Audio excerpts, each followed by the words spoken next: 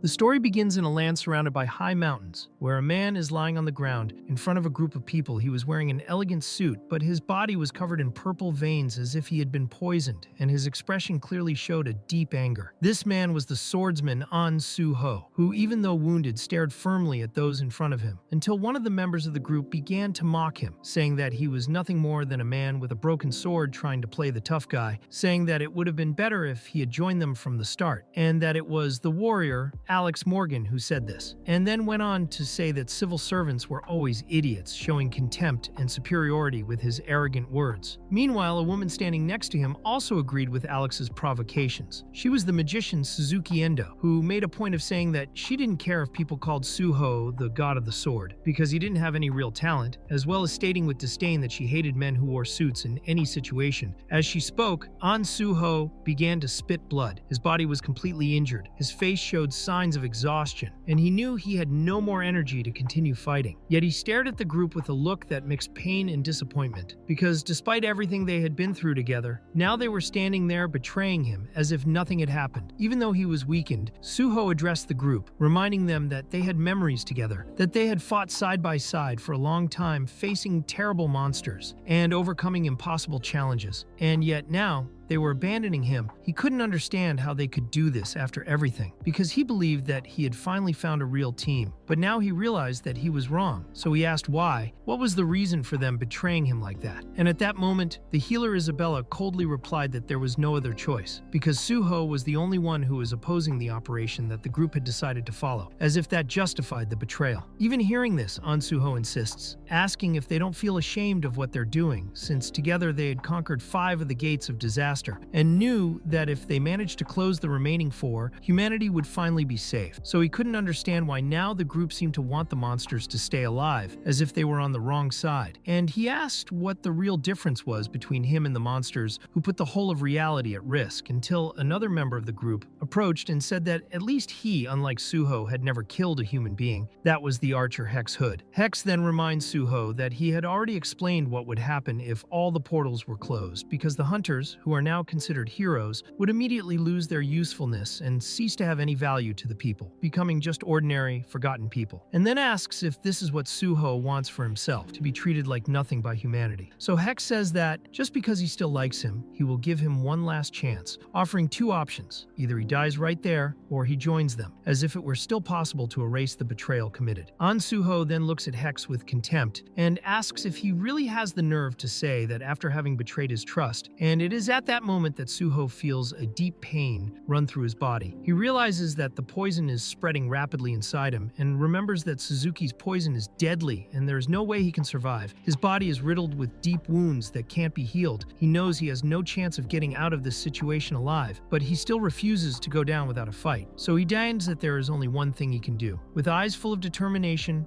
and a firm grip on his broken machete, An Suho gets up with difficulty and thinks that, even though his body is at its limit, he can still fulfill his last duty as a hero of humanity, even if he has to take them all with him to hell. Because if they have given up on justice, he would not give up on his mission to protect the world until his last breath. Then, even with his body bruised and the poison spreading rapidly inside him, An Suho began to concentrate an absurd amount of power around himself, his energy growing uncontrollably and making the ground shake around him, which left Alex Morgan visibly frightened, although he tried to keep his posture firm, while Suzuki Endo, with a debauched smile on her face, insisted that it was just a bluff, because according to her, he was just a swordsman with a broken sword and shouldn't be taken seriously. But at that moment, Rex Hood stepped forward and said with a serious tone that there was something different about that energy, something he had never felt before, as if Suho was about to break all his limits. And it was then that, in the blink of an eye, An Suho disappeared from the place where he was standing and appeared in front of his enemies with such absurd speed that not even Rex's trained eyes could keep up completely, and with a single silent blow he pierced both Alex's and Suzuki's necks at the same time, eliminating them both with a lethal precision that left no room for reaction. And for a brief moment, moment, everything was silent until their bodies fell to the ground, lifeless, while Rex narrowly managed to get away and save Isabella, pulling her back at just the right moment. Isabella, on seeing what had just happened, went into complete shock, her wide eyes and trembling hands showing that she couldn't believe what she had just witnessed. While Rex tried to understand how a man so badly injured and with a broken sword had managed to carry out an attack faster than anything he had ever seen in his life. And as much as logic said that Suho was on the verge of death, what he had just done was not something that could be explained in a normal way until he realized that Alex, even with his neck cut, was still alive. Desperate, Isabella tried to activate her healing magic immediately, trying to restore Alex's wounds, but no spell had any effect. It was as if the healing couldn't penetrate the wounds. And then, in a panic, Isabella remembered that there was only one thing in the world that prevented magical regeneration from working, and concluded with horror that An Suho was using the intangible sword, a legendary secret technique that distorts the physical existence of blades, making their cuts absolute, impossible to heal. Meanwhile, Suho stood with difficulty, his body still bleeding, his eyes focused on the emptiness, and thought that he had finally achieved that legendary state, but wondered why it had only happened now, at the end of it all, when there was no more time to take advantage of this power. And with his body no longer strong enough to continue, he fell off the cliff he was standing on, passing out completely,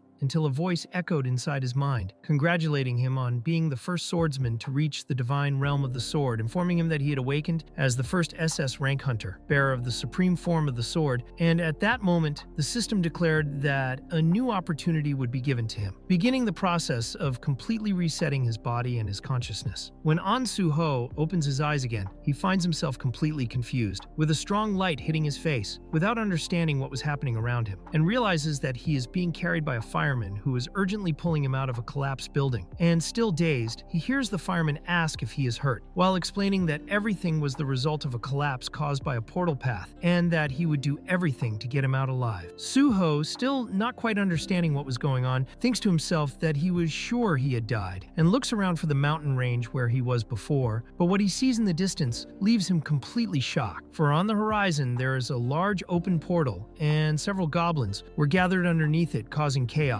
And as he observes his surroundings, he realizes that he is no longer in the mountains, but in a modern city. And when he sees a sign with the name Sindorum, he remembers with clarity that this was the station that had been destroyed during a portal breach in the past. Confused, he wonders how this could be possible, since goblins and portals in Sindorum had already been eliminated a long time ago, until something unexpected happens. An arrow out of nowhere hits the fireman who is carrying him, causing them both to fall to the ground, and the wounded man tries to warn him to run away, saying that it was too dangerous. But Suho, keeping his cool, says that he's just going to borrow the axe that the fireman was carrying. He stands up firmly and begins to walk towards the group of goblins who are approaching with the intention of attacking him, while the fireman insists that he run away, saying that it is suicide to face them like this. But An Suho, with a calm and precise gaze, throws the axe with such skill and force that it hits the skull of the goblin in front, killing him instantly in the middle of the street, without any hesitation. At that moment, An Suho notices something strange, because even after struggling so hard and being thrown to the ground, he doesn't feel any pain and begins to notice that there is no wound on his body, and he immediately understands what that means. So he looks forward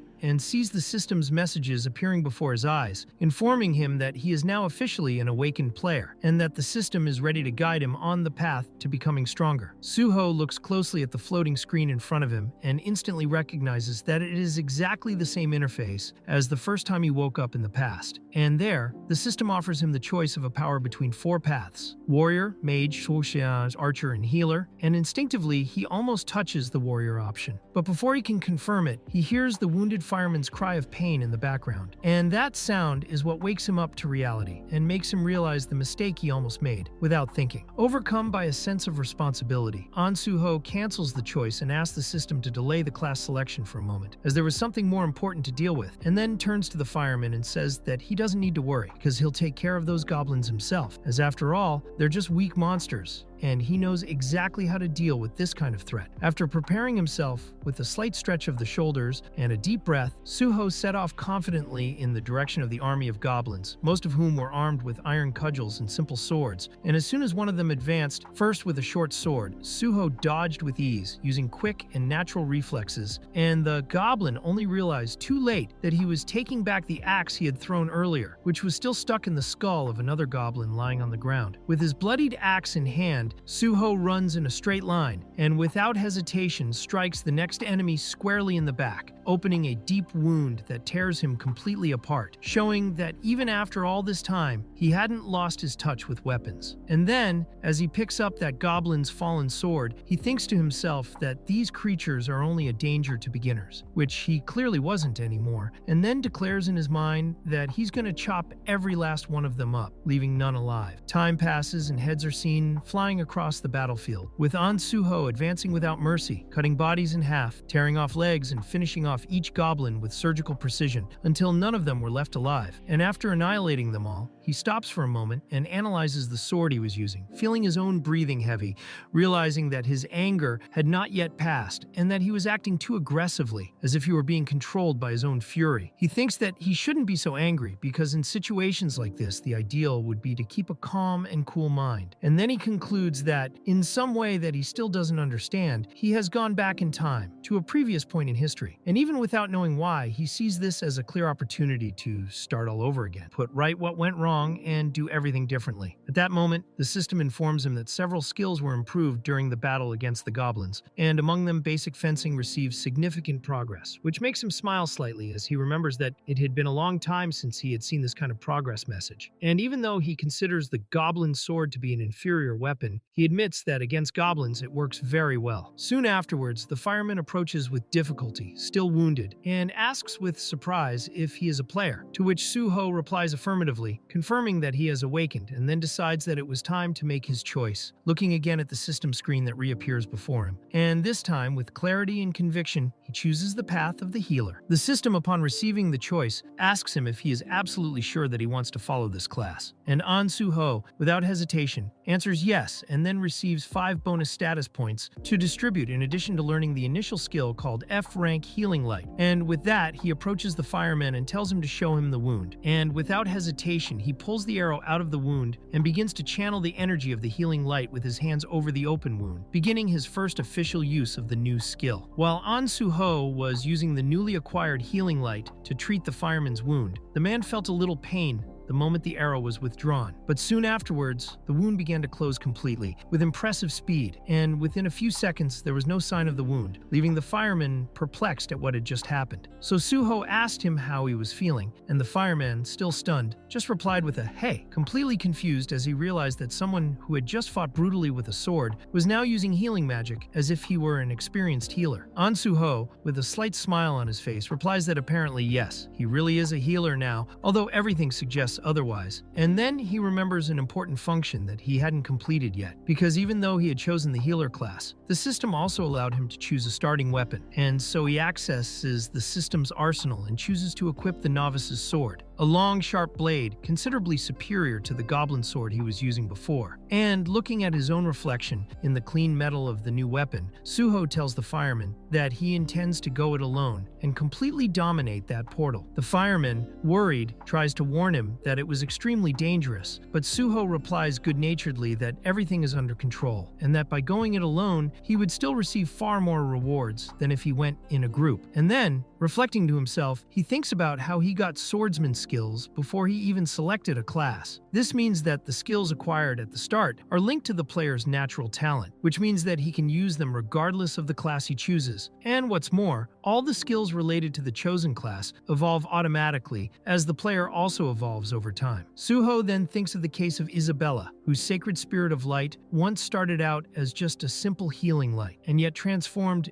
into something incredibly powerful over time. So he realizes that if back then he had the ability to heal himself, a lot would have been different, which is why now in this second chance, he has decided to become not just a swordsman, but also a healer to ensure that what happened in the past doesn't happen again. And to do that, he needs to get stronger than those 4 former companions as quickly as possible. Knowing this, Suho concludes that he needs to acquire skills much faster and increase his level before new dangers appear. Because if his memory is correct, this particular portal in front of him is a premonition portal, the same one that almost cost him his life in his past life. But now everything was different. His level may still be low, but the knowledge he carries in his mind, with every skill, weakness, and attack pattern memorized, was much more valuable than any statistic. So he takes a deep breath and starts walking slowly towards the portal. As soon as his feet cross the entrance to the portal, the system informs him that he is officially entering the instance, and upon making this crossing, Suho finds himself in a completely different environment. A dark and slimy swamp full of dense fog and with a putrid smell that made his eyes sting, and the maximum capacity of players in that dungeon was unknown, and not even the conditions of entry were completely clear, which indicated that it was an unstable and extremely dangerous zone. As he walked carefully through the swamp, passing between twisted trees and puddles of thick mud, he began to see several bodies lying on the ground, some still with swords in their hands, and on taking a closer look, he realized that they were all in an advanced state of decomposition, which made him conclude that those players were trying to get out of the portal, fleeing from something that was hunting them. But unfortunately, they were killed before they could escape. Just then, a presence quickly approaches, and Suho, sword in hand, thinks that those responsible for the slaughter are finally there, and understands that the ordinary goblins didn't run away for nothing, because what inhabited that place was something completely different, and that was exactly why that dungeon was known as the Red Green, a reference to the pair of bosses who commanded it. Two hobgoblins, one level 10 and the other level 12, creatures much more powerful than any ordinary goblin. As soon as the first hobgoblin spots Suho, he doesn't hesitate and immediately throws aside the lifeless body of a goblin he was carrying on his back, showing that he was ready to kill the intruder with his bare hands, at which point An Suho stands still, coldly observing his enemy's approach, and thinks to himself that this was a direct warning, as if the creature was making it clear that he was now its new prey. As he analyzes the creature's posture and movements, he notices that unlike ordinary goblins, hobgoblins have reddish skin, are much taller and broader, with visibly more defined muscles and a violent aura around their bodies, and he realizes that even though they are monsters of the same race, these two were nothing like the ones he had faced so far. Even in the face of the imposing presence of that muscular hobgoblin with eyes glowing red, An Suho simply doesn't give a damn about the threat, because in his mind, it was still just a goblin, just a slightly larger and more aggressive creature. So he takes off with surprising speed, blade in hand, and without hesitation, advancing directly against the enemy, with the confidence of someone who has faced the worst. The hobgoblin, taken by surprise by the speed of the attack, almost doesn't react in time, but at the last second he manages to turn his body and tries to hit Suho with a horizontal blow, forcing the swordsman to dodge with a quick movement to the side. And at that moment, he realizes something important. His current power is still too low to cut through that enemy's thick skin with a simple frontal attack, and this forces him to improvise. Without wasting any time, Suho leaps away, catches momentum with both feet, and lunges forward again, this time running over the first hobgoblin with a blow to the shoulder and going straight for the second, his sword held in an offensive position, aiming with absolute precision at the monster's weak point, and then plunging the blade straight into the creature's left eye, penetrating the eyeball and piercing the skull with force, causing the enemy to fall to the ground in convulsion. As he watches the hobgoblin's body still struggling, Suho thinks that if the difference in level were really much greater, it wouldn't have worked. But as they are still only hobgoblins, even with physical strength, they don't pose a real challenge to someone with advanced skills, and so he completely tore the monster's face apart as if it were just an automatic reaction, something he did on instinct without even realizing it, as if killing had become a habit. With the second enemy dead, Suho realizes that he now needs to be even more careful, as he will have to use the body of the first hobgoblin as a base to locate the next enemies and continue making progress. But before he can think too much, the first hobgoblin, still alive, rises up in a rage, completely overcome by hatred, and goes all out on Suho, launching a violent sequence of blows with his iron club. An Suho, keeping his cool, easily dodges each blow with light, well-placed movements, as if he had already memorized the enemy's pattern. And during these dodges, he remembers something he learned in the past. When you perform the same action many times in a row, there is a chance of acquiring a skill related to it, and just as predicted, the system sends him a message confirming that he has just obtained the B-rank dodge skill, which makes him think he is doing very well. With the dodging skill secured, Suho decides that his next goal would be to conquer the parry skill, which is the basis for many counterattacks and refined fencing techniques, and so he begins to block the enemy's attacks with his own sword, rebounding each movement with precision, observing the hobgoblin's strength and responding firmly without backing down. And while he does this, he thinks that the parry, although simple in theory, has a rich history among warriors who dedicate themselves to counterattacking and is essential for any advanced swordsman. He continues rebounding and counterattacking blow after blow until the system finally notifies him that he has completely mastered the parry skill, which leaves him surprised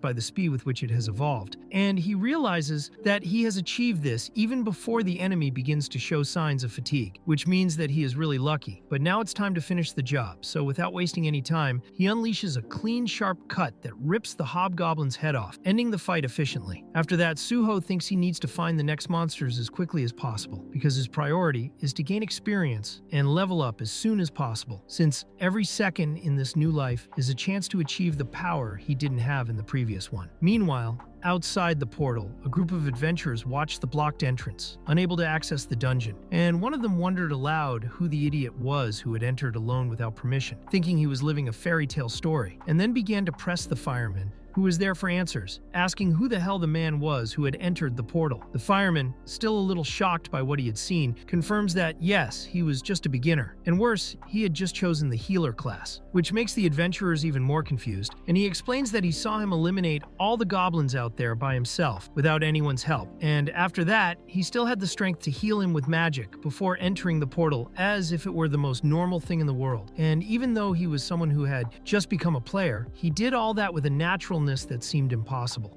The man was completely astonished to see the situation before him, thinking it was all simply ridiculous, because as far as he knew, that portal was only full of goblins, and because of that, it shouldn't be that difficult, especially considering that a simple healer had gone through there and eliminated all the monsters single-handedly without so much as a scratch on his body, which made him seriously wonder what that guy was thinking when he went into a place like that on his own. He didn't think it made sense for a crazy healer to want to conquer an entire portal on his own, but at the same time, he was beginning to wonder if that man really did have the ability to clear the entire gate by himself. So he turned to another hunter who was standing nearby and ordered him to keep an eye out and report any changes to the portal or anyone leaving it immediately, because he knew that if that person really did manage to conquer it all by himself, then they would have to do everything to get him on their side. Meanwhile, inside the dungeon, Suho was running at around 80 kilometers an hour and continuing to eliminate several hobgoblins at once, killing each one as if he were just cutting butter with a hot knife, and his blade was already completely covered in blood after going through rows and rows of enemies who were defeated in a matter of seconds. When there was only one of them left, desperately trying to reach his weapon lying on the ground, Suho just kicked the weapon away with one swift movement and stood in front of the hobgoblin with an imposing and confident stance, making it very clear with his presence that there was not the slightest chance of victory for that monster. Instead of finishing him off, Suho let the goblin run away, saying that he could call all his friends to come along, as it would only add to the fun. The hobgoblin, in a complete panic, ran off, and Suho, with a slight smile, thought that this would be a good time to adjust his statuses while the enemies arrived, since at the beginning of the journey, it was much more advantageous to increase all the attributes in a balanced way than to focus on just one, especially since he had received many bonuses and hunted monsters efficiently, which allowed him to level up easily and acquire most of the basic skills right from the start. Soon after, he looked around the battlefield and had the feeling that a new ability was hiding nearby. So he opened the body of one of the dead hobgoblins and took out a crystal, surprised to find it right there, as he wasn't expecting this kind of item, but he was lucky. When he took the crystal in his hand, Suho recognized that it was a magic stone and knew that he could get 50,000 with it, which for him was a small amount, since in the past he hadn't had to worry about such small sums. But now his financial situation was bad, so he wondered if it was worth looking for more of those stones in the other bodies. After a while, he had collected 20 magic stones of the same size and thought that the profit from the hunt was becoming quite reasonable. But at that very moment, he felt a strong tremor run through the dungeon, and as he looked at the horizon, he realized that they had finally arrived. Suho knew that if he defeated these new enemies, the boss of the dungeon would probably appear, so he quickly analyzed the group and realized that there were at least 30 hobgoblins coming towards him, which meant a good amount of experience points before the main fight. He stood his ground and thought that that goblin had really brought a lot of companions, because now they were advancing furiously towards him, and among them the wounded hobgoblin was shouting in his tongue that this was their enemy and ordering them all to attack Suho at the same time in a wild and desperate onslaught. Suho remained completely calm, almost without moving, attentively observing the movement of all the hobgoblins around him until he found a small gap, at which point he leapt towards them with absurd precision, tearing them all apart at once with his sharp blade, in a movement so fast that it could barely be followed. One of the goblin's blows came dangerously close to his face, but before the enemy could celebrate any advantage, Suho had already split that hobgoblin in half with a clean, brutal cut, and at that very moment he felt his body glow with a new wave of energy, indicating that he had evolved another level, which confirmed that there really were a lot of them out there and that he needed to finish this off as quickly as possible. With sharp blows and without hesitation, Suho began to eliminate the remaining enemies one by one, causing blood to spurt everywhere in the gloomy swamp, and in a few moments he had already reduced the number of hobgoblins on the field drastically, until he was almost surprised by one of them who attacked him from behind wielding a huge axe. At the last second, Suho managed to do a sidestep and then counterattack with a precise defensive move known as a parry, and on seeing that enemy, he realized that the real boss of the dungeon had arrived. The level 20 hobgoblin boss, who was now advancing to face him in direct combat. The fight that followed was violent and intense, with explosions of power and blows echoing throughout the swamp, as the boss wielded a colossal axe capable of breaking the ground with every blow, opening deep fissures and spreading mud and stones everywhere. While Suho was concentrating on the main enemy, another hobgoblin tried to attack him from behind, but he reacted in time, dodging with a spin and slashing his opponent with ease, eliminating any distraction, and saying internally that little fish shouldn't get in the way of a fight between adults. Without missing a beat, he annihilated all the remaining goblins around him with extreme ease, as if he was just warming up for the real fight, and Yusei-san thought it was tremendously rude to be interrupted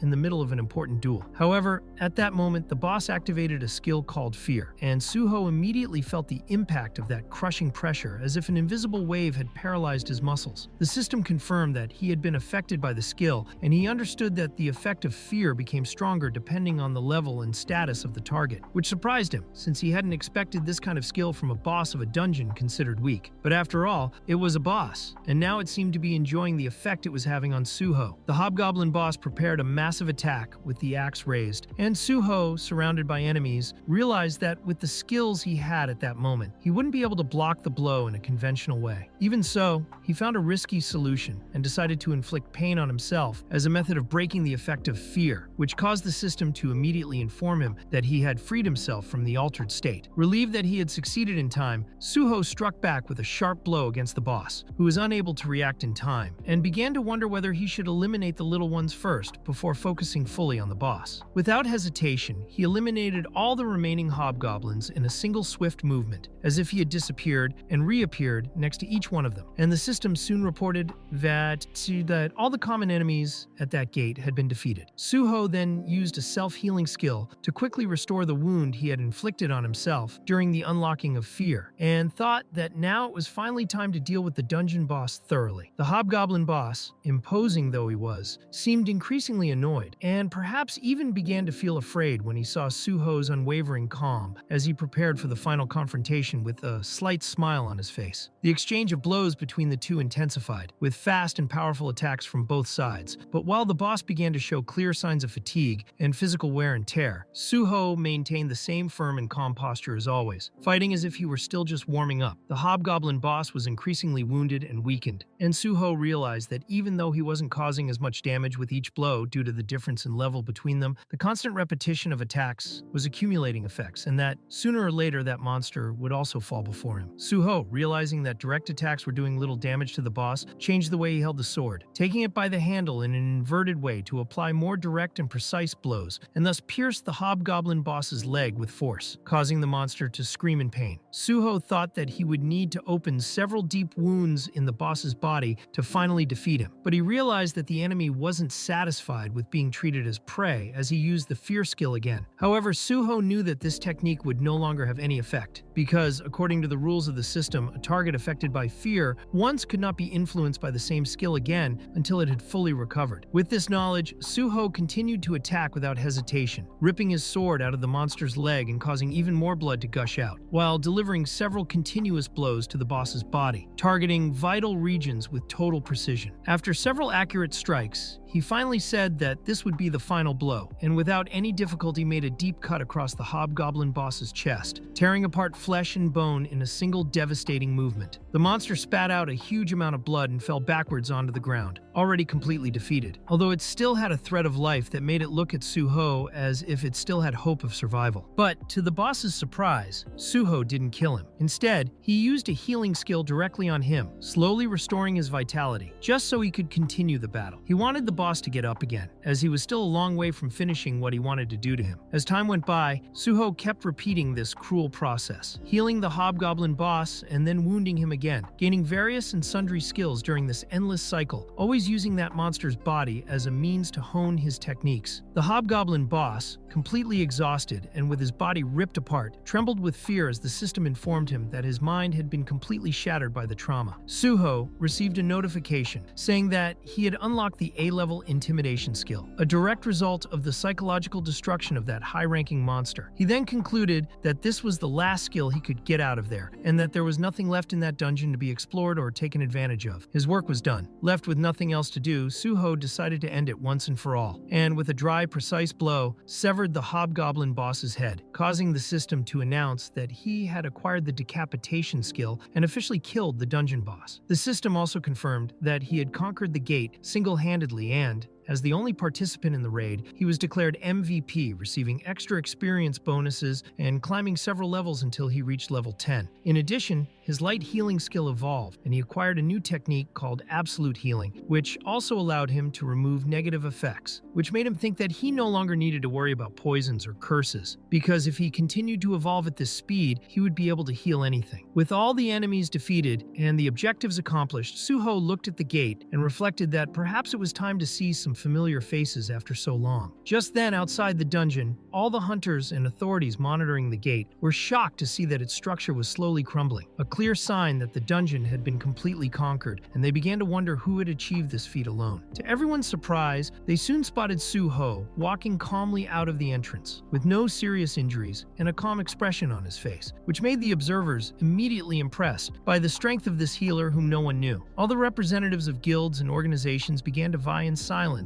for the chance to recruit him, but Suho paid no attention to any of them, because as soon as he left the portal, he ran straight towards a specific man who was standing there watching everything carefully. That man was Jung Chulmin, the leader of the South Korean Hunters Association, and Suho approached him directly, asking firmly if he knew that man. Jung Chulmin, confused, replied that he had no idea who he was. Sometime later, already inside the association's headquarters, Jung Chulmin was sitting with Suho in a private room, still trying to understand who exactly that person was who had single-handedly conquered an entire dungeon. With a tablet in his hands, Jung Chulmin looked at the impressive data from the fight and clearly remembered the moment he met Suho, when the young man suddenly appeared, shook his hand confidently, and introduced himself with his full name, without hesitation in front of the highest authority among the country's hunters. Jung Chulmin was visibly surprised the moment Suho shook his hand confidently and introduced himself, but even though he was astonished, he responded naturally, asking how exactly he knew him. Suho said that they had some business to attend to and that he would prefer to discuss the details within the association later, as what he really wanted at that moment was to deal with the issue of his hunting license. This made Chulmin wonder internally whether this was a renewal or a first issue, which led him to consider the absurd possibility that this young man wasn't even a registered hunter, and yet had been able to completely conquer a sizable class gate on his own. It didn't make any sense to him. The thought that this newcomer could be a real monster began to form in Chulmin's mind, even more so when he remembered that Suho had the worst of the four classes, the healer, and yet he had carried out what would normally be a mission for entire groups of experienced warriors. Analyzing the data on the tablet, Jung Chulmin realized that, in practice, Suho was more like a warrior than a healer. So efficient was he in combat. Suho, noticing the curious look on his face, asked good-naturedly if there was a problem with the results, but Chulmin denied it, only confirming the boy's name, asking if he really was An Suho, and on hearing the confirmation decided to go deeper, asking what he did before becoming a hunter. Suho answered truthfully that he had dropped out of school, which prompted Chulmin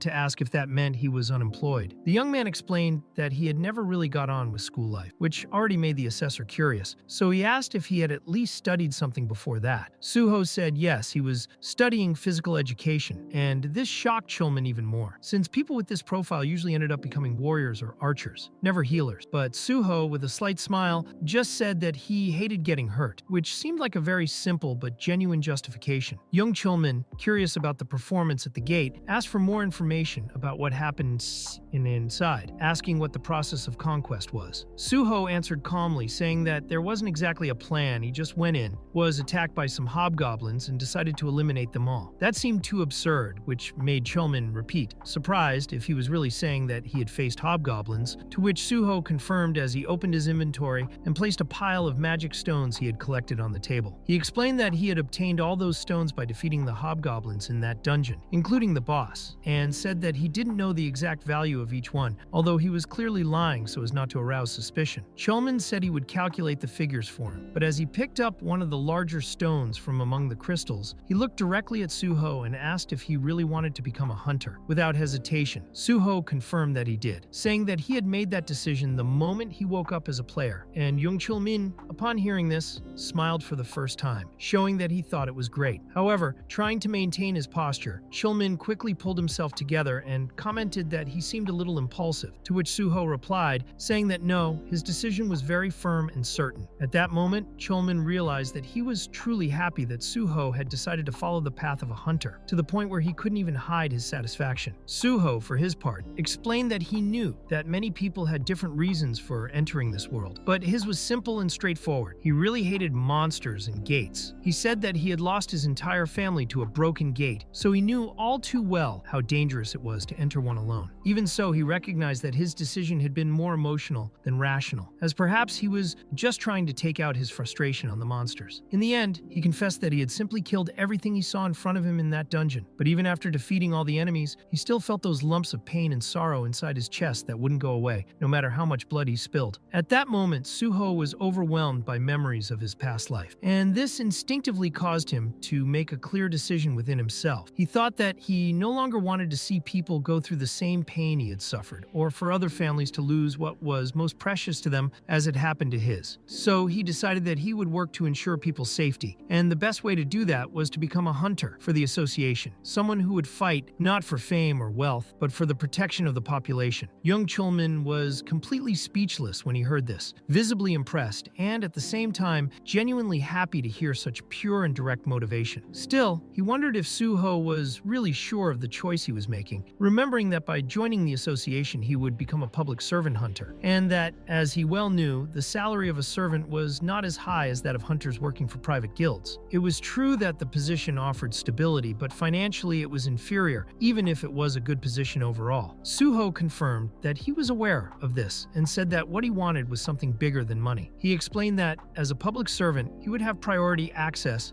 to various gates, as well as the possibility of applying legal punishments against hunters who committed abuses, which meant not only facing monsters, but also ensuring that other hunters respected the rules. With conviction, he stated that he wanted to work directly in the field, conquering gates with his bare hands. Young Chulman was confused by this, as he couldn't understand how someone could be so determined to tread such a difficult path. Even with the benefits offered by the association, it was common knowledge that it was still much more advantageous for a hunter to join a private guild, where the profits were greater and the risks often better rewarded. After all, why would anyone risk their life inside gates fighting dangerous creatures for such a limited salary? It was often said that those who chose to be hunters for the association did so out of pure altruism, but in practice most were simply looking for the stability of public office, taking the opportunity to earn money in administrative jobs far from the battlefields. Many entered this path precisely to avoid the risks of combat, but Suho was different. Young Chulman saw in him a true patriot, someone willing to put his life on the line for the good of the people, a hunter who wasn't concerned with benefits or fame, but only with people's safety. This discovery made him so happy that he felt dizzy for a moment, overwhelmed by emotion. Suho, noticing, asked if he was all right, to which Chulman replied that he was, but that it had been a long time since he had last met someone with a determination as pure as his. Chulman then said that he would proceed with Suho's documentation and identification, explaining that in order to be officially accepted, he would need to pass an aptitude exam, a written test, and also a practical assessment. However, he then informed him that the exam was already closed for that year, which at first seemed to break Suho's plans. But he then added that,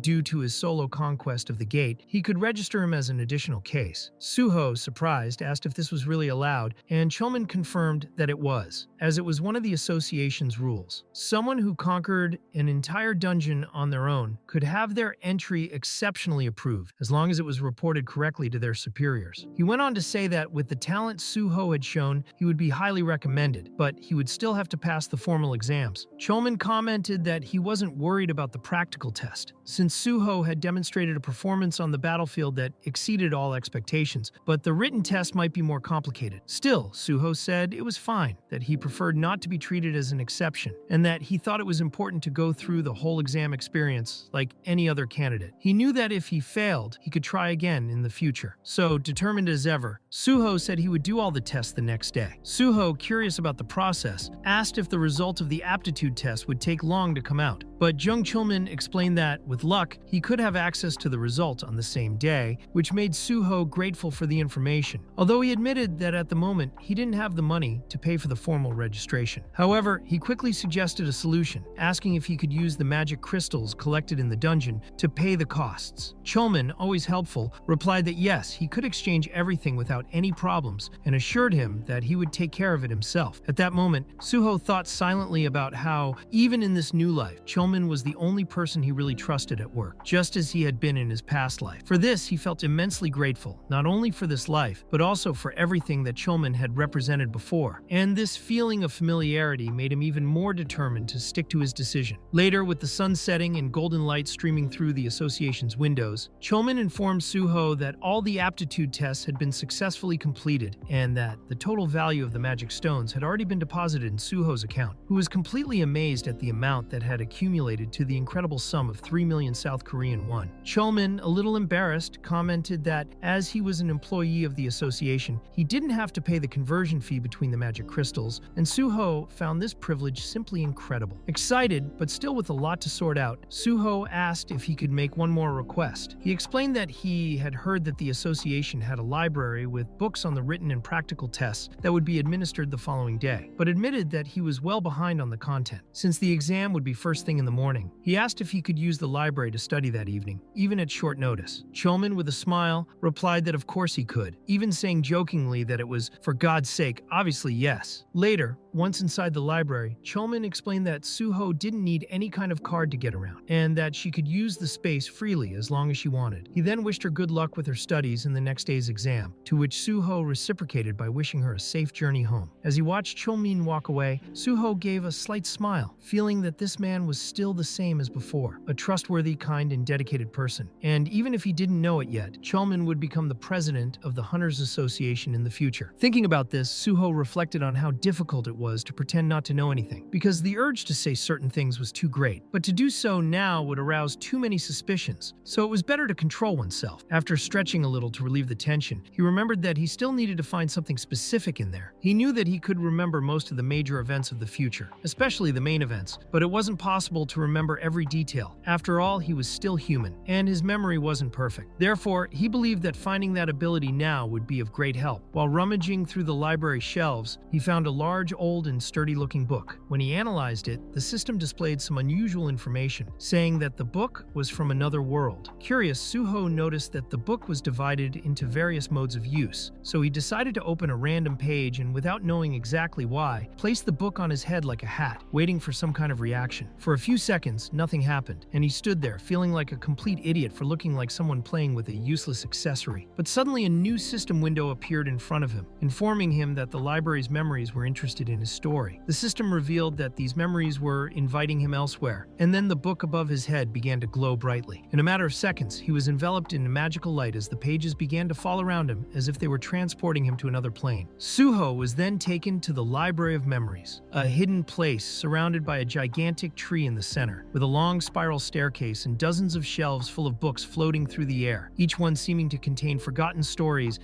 ancient knowledge, and powers that had been lost to time. Then it was explained that the Library of Memories is a special ability that allows the user to remember absolutely everything they have ever seen or heard, both in the present life and in past lives, even if these memories are painful or disturbing. Since the human mind can normally only endure so much time in existence, thanks to the natural mechanism of forgetting. But once someone acquires this ability, they end up being cursed with the complete memory of everything, without any filter or relief. The original user of this skill was a woman who worked as a manager in the Hexagon Guild, and before that had been a simple employee of the Hunters Association. But everything changed when, during a night of studying while preparing to change careers, she ended up falling asleep using an old book as a pillow, and by sheer luck awakened this extraordinary skill. The protagonist only had access to this information because this woman shared her experience with him, which makes him think that next time he should at least buy lunch as a way of saying thank you, because this revelation has changed his destiny. At that moment, the Library of Memories itself confronts him with a direct proposal, asking if he's willing to donate his story to be recorded among the countless volumes it keeps. And the protagonist understands that by accepting this proposal, he will be able to recover all the memories he had lost. Since over time memories are erased or distorted, and observing everything with precision and richness of detail is something that no ordinary human being can do, which is why he considers this skill essential. With his decision made, the protagonist's story is accepted by the Library of Memories, and it immediately begins to access his mind, transforming his body into the pages of a magical book, as if he himself were now a narrative being read, while the other books in the place begin to float mysteriously before falling to the ground, marking the official opening of the library inside his mind. From that moment on, he possesses the Library of Memories skill, now classified as a high-rank skill, which allows him to store all the user's memories and revisit any of them whenever he wishes. And the protagonist realizes that, perhaps because it is a mental space, the process of archiving memories is a little strange, since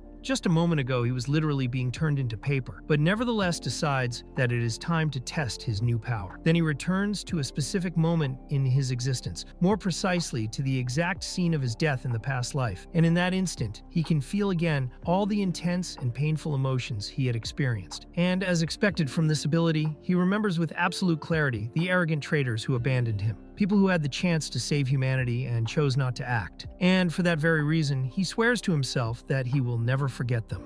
As he relives that moment with all the details restored, he sees a vision that he was unable to comprehend in the past, and now clearly sees the system's interface, which explains that it decided to give Suho another chance because he was the first human to reach the realm of transcendence, which is exactly why he was rebooted. Of course, Suho feels extremely confused when he realizes that his current life is the result of a reboot orchestrated by an unknown entity, yet he struggles to accept the facts, remembering how he conquered the Divine Sword and obtained his first SS rank ability. Finally understanding that, precisely because he had reached that level, the system had granted him a unique opportunity that no one else had ever received, and he is shocked to realize that he had never heard of anything like it. It then became clear to Suho that there was no coincidence in the fact that he had gone back in time, and later at night, he left the Library of Memories, got out of a cab and headed for another destination, with the firm thought that, even if he didn't understand the reasons behind it all, what really mattered was the fact that he had returned to the past, because it gave him the opportunity not only to foresee the events that affected his own life, but also to anticipate the appearance of the unpredictable gates that, in his previous timeline, caused immense disasters and countless losses of life. Suho decided it was time to act because with the level of power he now possessed, he could conquer gates at a much faster rate than he could in his previous life, and that meant he couldn't afford to waste a single second of the precious time he had gained. So he went straight to a building with a modern and imposing appearance, where the name Nexus, the most respected private hunting academy in the whole country, was written in prominent letters. Looking at the building, Suho reflected that it was no coincidence that Nexus was considered to be the best in the country, and concluded that, in order to realize his future plans, he would need a lot of money, which is why he had decided that he would start making his fortune right there, using his skills to secure important resources and connections. As soon as he entered the building, he was greeted by a receptionist who asked him what he wanted, and Suho naturally replied that he wanted to meet Principal Kim Sue, which made the receptionist visibly surprised that he had directly mentioned the principal by name, and she asked him if he had a meeting scheduled, to which he replied no, but that he would just like to discuss a small matter with her. The receptionist said that it was necessary to have an appointment for this kind of meeting, and Suho said that was fine, as long as she could at least pass on a message, just by telling the principal that he was the person who had single-handedly conquered the the Sindorum Gate, which would surely be enough to get her attention. Sometime later, he managed to be received in the principal's office, who introduced herself as Kim Soo-ae, the current principal of Nexus Academy, and Soo-ho greeted her with respect, bowing politely and saying that it was a pleasure to meet her, which was reciprocated with cordiality, as she also said she was happy to see him and invited him to sit down. Shortly afterwards, the principal commented that she had heard rumors about someone who had conquered the Sindorum Gate by himself and wanted to confirm that he was the one responsible for this feat, asking what exactly brought him to Nexus. And Soo-ho replied that he was there to learn, which left her a little confused until he explained that he would be taking the exam the next day to obtain his official hunter's license. The principal then asked how long ago he had awakened his powers, and Soo-ho replied that he had awakened that very day, which left the principal momentarily shocked, repeating several times in a surprised tone if she had understood correctly, since he was an unregistered awakened who would take the exam the next day and yet had single-handedly conquered an entire gate on the very day his powers appeared. Soo-ho confirmed this information without hesitation and explained that, after waking up, he'd managed to get in touch with the association by chance, being helped by Chulman,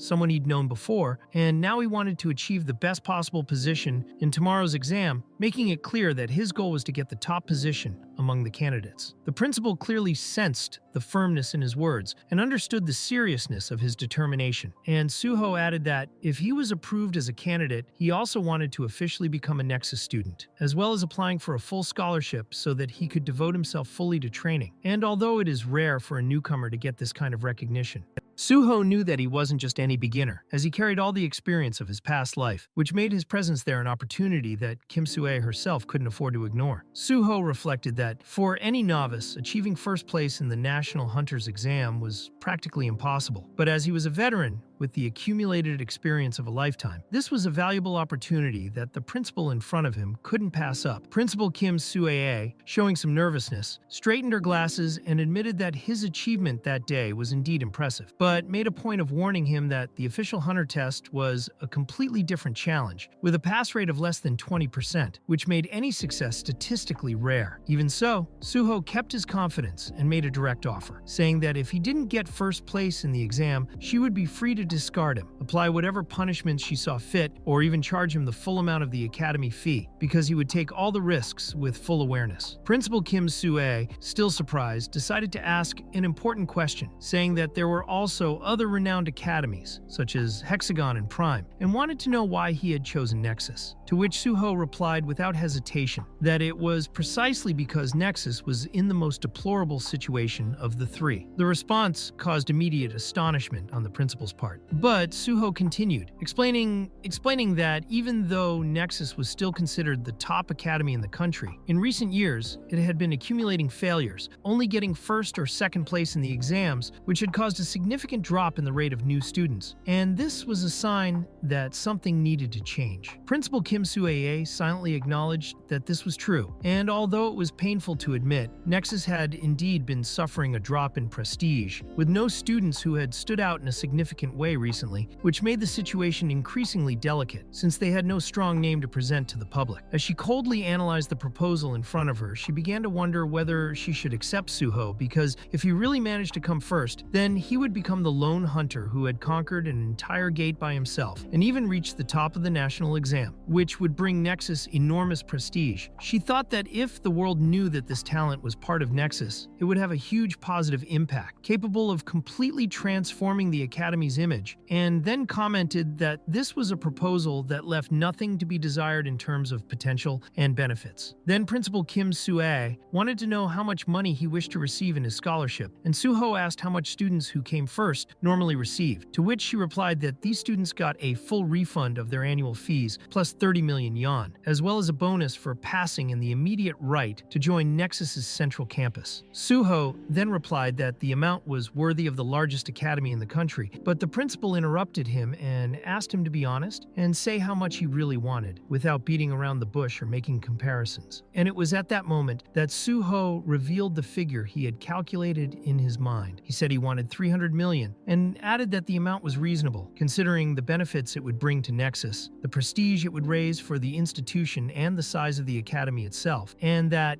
in the end, the amount wasn't even that high for such a large institution. Director Kim Soo-ae was silent for a moment, but eventually admitted that he hadn't told any lies, because all the arguments he had put forward were based on facts, and so there was no way to counter-argue rationally. So she accepted the proposal and declared that if he came first, his grant would be $300 million, and immediately said she would prepare the contract to make the deal official. Later, Suho began to tour the facilities of the Nexus gym, accompanied by a visibly exhausted employee, who commented with some dismay on how huge the place was, and who, no matter how much he looked around, continued to be impressed by the size of the structure. And Suho deduced that they had probably woken the poor man up in the middle of the night just to guide him on this impromptu tour. Even so, he was grateful for the employee's effort, and in thought thanked the young man for being there by his side, conducting that tour so late at night, showing that despite his confident and direct manner, he still valued small gestures of effort and respect. The man accompanying Suho comments good-naturedly that, as he is an important guest, he is only doing the minimum by accompanying him, and as the two walk through the gym, Suho notices a sound coming from one of the training areas and notices that there is someone practicing alone, but due to the distance and the poor lighting in that corner, he can't see clearly who it is. He just understands that it is a student. The guide then comments that the boy is training again today, as he does every day, which surprises Suho, and he asks what he means by again, and the guide explains that the boy is extremely dedicated and trains non-stop. Soon afterwards, the guide calls the student by name and says that training is important, but that he also needs to take care of his own body so as not to overdo it. And so Suho finally hears the name Daehan, and at the same moment, he freezes inside because that name is extremely familiar to him. Suho clearly remembers that, in his past life, he was in several groups with someone called Daehan, and if it really is the same person, he knows exactly what that boy is capable of, since Daehan became the biggest tank in the whole country, someone with absurd physical strength, an unshakable mind, and a defense so solid that it was like a walking wall, a real living shield that protected his companions even in the worst battles. However, Suho noticed something curious and different from what he remembered, because in that past life, Daehan always used a giant shield, and now he was wielding a halberd, a weapon completely different from his old style. This, in Suho's view, was actually a great thing, as he realizes that he now has the chance to get close early on to the one who will become one of the pillars of the fight in the future, and can form a bond of trust right now that could bear fruit later on, especially as Daehan will also be joining Nexus. So creating this connection early on would be a valuable strategy for bringing Daehan into the Hunters Association under his leadership in the future. While he was thinking about it, the guide introduced the two and stressed that Daehan was one of the best students at the academy, so the two greeted each other, and Suho immediately asked if it was true that he also intended to take the Hunter's exam, and if he was really going to use the halberd as his main weapon. Daehan, a little uncomfortable, replies yes, and when Suho asks why he chose it, Daehan reveals that he really wanted to become a hand-to-hand fighter, and after talking to a few people and asking for advice, he ended up choosing the halberd, but his voice and expression give away the fact that he is still unsure, and doesn't seem entirely certain that this is the best choice. He comments that he needs to get used to this type of weapon, and that, as his learning is a little slower, he thought it best to focus on just one weapon, as it would take too long to master several at the same time. He even mentions that it took him 2 years to become reasonably competent with the halberd, and even then, he feels he's still not that good with it. Suho, observing this, thinks with frustration that the reason Daehan is taking so long is simple. That weapon doesn't suit him, and although he can't tell if this is stubbornness, stupidity, or just a blind desire to improve, he understands that if Daehan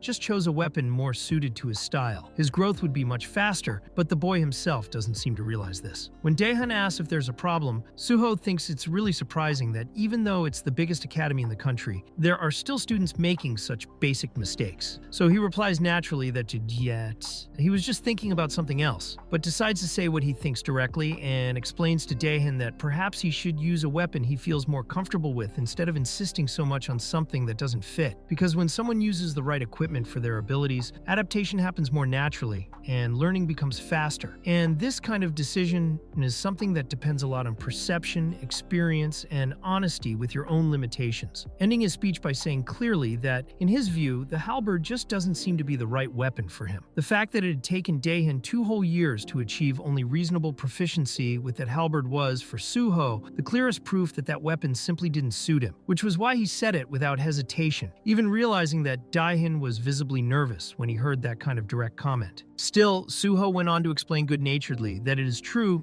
that weapons like the halberd or a hatchet have enormous impact on the battlefield, but they also have serious disadvantages such as the slowness between one blow and the next, and this recovery time creates dangerous gaps, especially against more agile monsters that can counterattack easily, which makes combat much more risky. In addition, he notes that Daehan's own physical size, being very tall and broad, prevents him from being adequately protected by another tank, so he should take on this role himself and specialize in it. At this point, Daehan, a little embarrassed, comments that he's been holding that halberd for 3 years now, and that he's worked hard to get used to it. And on hearing this, Suho says that it's precisely because he's had all that perseverance to insist for 3 years on a weapon that wasn't suitable for him, that he's sure Daehan would be an exceptional tank, someone who could master any kind of shield and be the front line of a group like no one else. Daehan, confused, repeats the term tank as if trying to convince himself of it, and then Suho details that there are several ways to act as a tank, whether using a huge shield held in both hands or with a shield in one hand and a light weapon in the other. The important thing is that he is the center of the group's defense and resistance. Upon hearing this, Daehan asks if Suho is really recommending that he switch to the tank class now, since that would be much more difficult than just continuing to insist on the halberd, especially with the test taking place the next day. But Suho just answers with another question, asking what Daehan believes to be the core of a hunter team. Daehan replies that he believes it's the mage, but Suho corrects him by saying that it's actually the tank that's the real core, because it's the one that attracts the monster's attention, resists attacks, and protects both the mages and the healers, being the base of support for the whole group. Daehan, a little more convinced, then asks if it wouldn't be easier to use a large shield with both hands, but Suho replies that a real tank needs to have immobilization, distraction, and control effects, which requires it to have at least one offensive weapon next to the shield, because only then can it actively attract the enemy's attention and efficiently protect allies. After reflecting on all this, Daehan decides that he will try to follow this path, and Suho is relieved to realize that he is not discouraged by this kind of constructive criticism, and that he is actually someone who knows how to listen to reason. So he wishes the boy good luck and returns to his training with a new outlook. Meanwhile, the guide calls Suho back and explains that the director has asked him to be taken on a full tour of the academy, and comments with a curious smile that, although Suho is there as a guest, he speaks with such authority about combat that he sounds more like an experienced instructor, which makes Suho feel a little uncomfortable, and he replies in a relaxed way that no, he's not an instructor, just an enthusiast who likes the subject a lot, although inside he thinks he may have gone a little overboard with his explanations and becomes suspicious. To change the subject, he asks if the contract with the academy is ready yet, saying that it's been a long time since he arrived, and the guide replies that he's just had a call from the director and that he's already on his way to get it. So the next day, when the hunter's exam finally arrives, the entrance to the association is completely packed with prepared people, with reinforced suits, confident faces, and all excited about getting their official license. Among them, Suho, the man who had recently conquered an entire gate by himself, is among the candidates, but completely exhausted as he had walked too much the day before and was now in the worst possible physical condition to face that decisive test. Nevertheless, he heads inside wearing his uniform, while the test organizers start calling the candidates to organize themselves according to their registration numbers. And soon,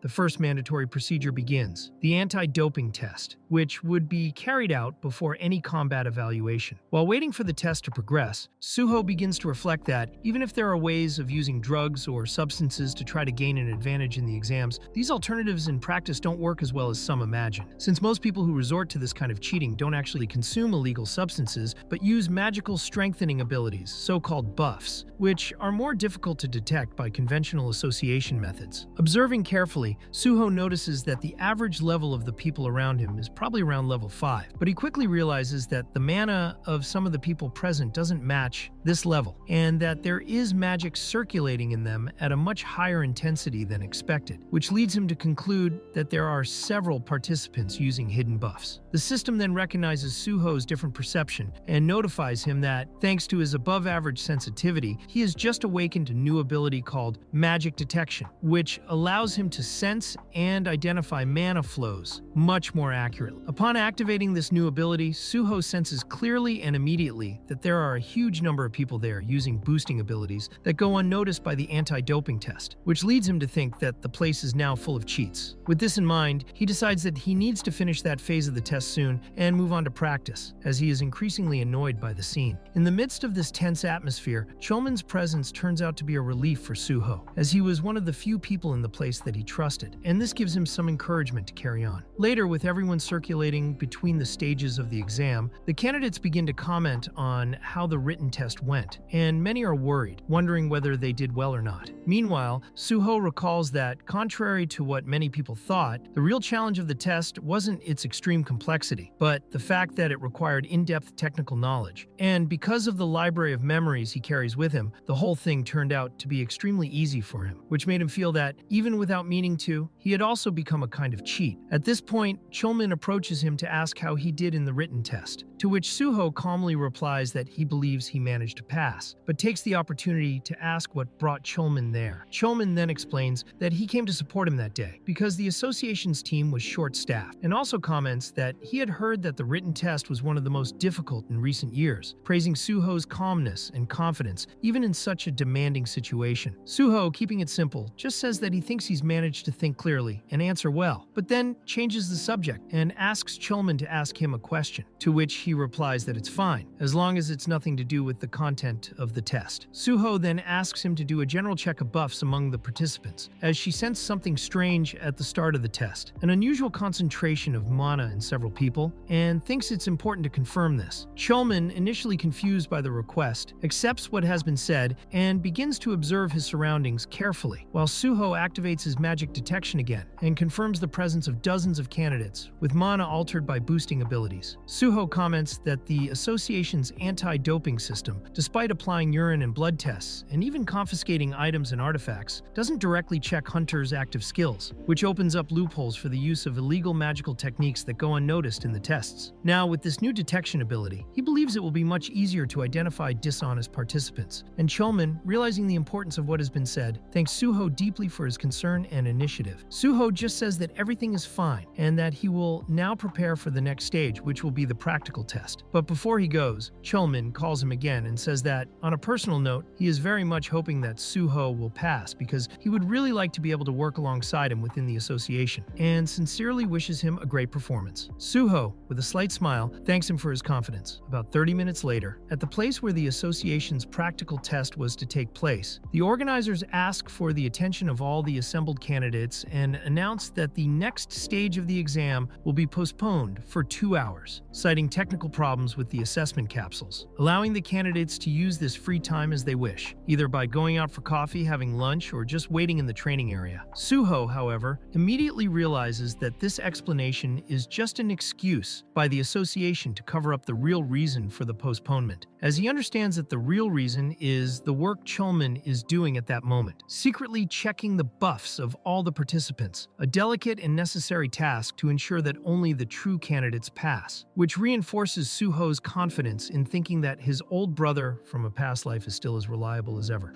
With that, it is revealed that there are exactly 100 candidates taking part in this practical exam, but the number who pass is unlikely to exceed 10%. And if the cheaters are identified in time, the pass rate will drop even further, to around 7%, which means that only the most talented, prepared, and honest will make it through, which makes Suho decide to keep a close eye out for possible useful allies among the candidates who really deserve to be there. As he walks through the waiting area, Suho hears movement ahead and notices that one boy is challenging another to a duel, raising his voice and asking aggressively why he was trying to pick a fight, to which the other replies calmly that he doesn't really want to fight, but to propose a friendly duel, and then challenges him again, asking if he's afraid. The atmosphere begins to heat up when the challenger, clearly annoyed, pushes the first boy away and says he's not interested, sending him to his corner. But the challenger insists and, feigning innocence, asks what would happen if he were attacked first, then sets off to attack the other with one of the wooden training weapons. But without waiting, Suho intervenes at the exact moment the weapon comes down, defending with precision and forcing the attacker to retreat with a single clean and technical block, using a counter-impact movement that surprises everyone around. The big man who is almost hit looks surprised and asks if Suho has lost his mind by getting into that mess. But Suho calmly says that now he's going to deal with that madman himself, saying that the other man can rest easy. The big man then asks if he's some kind of official of the association, but Suho replies that he's not, that he's there as a candidate, and reinforces that he can take on the responsibility of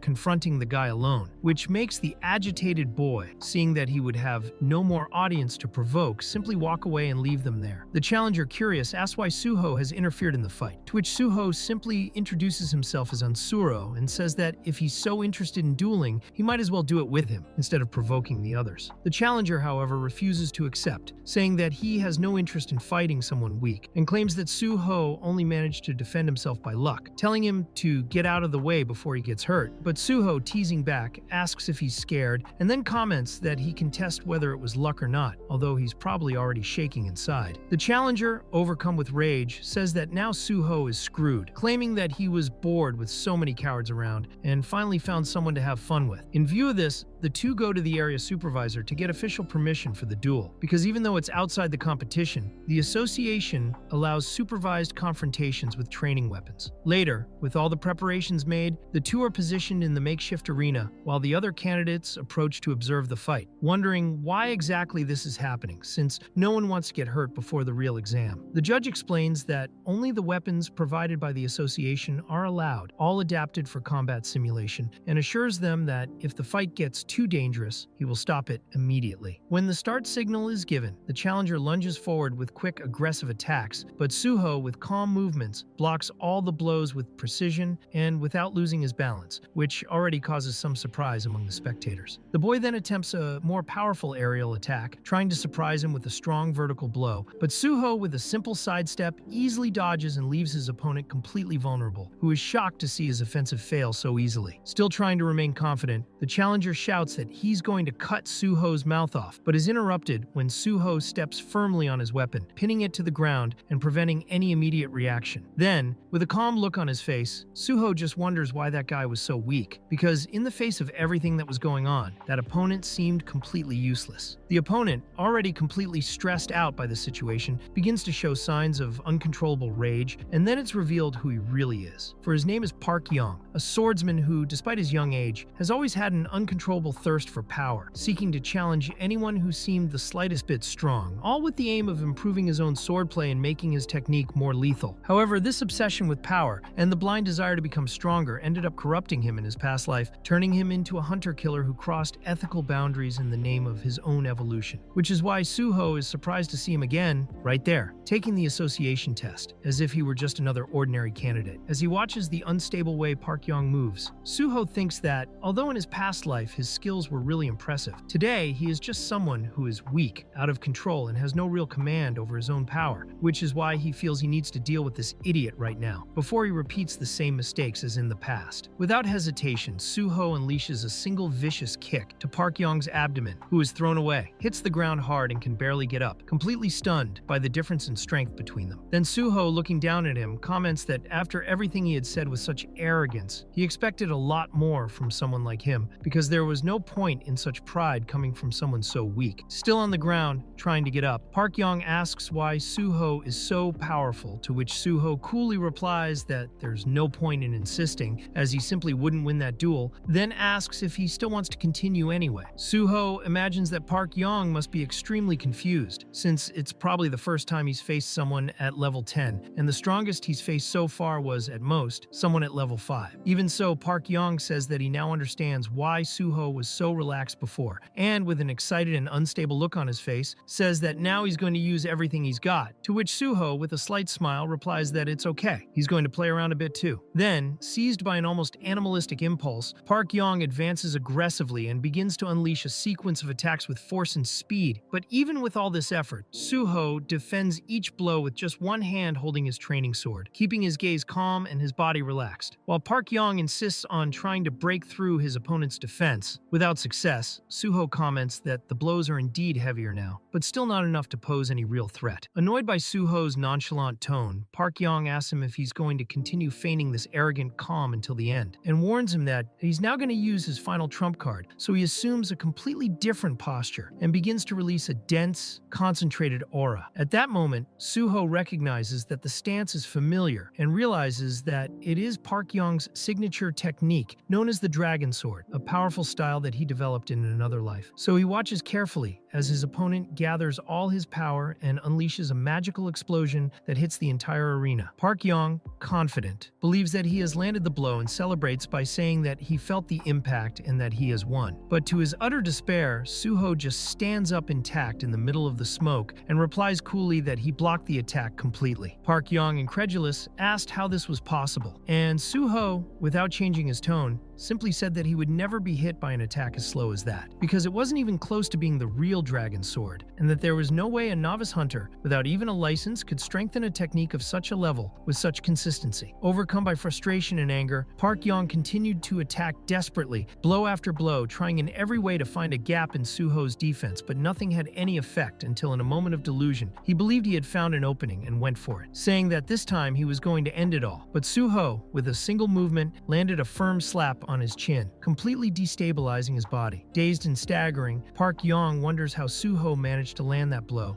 and Suho calmly replies that he had already warned him, he's too slow. Faced with this, Park Yong falls to his knees, trembling, completely shaken, and then Suho decides to end the duel at that moment, because he understands that continuing could cause even greater damage to the boy's confidence, which could lead to worse consequences in the future if he were to collapse mentally. Suho looks at Park Yong lying on the ground, trembling and humiliated, and thinks that now, instead of going around killing hunters as he did in his past life, Park will probably channel all his thirst for revenge only against him, which at least prevents other innocent people from suffering from his lack of control in the future. While silence dominated the testing center, Suho looked around and noticed that no one was saying a word, so he decided to call out loudly for the supervisor, asking if he was still around. And the judge, who seemed to be distracted or dozing off, woke up startled and replied with an, "Oops, yes, of course." And then Suho, quite naturally, informed him that he had accidentally knocked out his opponent and asked someone from the organization to come and check on him to avoid any consequences or misunderstandings later on. Sometime later, with everyone back in position and the commotion settled, it was finally announced that the simulation pods were ready and that the practical test would officially begin. Suho, observing his surroundings, notices that there are now many more members of the association circulating, probably inspectors specializing in detecting illegal buffs, which confirms his theory that the investigations conducted by Cholman were really paying off. While he remained completely calm, sitting back in a relaxed manner, there were already candidates being discreetly escorted out by association inspectors, all caught using prohibited buffs. Immediately afterwards, one of the employees in charge of the capsules calls Suho and tells him that he can now lie down inside the machine, advising him that if he feels anything strange during the synchronization process, he should immediately press the emergency button next to his body. After confirming that he is ready, the activation process begins, and the capsule closes around Suho, connecting his consciousness directly to the system, with the program starting and the progression of the dive gradually increasing until it reaches 100%. When the synchronization is complete, the simulation scenario is loaded, specifically generated according to the healer class he had chosen, and soon Suho finds himself in a devastated environment with the appearance of an apocalyptic battlefield, full of rubble, destruction,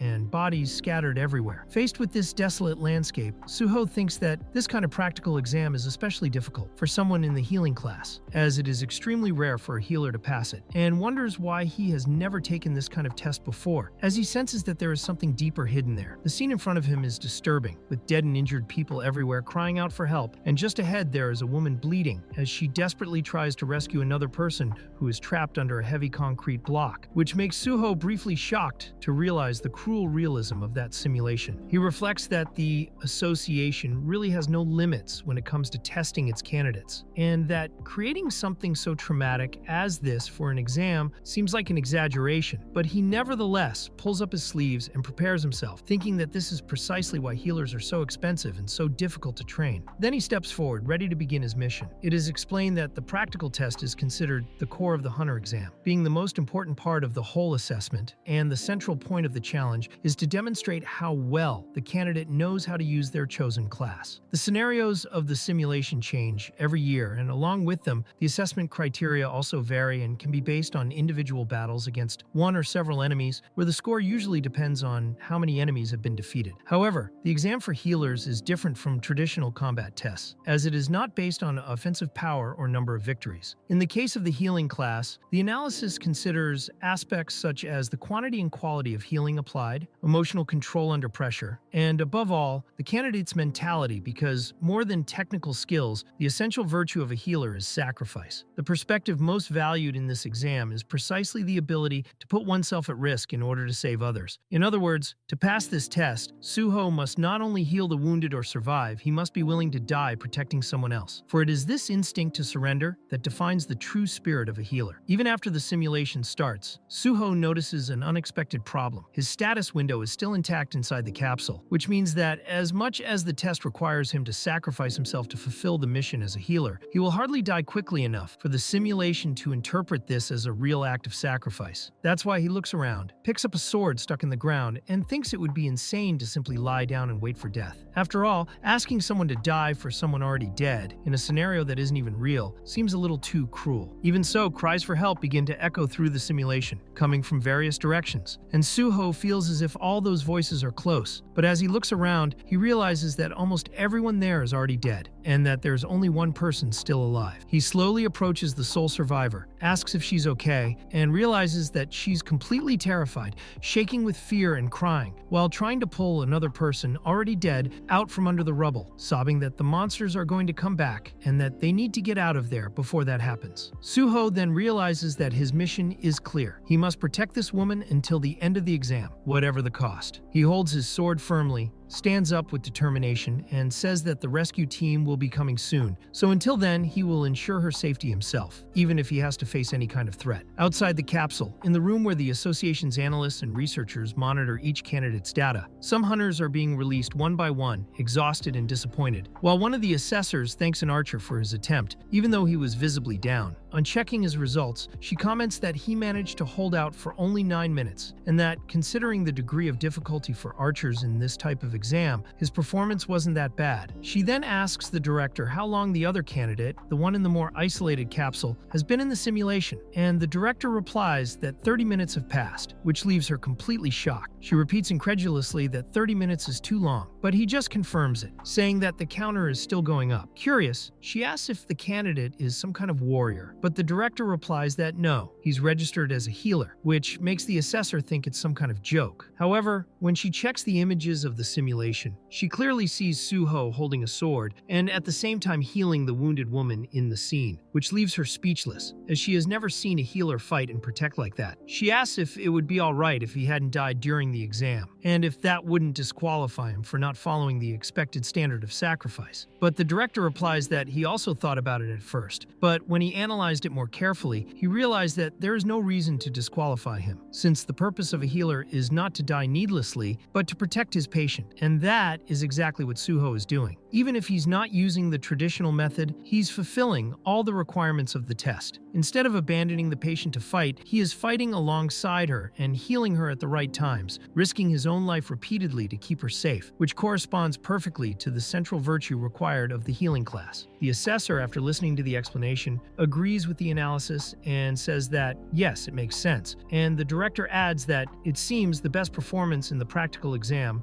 has already been decided. Meanwhile, inside the simulation field, huge creatures with the appearance of carnivorous dinosaurs are advancing ferociously towards Suho, who, without hesitation, holds his sword firmly and with a cut so fast and precise that human eyes can barely keep up. He cuts down all the monsters in one fell swoop. Even so, he thinks that this is not enough, that his speed needs to be greater, so he sets off at such an explosive run that his body seems to disappear for an instant, teleporting to the enemies and destroying dozens of them with a series series of sequential cuts, turning the battlefield into a veritable sea of blood. Even the patient he is protecting is in shock at the scene before her eyes. At this point, the system recognizes his movement and notifies him that Suho has learned a new skill called foot play, which is a type of fast footwork, and although the technical name sounds too formal, he jokingly calls it footwork because the way he moves really does resemble fast dodging steps. The system registers that he has obtained the rank B step skill, and Suho concludes that, as he had suspected, even though this environment is virtual, the system is still able to identify real risk situations and therefore allows candidates' skills to evolve within the simulation, based on the real-time threat assessment. Even though the experience gained within the virtual world is less than in the physical world, it still serves as a great training ground, especially since he has also managed to hone all his fencing skills to rank A, which is more than enough for him, even if he isn't earning any physical rewards or real items at the time. If Suho managed to master all the basic skills related to fencing and set them all to a high level, he would have access to the legendary Dragon Sword technique, the very one he had seen in the park during his past life. So as soon as he achieves this feat, the system immediately recognizes the achievement as something great and announces that he has reached an exceptional understanding of the art of fencing, making it clear that it is deeply impressed by the unique style he has developed on his own, and as a reward, offers him the opportunity to create a new exclusive skill, integrating all the basic techniques he already possesses, such as the famous agile step he had perfected. As soon as he confirms the registration of this new technique, the system grants him a new rank and allows him to choose the name that will be assigned to his creation. And without hesitation, Suho thinks that the time has finally come for the Guardian Sword to appear, so he decides to name his new skill the Guardian Sword, and the system confirms this name with him, congratulating him on having been officially recognized as a supreme fencing master, being the creator of the Guardian Sword fencing technique, classified as S rank, and from that moment on, all the effects of the fencing skills he had already mastered, including the agile step, increased by 50% in efficiency. In recognition of this great achievement, the system also grants him 10 extra status points and states that it sincerely believes in his potential, hoping that he will continue along this path without deviating. In addition, the system also unlocks for him absolute mastery with swords, stating that his knowledge and understanding of fencing now surpasses any common standard, removing all restrictions on acquiring new sword skills, allowing him to use any type of sword freely, and further increasing the effectiveness of his fencing and skills by an additional 50%. Suho then reflects that, in his past life, it took him more than 10 years to achieve this same result. But now, knowing exactly what needed to be done, everything was much easier, and he believes that his value within the system will increase even more from now on. In addition, he is also fully aware that the amount of monsters that appear in this test is fixed, which makes him wonder how much effort and preparation was put into this simulated environment. But even so, he already feels that he is ready to get out of there, because he has already achieved everything he wanted. He now has only two options before him: eliminate all the monsters or die trying, but in truth, he never considered the second option, because for him, the only possible choice was to kill all those filthy creatures until there were none left. Meanwhile, outside the test area, everyone who was watching Suho's assessment was completely shocked, because he had actually managed to eliminate all the monsters present, something no one had ever done before, and they began to comment that it was the first time in history that, in a test aimed at healers, someone had managed to defeat all the monsters. And not only that, he had also managed to completely heal the patient in the process, something that was simply unbelievable. With this achievement, all the spectators already knew that there was no need to wait for the rest of the results, because it was obvious that he was going to come first. A few days later, at the Hexagon Academy inside the strategic preparation room, the instructors were confident that the candidate Ki-hyun, the school's darling,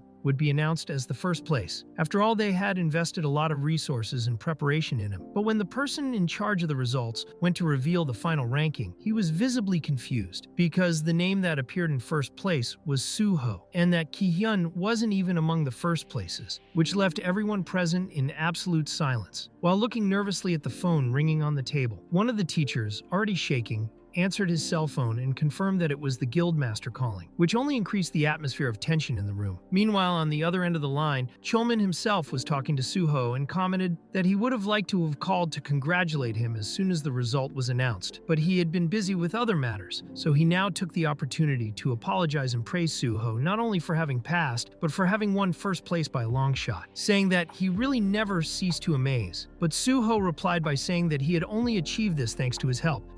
Even so, Chulman insisted that all the credit went to Suho himself, because he was clearly someone extremely skilled, and even revealed that, thanks to Suho's actions, the association had managed to identify and arrest several participants who were using illegal buffs, catching several cheaters in the process. And that now, with this evidence, the next test would be much stricter and more closely monitored. Suho responded by saying that this was really great, because it would make everything much fairer for all future participants. And Chulman took the opportunity to comment that perhaps it was a bit early to ask that, but he wanted to know if Suho was interested in joining the Hunters Guild. And Suho firmly explained that although he was going to stay in the guild for a while, his ultimate goal was to join the guild, and no matter what happened, he was going to achieve that goal. Chulman was pleased with this response and said that he would let him know as soon as a new recruitment opportunity came up. And Suho thanked him, saying that would be great, but also commented that he needed to hang up because it was already lunchtime and he imagined that Chulman must be busy with his work that day. And Chulman, in a good mood, wished him a good meal before ending the call. As soon as he hung up, Suho grabbed his lunch and commented to himself that it was time to eat since he was hungry. But at that moment, he was still stuck in traffic in a cab, and it was then that he realized that Chulman's voice during the call was a little hoarse, which made him wonder if his friend was really well or just tired. And while he was thinking about it, he thought that maybe he would receive another call soon, and as if it were a premonition, the phone rang just at that moment. When he answered, he identified himself and heard the voice of the director of Nexus Academy, who had called to congratulate him on his first place and to inform him that the transfer of the payment for the contract had already been successfully completed. And Suho thought that, as expected, the efficiency of that institution was really impressive. The director then asked him directly if he intended to join the Nexus Guild, saying that she could guarantee exclusive treatment that no other organization would offer him. And Suho, with a calm and firm expression, asked how far they were willing to go with this proposal, as if to understand the limits of what it could demand. The director responded confidently by saying that Nexus was ready to meet all his expectations, and that, as he would be entering as a graduate student first, it would be easy to adjust the contractual terms in his favor, but that this type of conversation would be best handled in person, suggesting a meeting to discuss the details. Suho said that he would love to, but that he already had personal commitments that day, and that as soon as he had a free slot in his schedule, he would contact her himself, asking her not to worry, because as a Nexus student, there was no more appropriate place for him than within the school's own guild. The director, excited by the answer, stood up from her chair with a huge smile on her face and nodded to the staff, getting everyone in the office excited, and Suho, still in the cab, thought that she seemed really excited about it, to the point that her excitement was almost audible even from a distance, until finally the cab arrived at its destination. He reflected that he had managed to pass the test, secure his hunter's license, and also accumulated a good amount of money. So now, there was only one thing left: to continue training and gaining experience in order to become stronger. Later, while walking through a large market, Suho thought that he had already bought all the supplies he needed, and now all that remained was to buy a suitable weapon. So he decided to visit a lesser-known, more secluded and hidden store, believing that the more popular and busy stores wouldn't have the kind of item he was looking for. But at the same time, he was a little worried about whether that store would actually have anything useful. As soon as he entered, he was immediately greeted by a clerk who asked what he was looking for, and Suho explained that he had recently become a hunter and was looking for a light weapon to start with. So the clerk pointed to a corner of the store where some low-cost weapons were on display. Suho thanked him, but looked at them suspiciously, as all the weapons looked extremely rusty, old, and covered in dust, which made him think that most low-class weapons didn't go through any kind of verification or quality control, and therefore didn't contain detailed information or safety guarantees. But he also knew that not all unverified weapons were useless or cheap, because some of them, depending on their origin, had to go through a special process to become true magical weapons, and some even had mystical auras that set them apart from the rest. As the vast majority of hunters were unable to perceive this kind of detail, he activated his magical detection to try and locate a special weapon among the available options, and it was then that his eyes settled on something that looked like a modest halberd, but with a very discreet glow around it. He took the gun carefully and thought that if the store owner knew the true potential hidden in it, he would surely regret selling it for such a low price, so he decided to test it himself to see if there really was something special there. Soon after, he went to a small hidden park, a secluded and quiet garden, and began to concentrate large amounts of mana in the halberd, channeling magical energy very carefully, and it was then that the weapon began to react, eagerly absorbing all the magical power he was releasing. And at that moment, he realized realized that the weapon's consciousness was awakening, beginning the process of spiritual activation. But what Suho didn't expect was the force with which the weapon was pulling his energy, because suddenly an absurd pressure fell on him. His body trembled, his breathing became heavy, and he could barely stand, realizing that it was absorbing mana at a much faster rate than he could control. So at the last moment, before he lost consciousness through magical exhaustion, he let go of the weapon and fell to the ground, panting and exhausted, thinking that if he had held on for just a few more seconds, he would have fainted right there from total loss of energy. As he recovered, he reflected that in order to fully awaken a weapon of that level, his magic would have to be at least level 100, something he hadn't reached yet. But even so, he knew that this weapon would be a key piece in the future. And so he promised himself that he would level up as quickly as possible in order to finish it. Elsewhere in the city, inside a company called PBS, an employee answered the phone with a formal tone, introducing himself as Jian Jinhui. And on the other end of the line was Suho, who also introduced himself calmly. Suho's name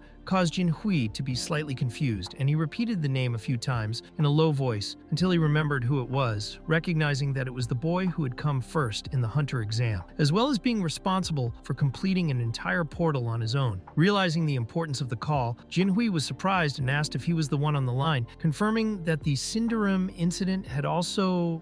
been caused by that young man, which caused him to get up from his chair so quickly that all the coworkers around him turned their eyes to him, leaving him embarrassed as he sat down again, trying to keep his composure at the thought that he was talking on the phone to someone of monstrous level. Curious about the reason for the contact, he asked what exactly had motivated Suho to seek him out. And Suho, with sincerity, explained that he had been researching some blogs and ended up finding the name of Jinhui, who was known as the Golden Spoon Boy, someone who, even from a privileged background, decided to pursue the profession of journalist, demonstrating a strong sense of ethics and professionalism, something rare and valuable by today's media standards. Suho then said that he had a lot of material and content that could make good stories and news, so he wanted to make a direct offer, asking if Jinhui would be interested in becoming his personal reporter. Surprised by the boldness of the proposal, Jinhui wondered if he was really asking such a prestigious journalist to become his subordinate, and immediately thought that Suho sounded like one of those young people who thought they were too special, although he was a little curious about what he was up to. He replied that he understood what the young man was trying to do, but that he didn't think it was the right approach, and that although he was always looking for good stories, he had no intention of becoming anyone's subordinate. Suho, on the other hand, clarified that his proposal was not one of subordination, but of a great partnership, as he believed it could be beneficial for both of them, since he was looking to increase his visibility before officially joining a guild, and was therefore being direct about his intention to increase his fame. He explained that, in the future, his real goal was to become a civil servant in the Hunters Association, something that surprised Jinhui even more, who asked if he was really considering working for the government instead of joining one of the big guilds, since, with all the fame and talent he had, this decision sounded almost like a joke. Suho, however, replied seriously, saying that it wasn't a joke, as he intended to work directly in the field and wasn't interested in fame or money. When Jinhui asked if he was the kind of rich person who saw work as a hobby, Suho explained that he was actually a gate orphan who had lost his parents in one of the attacks caused by monster gates, and so his aim was to defeat as many gates as possible, serving the public with everything he had. The answer made Jinhui feel a little uncomfortable about what he had implied earlier, so he backed off his tone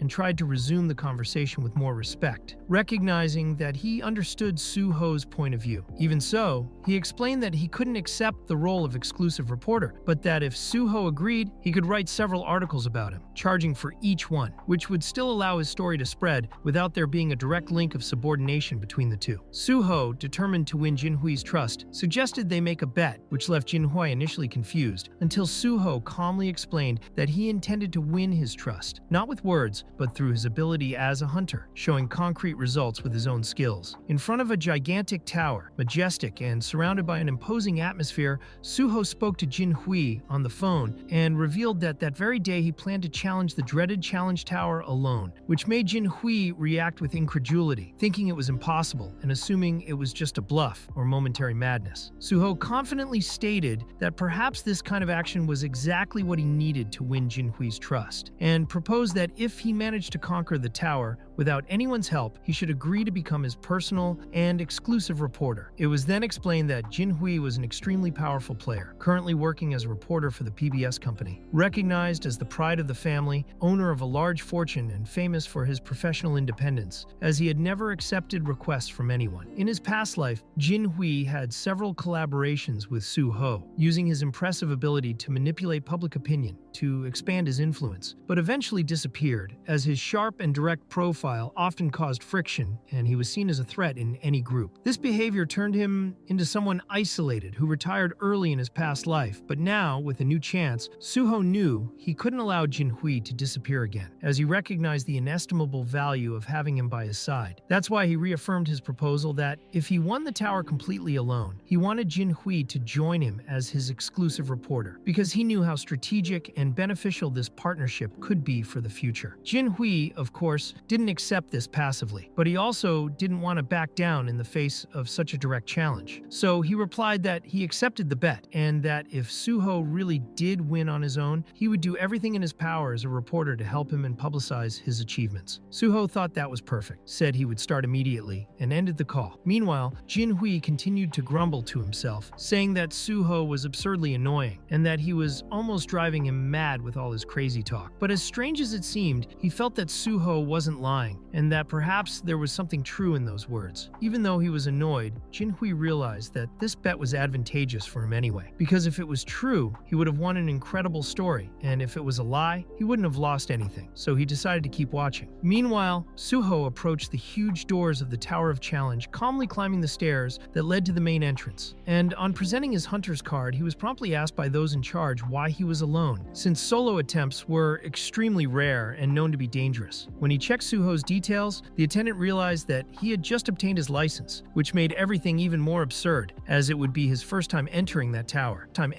But Su-ho, without hesitation, replied that he preferred to go alone, which made the clerk uncomfortable and unable to understand what the young man was thinking. Even so, he did his job, informed him that the entrance fee was 70,000, took payment, and warned him that if the challenge proved impossible, Su-ho should leave immediately. Su-ho thanked him for the warning and entered the tower, while the system informed him that he had officially entered the challenge tower, also explaining that he could leave at any time if he wished, being automatically transported back to the entrance. The challenge tower, known as an ideal training ground for hunters below level 20, functioned as a kind of public gate authorized by the government, being one of the few places in the country where hunters could freely enter to train and develop. For Su-ho, who had recently restarted his level, there was no better place to begin his new journey of empowerment. As soon as the doors closed behind him, Su-ho found himself in a vast, silent, high-ceilinged space, summoned his sword, and positioned himself firmly as the system informed him that the second floor was about to begin. Suddenly, a huge creature made of goo appeared in front of him, advancing with speed, taking him by surprise and throwing him hard away. And in that instant, as he stood up and drew his sword again, Su-ho recognized that this was the typical slime monster of the second floor. The moment the slime creature appeared in front of him, Su-ho was initially surprised by the monster's unexpected size and speed, because although the direct damage from a slime was practically non-existent, the real threat lay in the impact it could cause when thrown against the hard walls of the tower, which prompted him to act quickly to avoid any risk. With precision, he used his blade to strike directly at the creature's visible core, and a few seconds later, the slime fragmented into several pieces of stone and goo, signaling that the blow had been effective. As he regained the rhythm of the battle, Su-ho thought that, although the slime's core was fragile, there was another even more annoying problem, since these creatures had the ability to multiply from their own cores. And now in front of him, there were dozens of copies spreading across the ground. He understood that even with this multiplication, each slime created was weaker than the previous one, to the point where it reached the limit of regeneration, which justified why the challenge tower recommended that hunters enter in groups, as almost every floor involved battles against several enemies simultaneously. Even so, Su-ho didn't hesitate and went into combat with confidence, using his blade to destroy the countless slimes with ease, leaping over the heads of some, plunging his sword straight into the cores of others, and even throwing his weapon with surgical precision to break the cores in half from a distance. At another point, he landed between two slimes that tried to attack him from the sides, clouds, but he grabbed onto one of the tentacles of goo and, instead of retreating, took advantage of the momentum to launch himself into the air, jumping over all the remaining enemies and eliminating them one by one with precise attacks. Once all the cores had been destroyed, the system notified him that he had completed the second floor and asked if he wanted to continue. Without hesitating, Suho looked up to the top of the tower, where the crystal symbolizing the final victory was located, and thought that there were still 48 floors to go, so there was no time to rest. He decided to go immediately to the second floor, because he knew that the tower's absolute record was to reach 48 floors, a feat that, in his past life, was only achieved by entire groups of experienced hunters. Currently, the record stood at 29 floors, and even that number had only been reached by complete teams, never by a single person. The challenge tower, when it detected the number of members in a group, automatically adjusted the difficulty level of the monsters based on the average number of hunters present, and the larger the group, the less experience they received. So the common strategy was to gather adventurers of level 20 to try to achieve a good result. However, even knowing these tactics, Suho didn't mind challenging everything himself. At that point, he had already finished the 18th floor, and without showing any fatigue or hesitation, he moved on to the 19th. Suho knew that the 19th floor was different from the previous ones, because instead of facing several monsters in a group, he would have to face a single creature, which meant that it would be extremely strong. As soon as the room was filled with a red, almost pinkish mist, a beam of light cut through the space in front of him, and Suho, without wasting any time, launched himself towards the source of that energy with his blade in hand, thinking that, despite the strength of the enemy, it was enough to eliminate a single opponent in order to move on. When the creature finally emerged, it turned out to be a gigantic monster, but it barely had time to react as Suho, already in the air, cut the enemy's body in half before it could even understand what was happening. The system then confirmed that the 19th floor had been successfully completed, and Suho proceeded to the 20th floor, but decided to remain on hold for a moment, as that previous floor contained something different from the others. Unlike normal monsters, which disappeared immediately after death, this red creature left its body behind, as if it were a clue intentionally left by the tower. Suho, attentive to detail, examined the corpse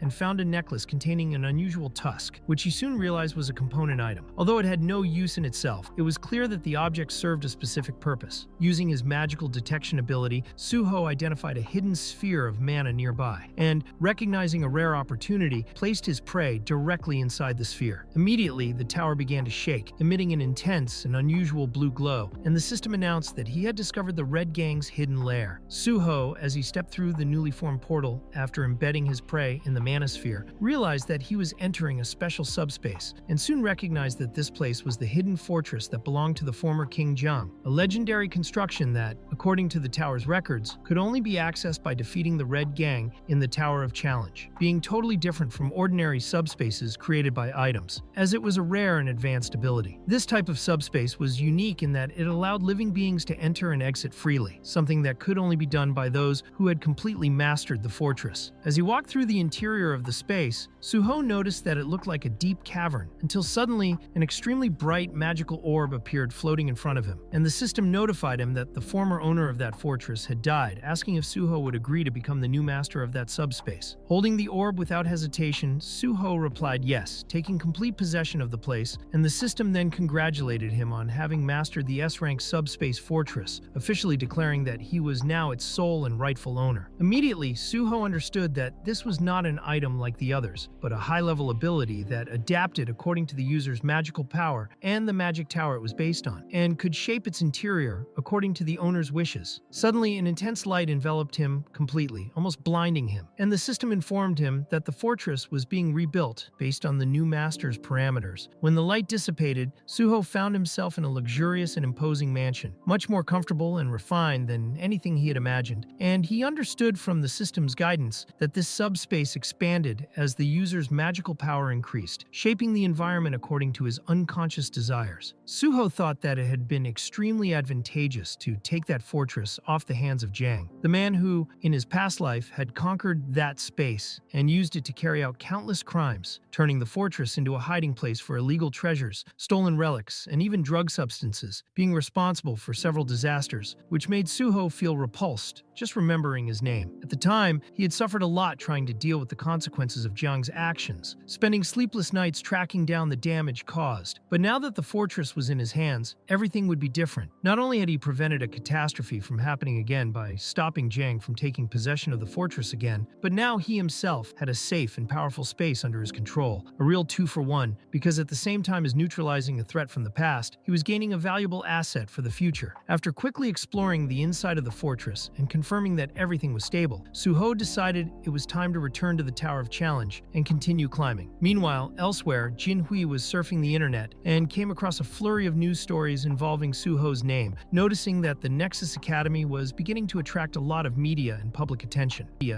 However, Jin Hui was intrigued, because even with all this publicity indicating that Suho would join Nexus, he clearly remembered that the young man had mentioned his desire to join the Hunters Association, which raised doubts about what his real plans were. Curious to know how far Suho had progressed, Jin Hui was surprised by a global notification from the system informing him that the 30th floor of the Challenge Tower had been conquered and that a new record had been set. The community erupted into euphoria, assuming that a huge and experienced group had been responsible. But before they could process the news, the system announced that the 31st floor had also been conquered. People began to wonder who that group was that was able to cross the floors at such an absurd speed, while Jin Hui began to seriously suspect that perhaps Suho was behind it all. Despite the short time that had passed since their last conversation, Jin Hui began to realize that Suho was not just someone lucky, but someone extremely skilled and determined. And when the system officially revealed via the monitoring crystal that the player who had been challenging the floors was in fact Suho, and that he had already started the 32nd floor, Jin Hui realized, with a mixture of admiration and despair, that he would probably be stuck with that madman for the rest of his life. Meanwhile, news of Suho's achievement spread so fast that it reached the director of Nexus, who, when informed that he was breaking the Challenge Tower record in real time, was completely shocked, nervously took off her glasses, and immediately began to think that, in order to get him to actually join Nexus, it would now be necessary to offer him the best possible contract, perhaps even the best ever made in the Academy's history, and decided that they needed to contact the president as soon as possible to deal with this matter urgently. At the same time, inside the tower, Suho was already challenging the 48th floor, and outside, Chulman was amazed to discover how far he had come, wondering how anyone could be that fast, and thinking to himself that he had always felt the truth in Suho's words, as he really did seem like someone who wanted to join the association to help people. But even so, he hadn't imagined that this young man had such an unusual talent. It was at that moment that Chulman received an unexpected call, and on seeing the name on the screen, was surprised to realize that it was the vice president of the Hunters Association contacting him directly, which left him confused and anxious. When he answered, the vice president asked where he was at that moment, and Chulman replied that he was in Pangeo, right in front of the entrance to the Challenge Tower, which made the vice president react excitedly, saying that this was great, and asking if he knew Suho personally. Chulman replied that yes, they knew each other,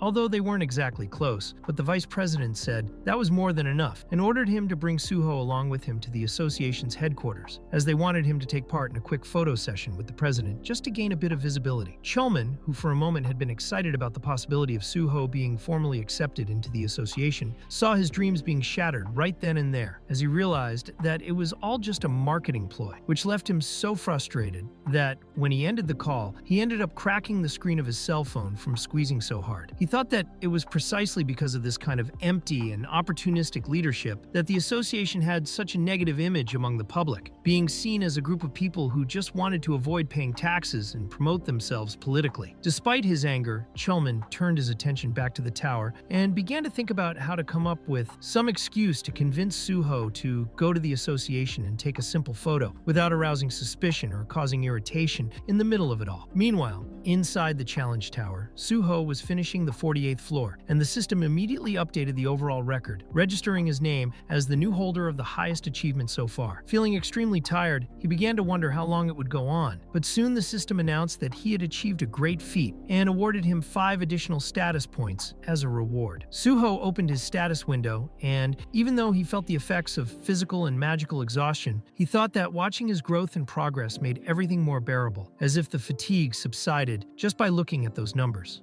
On the dashboard dashboard, Suho was now level 39, with 9 points in strength, 95 in stamina, 91 in magic, 39 in sensitivity, and 5 status points available to distribute. And he thought that, although level 39 was an excellent result, the most satisfying part of it all was gaining 5 extra points every time he went up a floor. The feeling he had at that moment was that of someone very experienced in gaming, as if he were a veteran player who was speeding up the level of a secondary account. Having finished distributing the points, Suho stood in front of the crystal that marked the beginning of the top floor, and the system warned him that the final challenge was about to begin. From the crystal, an evil aura began to spread throughout the room, and Suho, feeling the magical pressure grow, realized that he was facing the true master of the tower, the level 49 dragon. Before any blows were exchanged, the two just stared at each other, and Suho, observing the imposing nature of his opponent, thought that this level seemed completely out of balance, as if he were facing something that no one expected to win on their own. Even so, he analyzed the creature and realized that, although it wasn't a full-blooded dragon, the fact that it possessed draconic lineage already made that monster absurdly powerful, enough to justify that top floor's lethal reputation. So Suho concluded that perhaps this tower had been built precisely so that no one would ever complete it on their own, and that the opponent in front of him was proof of that. But at the same time, he thought that there was no other way, because he had come all this way for one purpose: to win. Both prepared for the final fight, and Suho, totally focused, advanced without hesitation with the clear intention of bringing down that colossal creature, initiating a ferocious confrontation that shook the entire structure of the tower. The dragon's paw was so heavy that even if he missed, it was already breaking the ground where it hit, creating deep cracks and scattering shards of stone everywhere. And Suho, while dodging, thought that despite the creature's absurd size, it was surprisingly fast, and its movements gave no opening. He realized that a new blow was coming, and that this time it wasn't an ordinary physical attack, but a beam of black flames enveloped in dense magic that began to pull him with a strange gravitational force, directing his body straight into the dragon's gaping mouth, where he could clearly see the beast's pulsating throat about to swallow him. At the last second, Suho managed to dodge with a sideways thrust, narrowly escaping before the dragon closed its mouth with a bang. Without missing a beat, Suho repositioned himself and launched a sharp attack, concentrating all his strength on hitting the creature's head, which caused the dragon to roar loudly in pain. The monster's reaction was immediate and violent, shaking itself like a dog trying to get rid of water after a bath, throwing Suho away brutally and causing him to hit the ground. But he still managed to recover quickly. However, on observing his opponent's condition, he realized that all that effort had only caused a superficial scratch, which confirmed that direct attacks wouldn't be enough to do any real damage. The creature, now much angrier, struck the ground with one of its front claws, producing a bang so loud that it completely cracked the battlefield, raising stone pillars and forming thorns in all directions, until these structures came together to create a kind of stone dome with the aim of trapping him. Luckily, Suho managed to escape before he was completely enclosed within that blockade, and he mentally thanked his statuses for being so high, because if they had been any lower, he would surely have died right then and there. He thought that even though it was a relatively low-level dragon, it was still a creature with perfect physical strength, extreme durability, and dangerous magical abilities, and that if it didn't find a weak point, all its attacks would still be useless. At that moment, he remembered the fundamental logic of dragon hunters: the reverse scale, the only part of the dragon's body that wasn't protected by a rigid covering, and which, when hit, could cause real damage. Suho figured that, as this wasn't a level 100 dragon, the reverse scale probably wouldn't be so well hidden, and quickly began searching with his eyes until he located it. It was at the tip of the creature's tail, visible even surprisingly easily. Now that he had identified the weak point, Suho knew he had to get close without wasting time, and even though he couldn't do it stealthily, he used his speed and technique to jump over the stone formations that covered the dragon's body until he reached its tail, where he drove his sword directly into the reverse scale. The blow was accurate, and immediately the system confirmed that the dragon had been hit in its weak spot, putting it on full alert. The creature reacted desperately, shaking its tail so violently that it began to throw Suho against the walls of the tower, desperately trying to get rid of the invader. The dragon began to throw himself against the columns and the edges of the battlefield, slamming his body into the walls with absurd force, causing the entire tower to shake, all with the aim of getting Suho off his back. He, for his part, was thinking that it really wouldn't be easy to stay there for long, because the more he was swung and thrown, the more disadvantageous his position became. He knew that if he didn't destroy that reverse scale as soon as possible, he would lose his only real chance of defeating this enemy. Now that he had clearly identified the dragon's weak point and managed to land a direct blow, Suho knew he couldn't miss the moment, and decided to concentrate completely, holding the sword with both hands, firming the grip with all his strength, and performing a twisting movement with his entire arm, which caused the dragon to react with such intense pain that he immediately activated one of his most feared abilities. The Fear ability, a very high level of magical pressure that directly affected the opponent's mind and body. Suho, even as he clung to the creature's tail, felt his body being held back by the effect of fear, his muscles becoming more rigid, his control becoming increasingly difficult, and even though he tried to cancel the effect with his own abilities, the system informed him that the fear was of such a high level that it could not be cured by normal means, not even by self-healing magic. With that, the creature, now enveloped by the power of the tower's crystal, roared with unconscionable force and raised its tail violently, hurling Suho with all its might toward the tower's columns. During his flight, Suho realized that the place where he was about to crash was, by coincidence or instinct, precisely the entrance to his subspace, and with one last impulse, he managed to get in there just barely, avoiding the fatal impact and hiding by a thread of luck. Immediately after crossing the threshold, he began to take several potions from his inventory, knowing that he needed to react quickly before it was too late. When he took the purification potion, he felt the effect of the fear disappear, and the hallucinations caused by the dragon's power finally dissipated. Safe inside his subspace fortress, Suho took a deep breath and thought about how close it had been, realizing that he had bought that potion at the market without imagining that he would use it so soon. But now he was thankful that he had taken that precaution. Reflecting on everything, he concluded that this challenge was more complicated than he had thought, since the fear caused by the dragon didn't grant automatic resistance, as had happened before with the hobgoblin. And since normal healing spells didn't work, only purification potions were effective. If he carried on like this, having to run away and use potions every time he was affected, he would never be able to defeat the enemy. So he decided it was time to resort to his last strategy. Without wasting any time, he threw various objects onto the floor of the subspace: a broken guitar, an old book, a pair of socks, and even a worn-out broom, and began to formulate a crazy idea that was more like a workaround than a conventional tactic. The system immediately notified him that Suho had activated the basic combination skill learned from a special book, and that he had just summoned a combination jar. Suho thought that, with a jar like this and a reliable formula, he could surely make something work, because those apparently useless items had a hidden value that the world didn't yet recognize. One by one, he put the objects into the jar: the socks, the book, the broom, and the guitar, and activated the magical fusion. The system, even though programmed, showed surprise at what was emerging from the combination, until it announced that the fusion had been an absolute success. Using a basic formula, Suho had managed to create a rare treasure, an impressive feat. The system then revealed the result of the creation: the first Mumo, an S+ rank ring, a very rare item that could only be formed thanks to the combination of simple objects and the secret skill. It was explained that this treasure originated from the items of people who, even unintentionally, led ordinary, quiet lives, and had now been transformed into something new and powerful. Because it had been discovered through a combination formula, the item's grade had been automatically increased by 1 level, and when equipped, it granted the user 2 passive effects: S-rank loneliness and S-rank insolence. Without hesitation, Suho immediately equipped the ring, and the system rewarded his great achievement with additional bonus points. He thought that by successfully combining an item called the First, he would receive even more bonus status, as this was officially the first S+ rank item ever created through combination in history. As he reflected on this, he realized how absurd the number of advantages he had just for returning to the past was, and how it put him many steps ahead of the others. It was also explained that there were several ways of categorizing items in today's world, but some more studious people used the special classification of first and not first. The first item was the one that appeared for the first time in the world, and for this reason, all of them were automatically classified as S rank or higher, being considered extremely rare and valuable both for their power and their historical value. Suho thinks that Mumu is classified as S+, the plus symbol in the rank indicating a growth item, i.e., one that evolves as the user progresses, or one that has a specific effect defined from the start. But in his case, the item is of the first type, i.e., it will grow along with the user. So Suho is finally ready with his first Mumu, and at that moment, the system informs him that he has established a bond with the Mumu, causing the ring to simply disappear from his finger. Suho realizes that this is the first time he has equipped an S+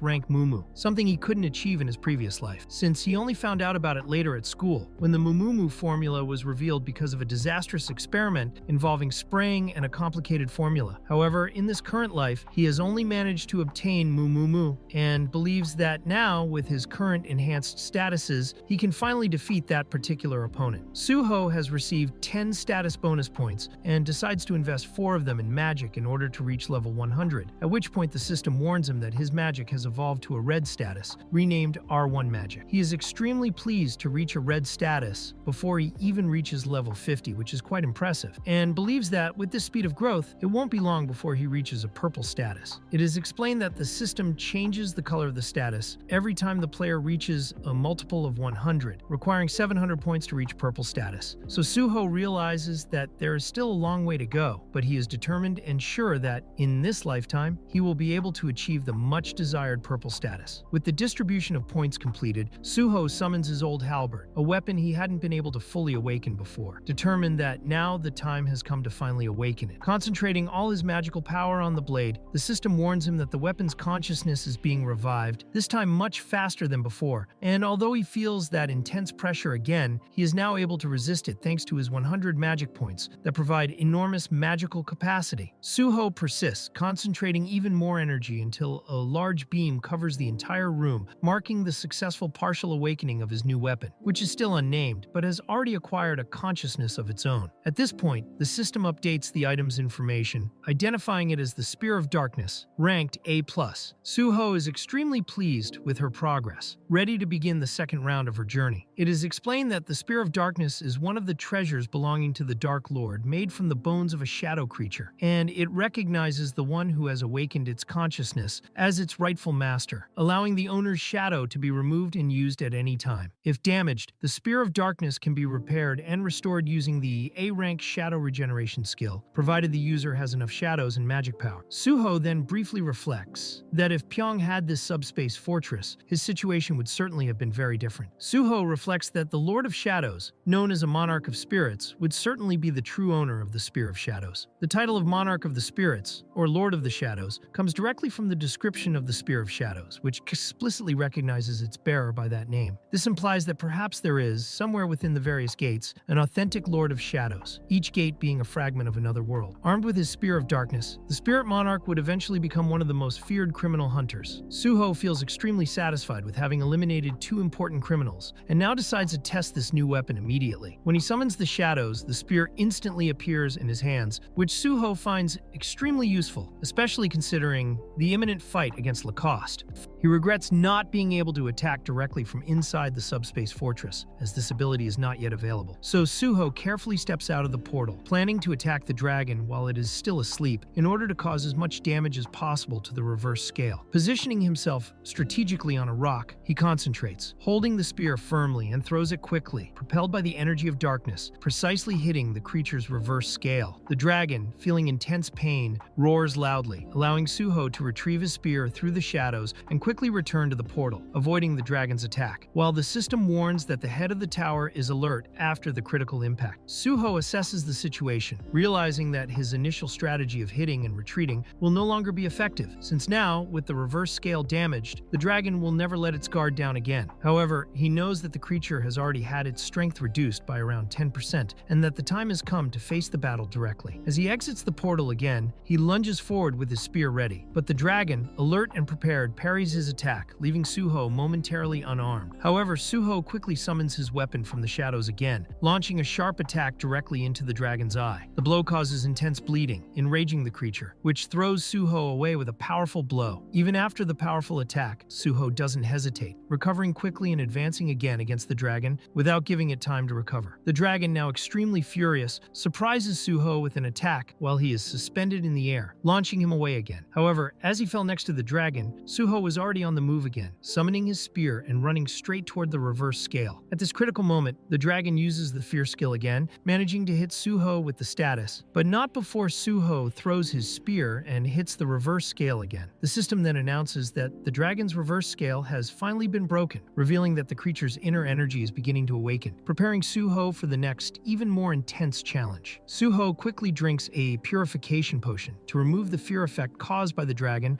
determined not to fall into this trap again. Ready to finish the battle, he advances without difficulty and, in a single precise movement, beheads the dragon. The system immediately informs him that he has managed to defeat the tower boss, successfully conquering the 49th floor and setting a new record by completely dominating the challenge tower. For this remarkable achievement, he receives an additional 10 bonus status points, and the system starts a detailed evaluation of the accomplishment. Exhausted but satisfied, Suho lies down on the floor, reflecting on how he managed to accomplish something he hadn't been able to in his past life, completing the entire tower in one go. When he reaches level 40, he receives 5 additional status points and notices that all of his skills unique to the healer class have gone up a level. He now possesses the rank B skill Healing Spirit, capable of creating an area that heals everyone within it. He imagines that, by evolving this skill to the maximum level, he will be able to cover an entire battlefield, similar to Isabella's skill. After the evaluation, the system recognizes Suho's exceptional achievement and decides to reward him with a great prize: Dragon's Blood, ranked S+. Suho is shocked by this reward, recognizing the immense power he now possesses. The Dragon's Blood bloodline grants the bearer extraordinary abilities, allowing him to wield the power of a dragon even if he wasn't born with the bloodline naturally. At the initial level, he already acquires S-rank Intimidation and S-rank Dragon Spirit, with more levels and future conditions still locked until they are unlocked by Suho. Extremely happy with this achievement, Suho celebrates, knowing that he has become much stronger than in his previous life. Impressed with the rewards he has obtained, he decides to feed his dark spear with the dragon's corpse. When he thrusts the spear into the dragon's body, the system informs him that the spear begins to consume all the darkness present, devouring the corpse completely until only remnants of darkness remain. With this, the spear evolves from rank A+ to rank S+,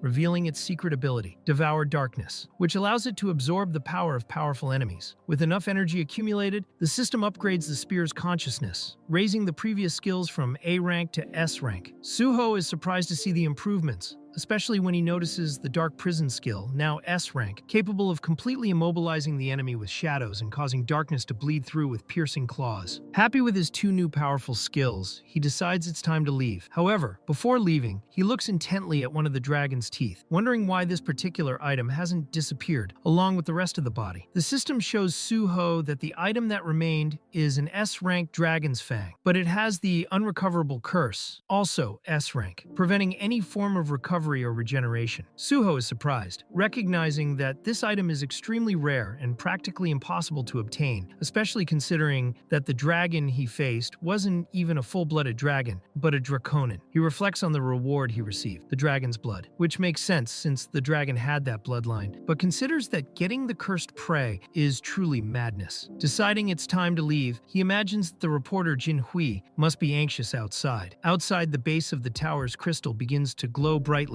until finally the crystal breaks completely, indicating that the tower has been conquered by player Suho. With this conquest, everyone inside the tower is immediately expelled, thrown to the ground without understanding exactly what has happened. People are perplexed, wondering if Suho really managed to conquer the tower on his own, wondering who this powerful individual could be. Soon, someone notices a large crowd forming around Suho, especially the media, eager for interviews, photos, and any information they can get. Despite all the attention, Suho is extremely tired, feeling the impact of the wounds he received from the dragon are more severe than he expected, and just wants to rest. However, as he observes the crowd, he notices something interesting. His reporter friend Jin Hui seems to be quite annoyed. Without hesitating, Suho silently approaches him and puts his hand on his shoulder, startling Jin Hui, who nearly suffers a heart attack, wondering how Suho managed to find him so quickly. Suho, in good humor, asks why Jin Hui is so scared, joking that he wasn't expecting his arrival. Jin Hui, still stunned, wonders how Suho managed to escape so quickly from the crowd. Suho calmly replies that he passed everyone quickly, but secretly thinks that he used a special ability that allowed him to disappear without a trace. He then invites Jin Hui over, asking if he still doesn't trust him completely. After a brief moment of tension between the two, Jin Hui grabs Suho's hand and says half jokingly and half seriously that he's really crazy. Suho smiles and says that if Jin Hui still has doubts, he can always change reporters. But Jin Hui says that if he didn't trust him, they would never have gotten this far together. However, they quickly agree that they need to get out of there before they are surrounded by the crowd again and chased.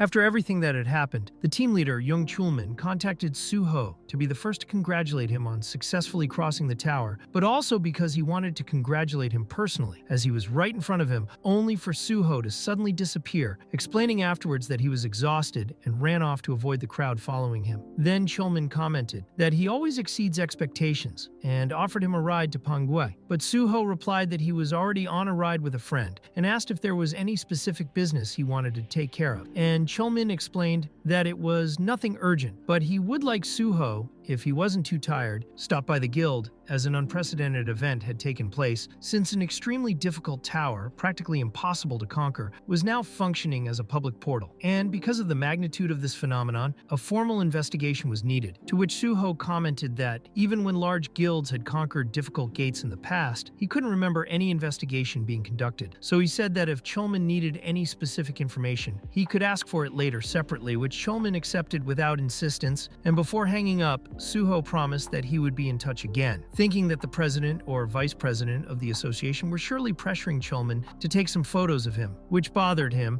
as he didn't want to give those two any kind of advantage. And although he felt a bit bad about leaving Chulman in this situation, he had decided that when he officially joined the Hunters Association, he would make sure that this kind of thing didn't happen to him anymore. And while these thoughts were going through Suho's head, the driver, Jin Hui, who had been silent until then, decided to interrupt to ask why exactly Suho, with all the power and reputation he now had chosen to be a civil servant instead of joining a big guild. And Suho replied that while it was true that he could earn very high salaries in any of the major guilds, none of them, no matter how powerful, had more authority than the state itself, which led Jin Hui to question whether he was serious, since, in his view, the private guilds had more fame and influence. But Suho maintained his position by saying that even if guild members seized power by force, in the eyes of the public and also of other players, they would always be seen only as sources of fear, and that their real chance to shine was now, when they were revered as heroes, and that to solve a crisis like that, it wasn't enough to act alone. You needed an affiliation, which was why he had chosen the government as the best way forward. Jin Hui commented that, in this case, Suho should have priority on social media, and also said,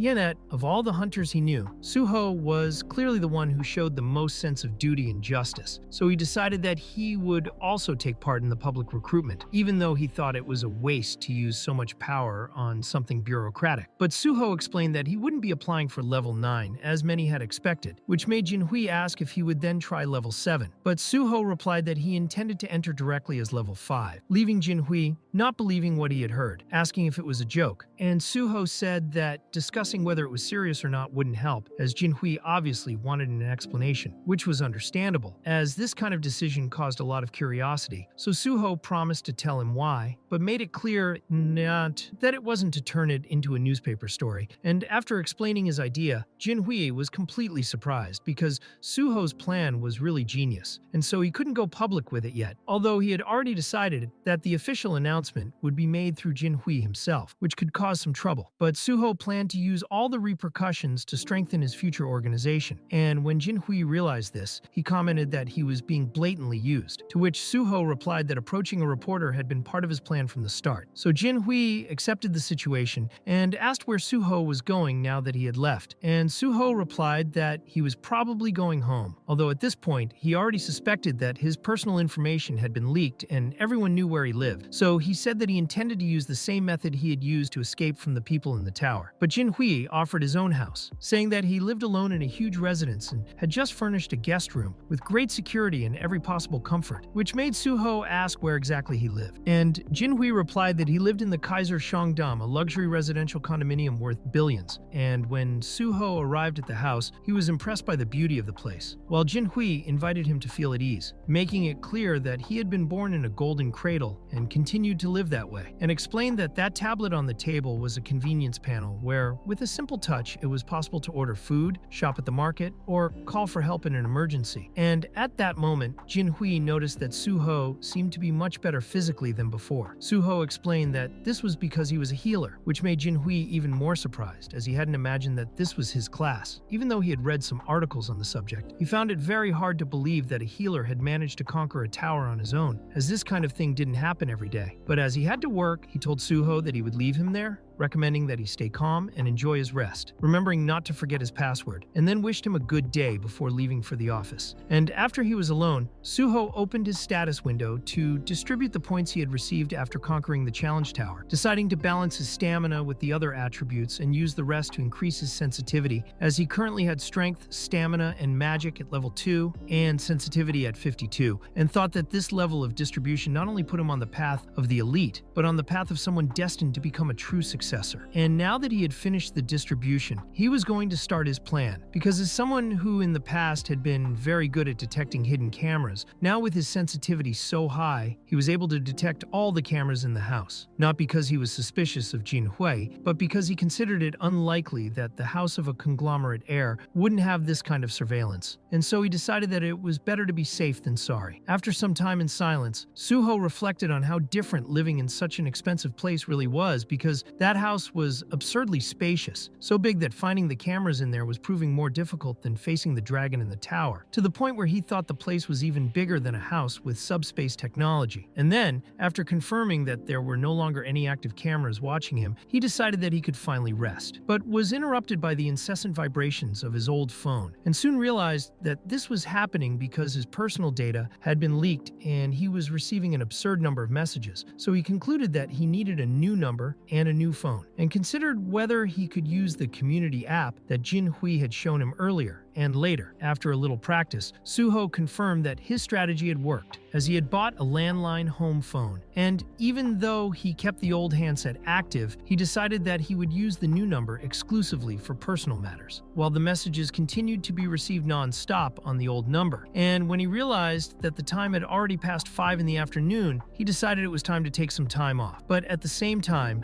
in Naokdong, inside an archive room with extremely tight security, a portal suddenly appeared, and several hooded criminals emerged from it with a clearly evil purpose, as they were carrying a bomb filled with explosives that was quickly positioned and distributed throughout the room, until a figure appeared saying that it was not right to blow up buildings. This surprised the criminals, as there wasn't supposed to be anyone in the building that day. But Su Ho, who was the one who had appeared, replied that there really shouldn't be any visitors. But he had gone precisely because he knew what they were planning, and sarcastically commented that it was a pleasure to meet them, suggesting that they have a little chat, which prompted a long-haired woman to ask why he was there. But before anything could be said, the criminals decided to flee and open the portal again to escape, although Suho tried to keep the conversation going and instead threw his spear with precision, not hitting directly, but causing the woman to fall to the ground due to an invisible force that prevented her from moving. And even when his companions tried to carry her, they realized they couldn't lift her because her body was being restrained by a dark trapping ability cast by Suho. And even with all her efforts, she remained motionless until, realizing that she was going to be abandoned, she asked the others to kill Suho immediately, and they then drew their weapons, all advancing at once. But Suho remained absolutely calm, using her intimidation ability, which immediately made all the criminals feel enormous pressure, which knocked them to the ground, making it clear that they didn't stand a chance, at which point Suho asked them if they belonged to the Banshees organization, a notorious secret terrorist group that operated in the country and which, in his past life, had only been captured a long time later after several explosions in important buildings. And the criminals were shocked to hear that name, as they wanted to know how Suho could have known about their organization. But Suho still had a lot more to reveal, and began by directing his words straight at Duho, removing the cap from his head as he explained that this man was someone who worked hard every day and took on practically all the heavy lifting in the team by himself. Suho then pointed to the next member, Kyowan, who was responsible for making the bombs used in the terrorist attacks and,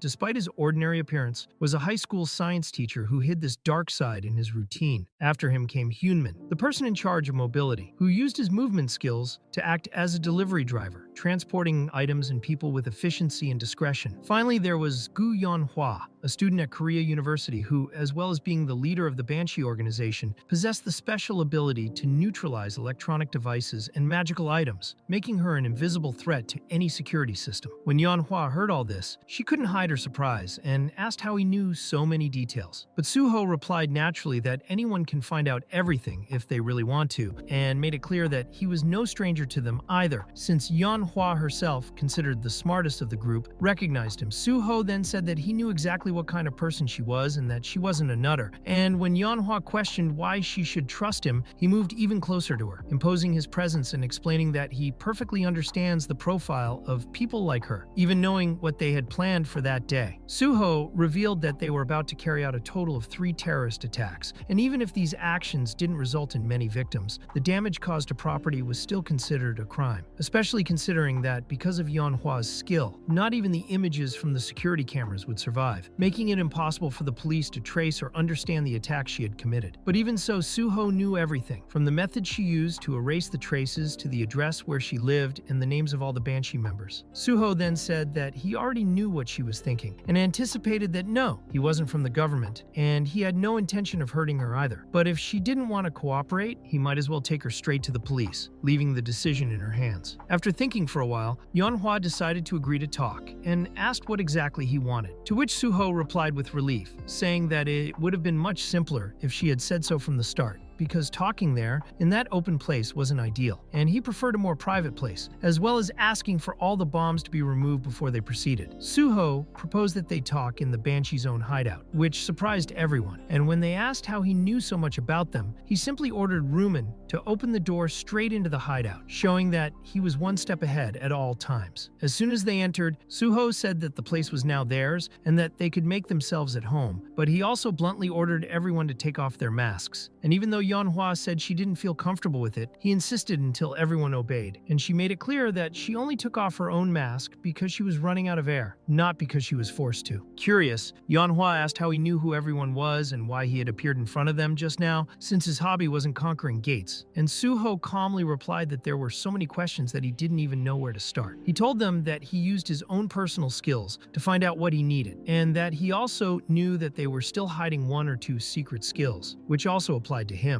When asked what exactly he wanted, Suho got straight to the point, saying that he wanted everyone to work for him, and asked if they had seen the article about him, even mentioning his plans for the future. Yeonhwa then wanted to know if he was talking about joining the Hunters Association, to which Suho confirmed that yes, that was exactly it, he was going to join. The Banshee leader asked if he intended to take the whole group to this special association recruitment, but Suho replied that he would explain everything calmly until the end, as the plan was to first pass the test to reach level 5 and after that, continue with other stages until finally becoming part of the Special Forces. And that's when everyone understood that things were just starting to get interesting. Suho asked them not to make that surprised expression because he knew very well that everyone there had a strong resistance to the Special Forces. And it was no coincidence, since that was exactly why they were attacking places directly linked to the Special Forces operations. Suho explained that he too was trying to infiltrate the Special Forces, but for reasons that were not so different from theirs, because he was a portal orphan, a direct victim of a tragedy that he initially believed was just bad luck, but which he later understood was something intentionally caused by human actions. He said that just as they say that lightning never strikes twice in the same place, it is also said that when a gate is closed, that area is automatically designated as a safe zone, which causes the prices of the surrounding land to rise absurdly. It was then that he realized that the disaster that changed his life had not been prevented on purpose by the government, precisely in order to increase the value of real estate in the area and boost specific projects. And the most infuriating thing was that Suho knew exactly who was involved in this criminal manipulation. So Suho made it clear that his goal was to become the leader of the Special Forces in order to have enough power to destroy these people from within, because he wanted his revenge, and he would do it using the same system that had destroyed him. He explained that the Special Forces held the most powerful and influential position within the Hunters Association, with enough authority to investigate any hunter and even interfere in government departments, and so he needed that position to bring justice. Suho promised that he would help Banshee achieve their revenge too, but that would require them to work together and prepare side by side. He said that he went to Banshee because he knew the potential of everyone there, but Aeon confronted him, saying that there was no guarantee that he would be able to pass the entrance test. Suho replied that they had every right to decide after he passed the test, but made it clear that if Banshee continued to commit terrorist acts, he himself would be responsible for destroying them without hesitation. Suho then stood up and said that that was all he had to share with them at the moment. As he walked away, Suho thought that everyone was probably very surprised. After all, the Banshee was such a mysterious and closed organization that it had never revealed a single one of its members to anyone, and their security was so strict that in his previous life, capturing the Banshee had been one of the most difficult tasks he had ever faced. But during the interrogations at that time, he learned something important, because he realized that the Banshee, deep down, were just like him, just a group of people seeking revenge, but who ended up getting lost along the way and turning into monsters because they didn't know how to direct their hatred correctly. That's why Suho believed that if there had been someone to guide the Banshee in the past, none of this would have happened. So now that he had another chance, he decided to go to them before it all started again. He knew that it wouldn't matter how long it took, because sooner or later Aonra would end up accepting the proposal, since it was too good an offer to refuse, and above all, Suho's skills were reliable enough to convince anyone. Suho then said that he would give them the time they needed to think things over, and that he hoped they would make a wise decision. Meanwhile, at the headquarters of the Hunters Association, the director was scolding a subordinate called Cholmin, saying that he hadn't even given him a difficult mission, and yet he couldn't fulfill it. In fact, that man was the vice president of the association, and he commented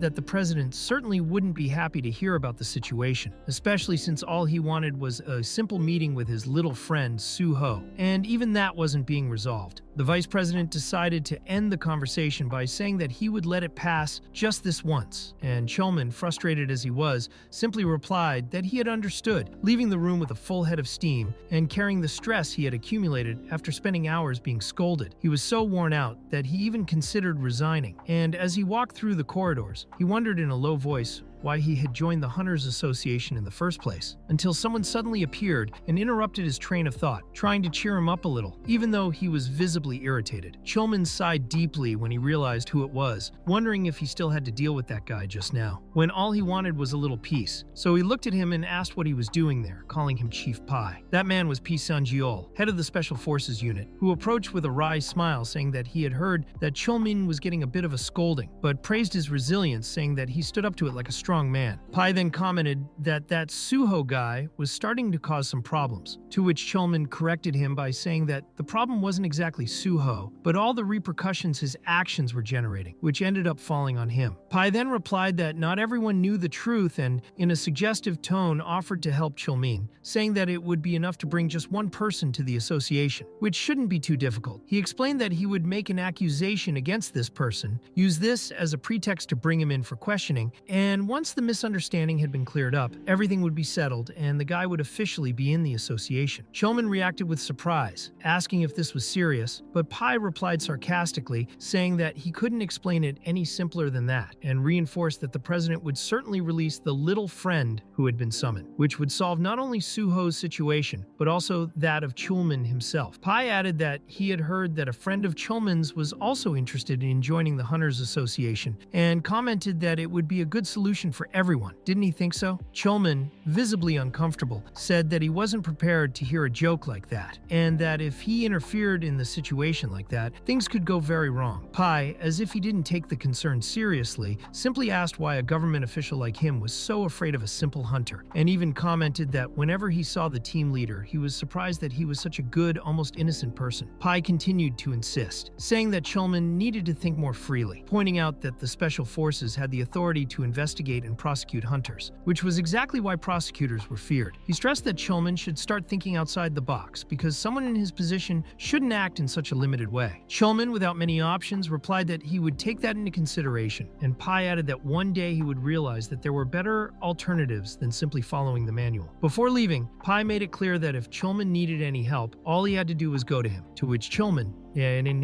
maintaining his formality, replied yes, of course, wishing him a good day, but as soon as Pai turned away, Cholmin discreetly wiped his shoulder where the man had touched him, because deep down he didn't like that guy one bit. At first, Cholmin had a good impression of Pai, mainly because he was known as one of the most powerful individuals within the Hunters Association, someone respected by everyone around him. But over time, Cholmin realized that hunters should never meet their idols for real, because when they do, they discover frightening things, and Pai, despite his strength, was exactly that kind of person, someone extremely dangerous, not only because of his power, but because he knew too much and never made his true intentions clear. Tired from the day's tension, Choman decided he needed a rest, so he sat alone on a staircase in the guild building trying to clear his head, but ended up remembering the conversation he'd had with Suho, where he'd spoken firmly about his desire to join the guild because he believed he had a duty to do so, showing himself to be a good and determined person. But now, looking at the present, Choman felt that he had become someone completely distant.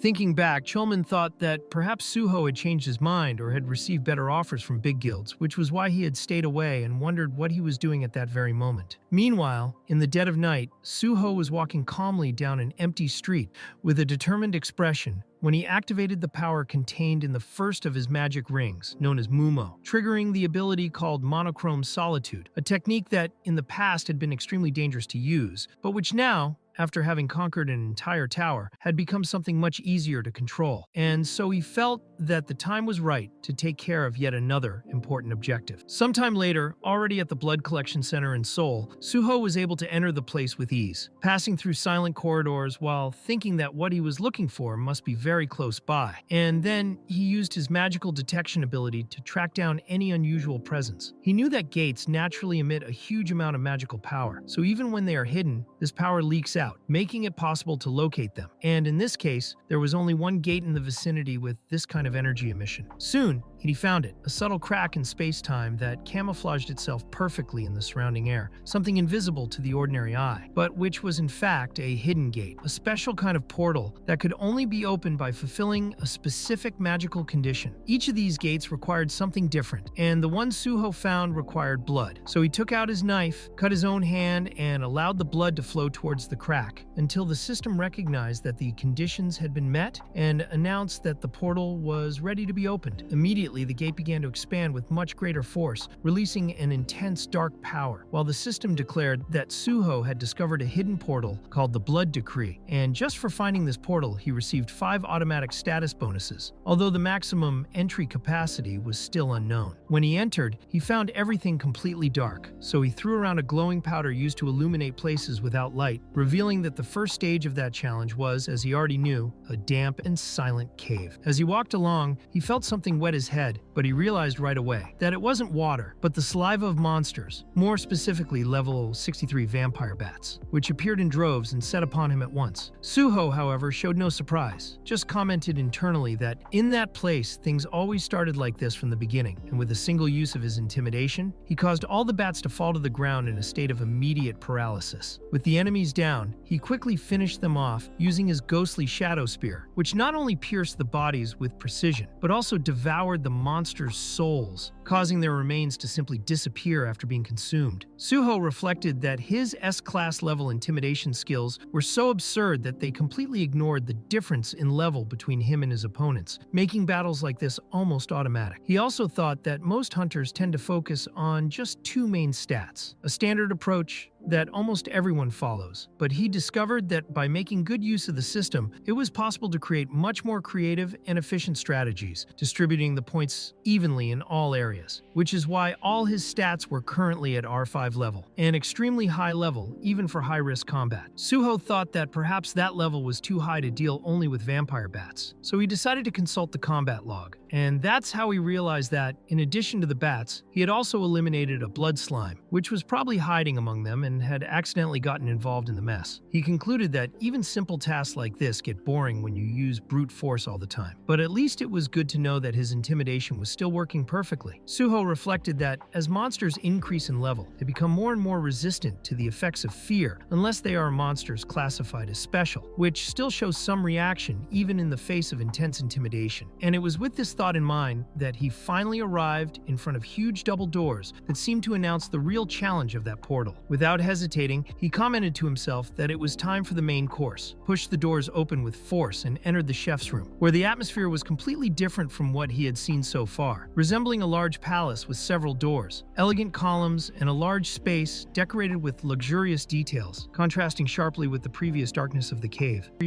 It was against this imposing backdrop that a creature emerged from the shadows with unexpected speed, forcing Suho to draw his sword immediately to fend off the attack, and it then became clear that this monster was the king of the vampire bats, essentially a much bigger, stronger, and more aggressive version of the monsters he had faced previously. However, before he could catch his breath, Suho noticed the presence of an even more imposing creature, a gigantic blood slime known as the Blood Golem, whose presence made even the walls of the hall tremble from the impact of its movements. The Blood Golem's initial blow was so powerful that it created a shockwave throughout the room, but Suho managed to dodge it in time and, quickly analyzing the situation, concluded that those creatures weren't exactly stage bosses, but they were also far from being ordinary monsters, something that became evident when he noticed that they were both level 72, which was extremely high for that point. He then understood that they were just mini-bosses, elite monsters positioned to protect something bigger, and decided that he would deal with them quickly in order to move on. The fight began intensely, and despite the golem's enormous size, his blows were surprisingly agile, managing to keep Suho occupied long enough for the king of the vampire bats to try to approach him from behind. But he reacted with speed, striking first the bat and then the golem's neck, stepping back just enough to steady himself on the ground and activate a straight-line slashing ability that crossed the entire battlefield to the enemies, culminating in an ensemble and meaning in an explosion so powerful that it left the room covered in a cloud of smoke and destruction. But the relief was short-lived, because as soon as the smoke began to dissipate, Suho realized the mistake he had made, as the two enemies reappeared in front of him completely regenerated, which was only possible because he himself had placed a resurrection flag earlier, which allowed monsters in the area to come back to life. Now, with no other choice, he had to face both of them at the same time. And even though he managed to stand his ground, the constant pressure of the attacks put him on high alert, especially as he realized that normal physical blows would have no real effect against the golem, requiring extremely powerful attacks to cause any relevant damage. Knowing this, Suho decided to use his hidden card, and with his second hand drew another sword, preparing a surprise offensive while the two enemies attacked together. When the blows collided around him, a large amount of blood gushed out, but it wasn't his because at that moment he had plunged his blade into the back of the king of the vampire bats, hitting him right in the chest. However, he realized that the cut, even though precise, didn't do much damage, and he understood that he still didn't know the creature's true weakness. It was then that Suho remembered that vampire's weak point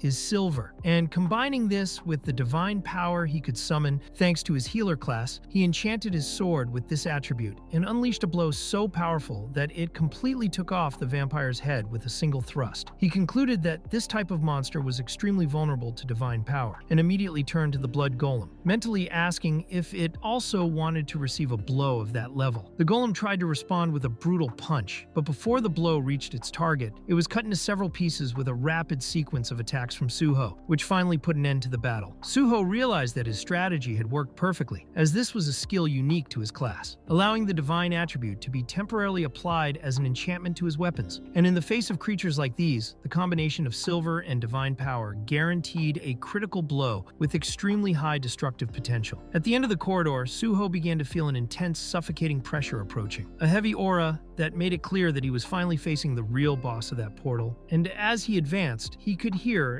an imposing voice echoing in the room, saying that that insignificant human had not only invaded his palace, but had also dared to kill his subordinates, and ordered him to kneel and confess his sins for having desecrated that sacred place with his unwanted presence. That enemy was the Cursed Prince, a level 76 being who looked at him with contempt and superiority, not believing that someone like Suho could even understand the true meaning of that place. Suho, however, remained calm and replied that he was there precisely to kill him because he knew it would be a difficult challenge, but that was why he had come there. And when the prince mocked the hunter's arrogance and said that he would die for his insolence, he attacked with an extremely powerful blow of blood. But even with the force of the attack, Suho managed to defend himself with his sword, holding firm against the impact and staying on his feet. He retorted ironically, asking if the majesty had finished his prattle, which made the cursed prince furious. And in response, he accumulated even more blood power, spilling it all over the ground until it formed immense walls and towers of blood, distorting the entire environment environment around him. Suho realized that the prince's trick had worked well, as it was now impossible to see anything through the walls of blood, and what's more, the magical energy scattered in the air prevented him from locating his opponent with precision, so he knew that it would be really difficult. But he also knew that he had expected something like this, so he kept his concentration to a minimum, ready to react to the slightest sign of presence. In just a few seconds, he sensed something behind him and turned in time to block another attack from the prince, who was surprised to have been detected, and Suho just commented that his senses were very sharp, beginning a rapid exchange of blows. For a moment, Suho thought he had managed to land a decisive blow, but the prince mocked the attempt by saying that such a simple attack would have no effect against him, calling the hunter arrogant once again, and then activated his most dangerous technique, the blood cry, which worked as a kind of transformation. Suho, though taken by surprise by the change, quickly adapted to the situation, altered his combat stance, and activated the healing spirit, releasing a divine aura that immediately drove away the prince, who showed discomfort at feeling that power. The cursed prince, irritated, asked what kind of energy it was and where all Suho's wounds had ended up, which had already been completely healed, and the hunter calmly replied that he was a healer, after all, and even offered a little cure for the cut the prince had suffered, which made him even more indignant, without even realizing when the wound had been made. Suho then said he would show him again, but only once more, while the prince, overcome with rage, shouted that that inferior being had dared too much and went all out to try to kill him. Once again, the two began to exchange blows at high speed,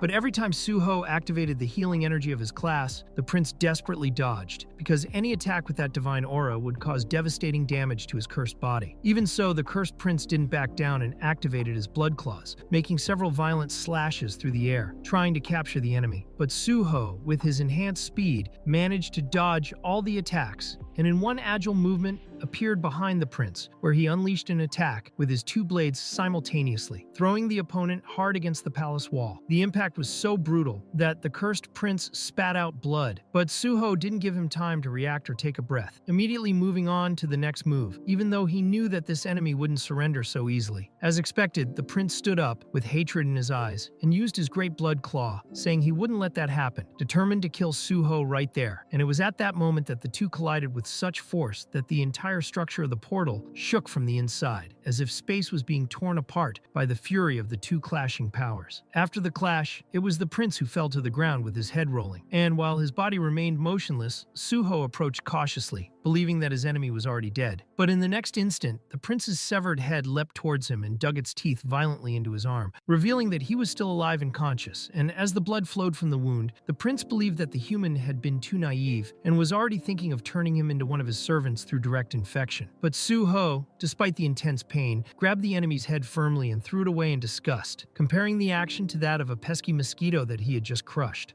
At that moment, the system warned that the conversion process had begun, and Suho, even trying to stand firm, began to feel the immediate effects of the infection with dizziness, headache, and a growing sense of weakness. While the prince, even separated from his body, was still able to speak in his mind and said that it was already too late, saying that Suho wouldn't be able to escape becoming his slave. But even so, Suho tried to resist, mentally telling him to shut up, while the conversion had already reached 42%. And yet, he decided to put up with it for a little longer because he knew that the time was right to counterattack with the trait he wanted to achieve. When the conversion reached 50%, Suho took out the bottle of holy water from his inventory with the intention of purifying the body, but at the very moment he drew it out, the bottle exploded in his hands as if it had been rejected by that space. And the prince, still with his consciousness active, mocked the attempt at purification by claiming that that domain was completely his and that Suho could not impose his will there, which made Suho realize that something was wrong, since the corridor that had been destroyed earlier had been restored and the prince's body, previously cut in half, had disappeared, clearly indicating that a new phase of the battle against the boss had begun while the conversion had reached 57%. Even with the infection advancing, Suho decided to bet on another strategy, and although the prince firmly believed that he would never be able to escape, Suho maintained his conviction that he had a card up his sleeve because, even with his blood and mind being corrupted, all these conditions had activated the second hidden power of his dragon blood. And at that critical moment, the system confirmed that he had reached level 50 due to the extreme life-threatening situation and mental instability, thus unlocking the dragon armor, a special ability that drastically increased the wearer's physical and mental resistance. With the effect of the dragon armor activated, Suho's corrupted blood and corrupted mind were completely purified in a matter of seconds, and the purified blood was absorbed into his body, granting him unprecedented unprecedented power for having managed to turn corruption into a source of strength. And as his body grew stronger, he felt everything around him become lighter and clearer, realizing that even without reaching the gate he initially thought was necessary to unlock this power, the conditions had been met right there. These conditions required him to reach level 50 and face a direct threat to his physical or mental health, thus activating the rank S Dragon Inheritance, a power reserved only for those with true dragon lineage. And this inheritance, in addition to reinforcing the body with nobility and natural superiority, granted complete immunity against any kind of infection or corruption, as well as allowing the automatic purification and absorption of any corrupted source to use it for healing and personal evolution. Suho remembered that the second condition for activating this inheritance had never been officially disclosed, and he only found out about it thanks to Yongma. And as he was indeed facing a concrete threat to his life, the system recognized the condition as valid, which resulted in the skill being activated and also in the unlocking of a new mastery, revealing that he had now mastered the F4 rank Vampire, thus receiving new abilities related to vampire powers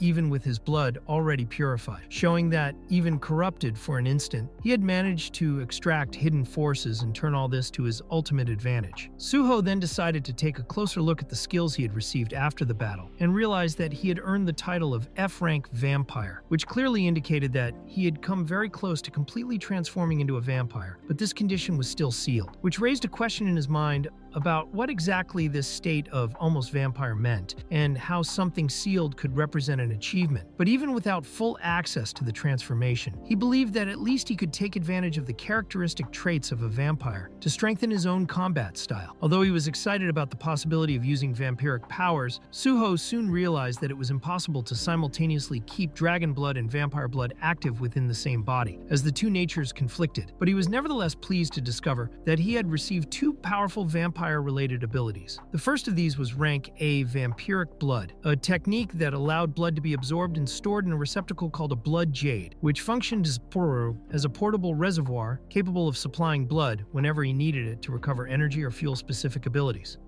The second skill he received was even rarer and more powerful, called the rank A Blood Weapon, a technique normally only used by high-ranking noble vampires, and consisted of creating a weapon directly from one's own blood combined with the user's imagination, which meant that the type, shape, and strength of the weapon were defined by the instinct and desire for combat of whoever summoned it, and if the blood stored in the jade was insufficient, the weapon would automatically be deactivated. Suho knew that this ability would require a large amount of blood, and so he concluded that he would need to kill many monsters, absorb their blood into his jade, and then devour the bodies using his spear made of blood, which was an efficient strategy that he likened to killing 2 rabbits with 1 box of water. While assessing all this, Suho mentally commented on an annoying noise that didn't allow him to concentrate properly, and that he couldn't even understand what the prince was saying at that moment, but he soon realized that this annoyance was part of the beginning of the second phase of the battle, as the cursed king, who hated his fate, was about to transform completely and manifest all his power. An absurd amount of blood began to flow from the ceiling of the hall, forming a dense puddle, and from it emerged a new figure who declared that he would kill everyone present to prove that, even though he was cursed, he was still superior to anyone. This figure was the level 80 enraged cursed king, and now he had assumed his last form with blood wings forming on his back, and his body radiating pure fury and a thirst for destruction. Suho, seeing him in that condition, wielded his 2 blades and prepared for a completely different confrontation from the previous one, as he sensed that the king's power was much greater and more intense. The king immediately concentrated a large amount of energy and launched an attack towards Suho, causing a massive explosion. But even so, Suho tried to surprise him with an attack from behind, which was easily blocked. The cursed king, now much more astute after his evolution, commented that things wouldn't be so easy anymore, and then threw Suho away with a brutal blow, giving him no time to react and attacking in succession with several blows. Suho struggled to keep up, and even to breathe, as the enemy advanced relentlessly, nullifying his defenses, and even his sword attacks were easily blocked. To react, Suho tried to use his divine power, believing that vampires couldn't resist this energy, but the cursed king broke his swords with a single blow, demonstrating that divine power was no longer enough against him. The cursed king declared that weak power meant nothing to him now, forcing Suho to retreat and nimbly dodge the following attacks, realizing that his weapons had been destroyed even though they were imbued with divine energy, which made him conclude that ordinary weapons would no longer be effective at that stage of the fight. Suho quickly came up with an idea to create a new weapon using his own blood, a technique that no one in the camp expected him to be able to perform. With that, Suho activated his blood weapon ability, shaping a blade with his imagination and infusing it with all his divine power at the same time. The Cursed King, upon realizing this, became furious and demanded that Suho immediately return that power that didn't belong to him, channeling a massive wave of corrupted blood towards him. But Suho, now with his new strengthened weapon, easily cut through that energy with a single movement, demonstrating that he had reached a new level of power and would no longer be defeated so easily. The Cursed King was completely shocked by what had just happened, as he hadn't expected Suho to be able to cut off his attacks so easily. But Suho, realizing that ordinary weapons couldn't withstand the power of blood, concluded that all he needed to do was create an equally powerful weapon with his own blood, to fight as equals. And with this conviction, he decided it was time to end that fight, once and for all, wielded his new weapon firmly, and mentally declared that this would be the end. The Cursed King, irritated by Suho's confidence, claimed that he was being too arrogant and set out to kill him immediately. But Suho,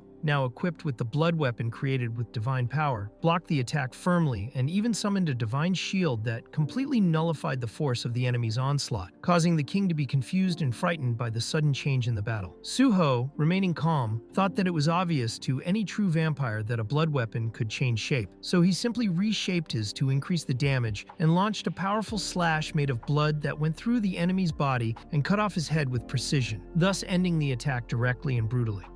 Even exhausted after such an intense battle, Suho remained standing, panting and attentive, because he knew that the Cursed King had not yet been completely defeated, which was confirmed in the next instant when the head lying on the ground began to speak again, claiming that it didn't matter that he had been beheaded, because he would still be able to take his revenge. But before any threat could be carried out, Suho kicked his head as if it were a ball and smashed it violently against the wall, saying that he would deal with him properly before he caused any more trouble. At that moment, chains made of shadows wrapped around the Cursed King's entire body, completely immobilizing him and preventing any movement. And Suho, approaching him calmly, told him that he should stay where he was because he still had something to resolve before putting an end to everything. With that, Suho activated the power of his vampiric blood, absorbed the blood of the defeated enemy, and stored it all inside the blood jade. And as he looked at it for the first time, he realized that only he could clearly see the amount of blood collected, because the visualization of the contents was created by the user's own mind. According to the information he had obtained, the Blood Monarch was originally an ordinary employee of the Seoul Central Blood Institute, who ended up involved in the Blood Decree and, on being pulled into one of the portals, found himself directly in the boss's office, where he was defeated by the Cursed Prince and transformed into a vampire. The standard fate of those who undergo this transformation is death, because when they are bitten and converted, the system immediately classifies them as a monster and closes the portal, preventing any return. But the Blood Monarch, unlike the others, did not accept this fate, and as he was an expert healer, he managed to use his own abilities to neutralize the conversion process and prevent vampiric kinship, completely reorganizing his statistics, which led him to awaken original vampiric powers that were much stronger than normal. With his power reborn, he became the Blood Monarch, defeated the Cursed King, gained control of the portal, and became an infamous villain within the system. However, at the end of it all, Suho managed to beat him up and extract all the information he possessed, including the details of the conversion, the blood weapons, and the hidden mechanisms behind the vampiric abilities, and after confirming that everything seemed to be true, Suho already clearly understood the dangers and advantages involved in that lineage. The Cursed King, even though he was about to disappear, still declared that he would take revenge for all the humiliation he had suffered. But Suho coolly replied that she would like to see him try, if he had the strength or the chance. At that moment, the surrounding ghost shadows reacted to the power of the Cursed King's body, completely absorbed his energy and strengthened themselves with that cursed power, ending the threat once and for all. With that, Suho thought that the decree of blood had finally been cleansed, and the system immediately confirmed that the portal had been successfully conquered, informing him that the MVP of the mission was, as expected, Suho, and as a reward he received several attribute points along with the activation of a new portal that would allow him to leave that now purified place. Suho reflected that, as powerful as vampire blood conversion was, it was still insignificant in the face of the absolute superiority of dragon blood. But at the same time, he felt a slight frustration at the thought that all that powerful vampire blood could end up slipping out of his hands for nothing, until the system, after a careful analysis of Suho's unique talents and conditions, decided to reward him with an exclusive and unprecedented ability, which was described as New Blood, a bloodline completely different different from all existing ones, based on the ability to evolve by absorbing other bloodlines and accepting any effect from any type of blood without restrictions or discrimination. Suho was deeply surprised when he first heard about this new lineage and compared this achievement to winning the lottery. But the biggest surprise came soon afterwards when he saw that the vampire seal had been completely undone, meaning that he now possessed both dragon blood and the original vampire blood, a feat impossible for any other ordinary being, officially becoming an S+ rank vampire with direct access to the lineage of the elder vampires, who were the first and most powerful in all of existence. With this, all of Suho's vampiric abilities were promoted to much higher levels. And not only was he no longer affected by the restrictions of darkness, but he also remained completely immune to the negative effects of items such as garlic, silver, crosses, and even the sun, something that would normally be impossible for ordinary vampires. And on confirming his new rank, he found that the blood he had extracted from the Cursed King, originally of rank A+,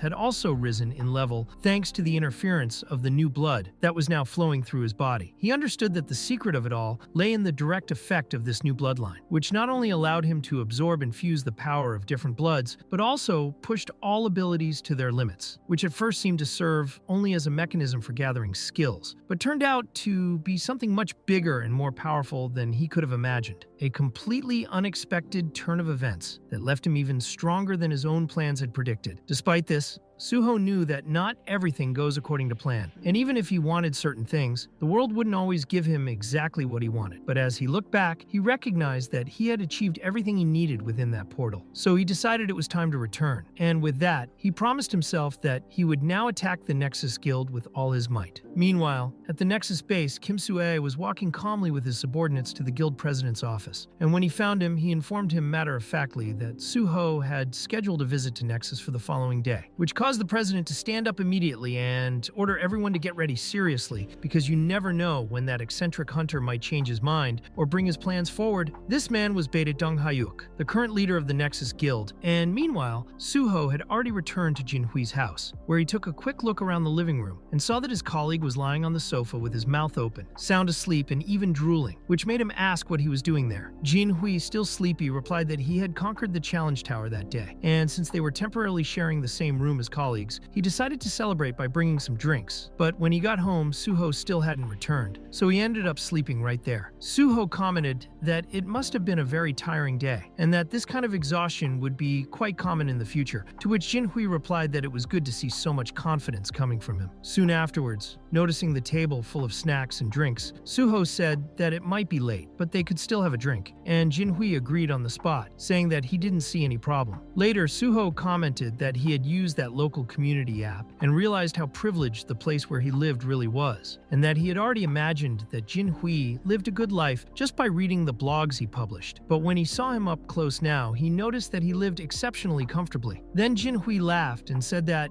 as the youngest son of a powerful chaebol family, it was hard not to have a good life, and decided to share something personal with Suho, since his partner had shared his own secret earlier. He revealed that he was the youngest son of the president of the Daesun Group, one of the most influential families, and that all of his siblings came from different mothers, as his mother was only considered his father's mistress, which made him in practice an illegitimate child, and because of this he had never felt comfortable telling anyone this secret. But now, next to Suho, he finally had the courage to talk about it, and he sincerely hoped that their companionship would last for a long time, because he was fully trusting her at that moment. Suho casually commented on whether journalism was just a hobby for Jinhui, and he replied that it was, partly because as well as being fun, it's a way of expressing himself and staying active on his own, since even though he receives a lot of resources from his father, he doesn't have a direct share in company profits or any influence within the Isan Group, as he formally turned down the offer to join the conglomerate's board. Jinhui explained that he may have some talent with words and writing, but when it comes to business management and leadership, he considers himself a complete disaster. Suho, hearing this, commented that he couldn't imagine Jinhui doing anything other than journalism, which made Jinhui smile and say that it sounded like a compliment, and that, for his part, he too had never met a hunter as unique as Suho, so they should toast to health and long life.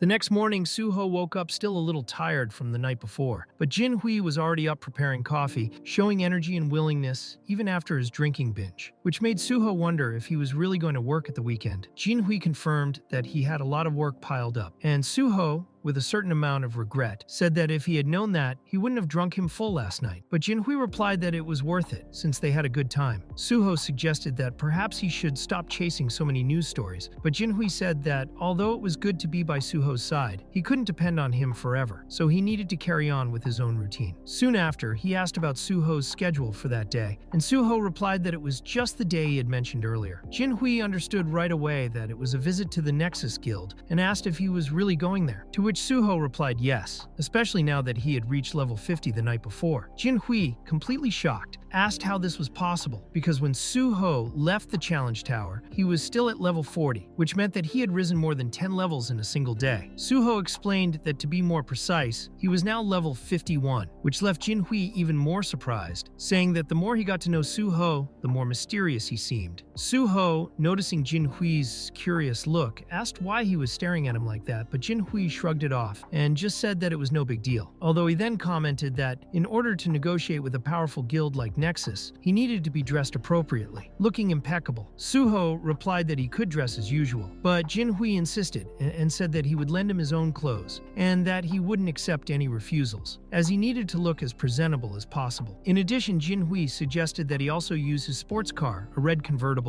to make a good impression. Later, already in the city, Suho arrived driving the convertible in style, attracting everyone's attention at the entrance to the Nexus Guild, and when he got out of the car wearing a slim-cut suit, his elegant look made everyone around him clearly impressed. While he thought to himself that that parking maneuver had been perfect and would certainly help with the first impression. Shortly afterwards, Bae Dong-hyuk, the leader of Nexus, appeared and introduced himself cordially, saying that over the last few days he had been watching Suho's growth very closely, and had even feared that he would drop out of the meeting because of the sudden change in his level of power, since originally Suho had mentioned that his real dream was to become a civil servant in the association. Suho confirmed that he still had this goal, as he very much wanted to join the Hunters Association. Bae Dong-hyuk then asked why he was showing interest in a private guild like Nexus, and Suho honestly replied that joining a large guild was a more practical way of accumulating merits, as his plan was to take the test to reach official level 5, and he knew that temporarily serving a recognized guild would guarantee him extra points in the process. But beyond that, there was a strategic factor involved, because if he only showed interest in the association, he would end up being seen as just an ordinary, underestimated candidate, and he couldn't allow them to treat him as if he were just a disposable toy. If Suho acted like someone who was indecisive or who was just playing all sides, he would easily be perceived as an easy target and would therefore end up being hooked like a fish. But the truth is that he has made it clear that joining Nexus is part of a well-thought-out plan, because if he is part of Nexus, even within a competitive scenario, he will be able to use his skills actively, and in this case, it will be a win-win situation for both sides. So while he is in there, he will give his best in all missions and commitments. Baedong understood all of Suho's logic, but he still had a doubt that he needed to clear up, because he remembered well the first meeting between Suho and Nexus, where it was mentioned that it would be necessary to sign an indispensable agreement. Even at that time, when Suho was still shrouded in mystery and nobody knew much about him, he was still one of the few who paid attention to Nexus, even though he knew that the guild had been performing rather poorly in recent years, which makes it strange that now that all the other big guilds are desperate to recruit Suho, he still insists on maintaining a relationship with Nexus, which raises Baedong's question as to what the real motive behind this choice might be, since everyone knows that Suho is talented enough to join any organization he wishes. Baedong considered the possibility that Suho was only there because he knew Nexus would accept him easily, but he also warned that, as talented as he was, there could still be internal reasons that would force the guild to refuse him entry. But Suho explained that his decision had deeper roots, and that he was at Nexus for personal reasons, because after seeing Baedong's speeches, the way he spoke with pride about the guild and their duty to the people, as well as remembering that Nexus was one of the people most responsible for the conquests of the gates in Korea, it became clear to him that this was an organization that not only faced the dangers, but also acted responsibly by helping civilians and mitigating the damage caused by the gates. For this reason, Suho decided that if he was to be used as a piece within a larger structure, he would prefer to be used by a guild that really strives to help people. And for this reason, he declared that it would be ideal to be able to contribute to Nexus even before joining the Hunters Association. And even though Baidong accepted this wish, he still questioned whether it was really necessary for Suho to join the association, since he could continue helping civilians by participating in Nexus's own activities, especially considering that the support offered to hunters and private guilds is usually much more efficient. Even so, Suho agreed with the guild leader's point of view, but argued that if they really wanted to stand out and combat the threat of the portals, they would need to dare more and challenge regions that no one else would have the courage to explore, such as the sealed portals, which are classified by the government as extremely high-risk zones, and made it clear that he does not intend to limit himself to domains of medium scale or disaster category. His goal is to directly attack the 5 largest portals in the world, and by the time he joins the Hunters Association, each of these portals he conquers will be in the name of Nexus, which will inevitably cause a significant change in the guild status, making it a true #1 in the national rankings. Baidong, on the other hand, pointed out that this growth would be temporary, since it would all depend on Suho staying at Nexus, and once he left, the situation could return to normal. But Suho was firm in saying that while he is at Nexus, he will do everything in his power, not only to help conquer the portals, but also to support internal activities, recruiting and training new members, so that the guild becomes self-sufficient even after he leaves. At this point, Kim asked if Suho already had someone in mind to train even before that visit, and he confirmed that he did, revealing that he had directly influenced Kang Daehan, the same boy who had suddenly changed his style and chosen a new weapon, because it was he who had encouraged him to change roles and become a tank. And when Kim questioned whether that was really ideal, if it didn't suit the boy's profile, Suho said that he had done a detailed analysis and, based on the results, guaranteed that Daehan would do very well as a tank, which proved to be the case, because during the tests, he got excellent marks, something that surprised even those responsible for the selection, including Kim herself, who admitted that the statistics didn't indicate that Daehan would pass that year. But thanks to Suho's analysis, he managed to pass in 2nd place. Kim didn't want to admit it, but deep down she knew that Kang Daehan's impressive performance was only possible thanks to Suho's direct guidance. And as she reflected on this, Suho commented good-naturedly that it really wasn't that difficult to do. One of the men who was also present in the room reacted with interest and said that if it was really Suho who had brought about this positive change, then the proposal he had made was truly extraordinary, and it would be foolish to turn it down, although there was still one point he needed to clarify. He recalled that Suho had mentioned targeting the sealed portals, even while acting alongside Nexus, and this drew attention because these portals are controlled directly by the government, and not only individual hunters, but also large guilds face enormous difficulties in obtaining permission to access these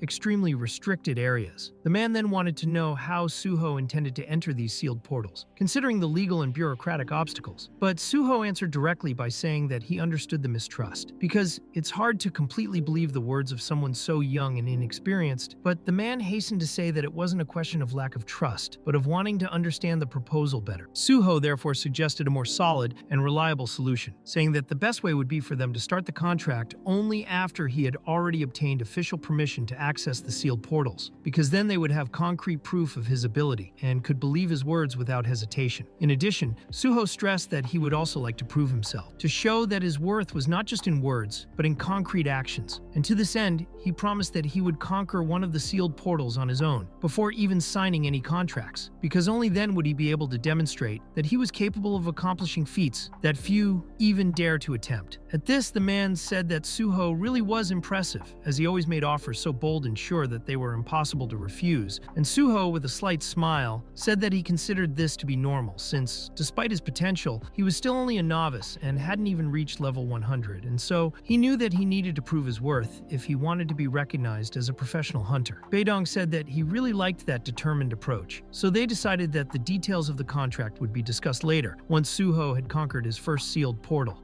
Later, while Suho was already leaving, Baidong spoke to his secretary and asked him to immediately start preparing all the necessary documents relating to Suho, as well as setting up a special team that would be exclusively in charge of looking after him within Nexus. The secretary showed surprise and pointed out that the portal had not yet been conquered, but Baidong said that, despite this, it was better to anticipate than to deal with unforeseen events, and that he was completely sure that Suho would keep his word, not least because by now the secretary would have realized the same thing, wouldn't he? The secretary then replied that yes, even though he only had a slight feeling, he could see in Suho's eyes a confidence and certainty so firm that it left no room for doubt, as he didn't hesitate for a moment in any of his answers or actions. Meanwhile, at the headquarters of the Hunters Association, Young Chul-min was not at all well, as he was under intense stress, completely tormented by the idea that he wouldn't be able to bring Suho into the association, since Suho had made it quite clear that he had no intention of coming forward again, and Chulmin was absolutely certain that he wouldn't change his mind. The problem was that the director of the association demanded that he personally present Suho with an award, as well as taking a photo with him, all with a friendly air so that the image could be strategically disseminated in the media, which only increased the pressure on Chulmin, especially considering that he was also being forced to find more extreme means to guarantee Suho's presence, and was therefore already considering less diplomatic methods for sheer lack of options. Faced with this situation, Chulmin wondered how he was going to solve such a complex problem, and already saw the whole thing as a huge headache, until unexpectedly his phone rang and he answered it with some disinterest, as the number was unknown. But when he heard the voice on the other end of the line, he was completely shocked to realize that the caller was precisely Suho, which made him even more surprised when he heard what he had to say. Later, in a simple, cozy restaurant, Suho commented that it had been a long time since he'd been there, and said that the place still served the best meatballs he'd ever eaten. While Chulmin asked if he knew that restaurant, and Suho explained that he used to go there when he was still working nearby, which left Chulmin surprised, especially since he hadn't expected Suho to call him for a meeting. So he asked if he was using a new number, and Suho confirmed it, explaining that after the leak of his personal information, he had to change his cell phone and could now only be contacted by that new number. And Chulmin commented that it seemed he had been quite overwhelmed lately, even thinking that Suho had cut off contact with him, but Suho assured him that he would never do that, and asked if there was anything that had been causing problems lately, mentioning that he had heard that they were pressuring Chulmin to go to the association, which made Chulmin wonder how he knew that. Suho explained that since the incident in the tower, he had been wondering why Chulmin was so insistent on taking him to the association, since it didn't fit with the organization's normal behavior. So after thinking it over, he concluded that the pressure was coming from his superiors, and that it was no problem to say that kind of thing. And even though Chulmin apologized, Suho replied that there was no reason to, because he already suspected everything, and, in fact, he was grateful to understand that Chulmin only acted that way because he was under pressure and didn't want to bother him. So, when Chulmin suggested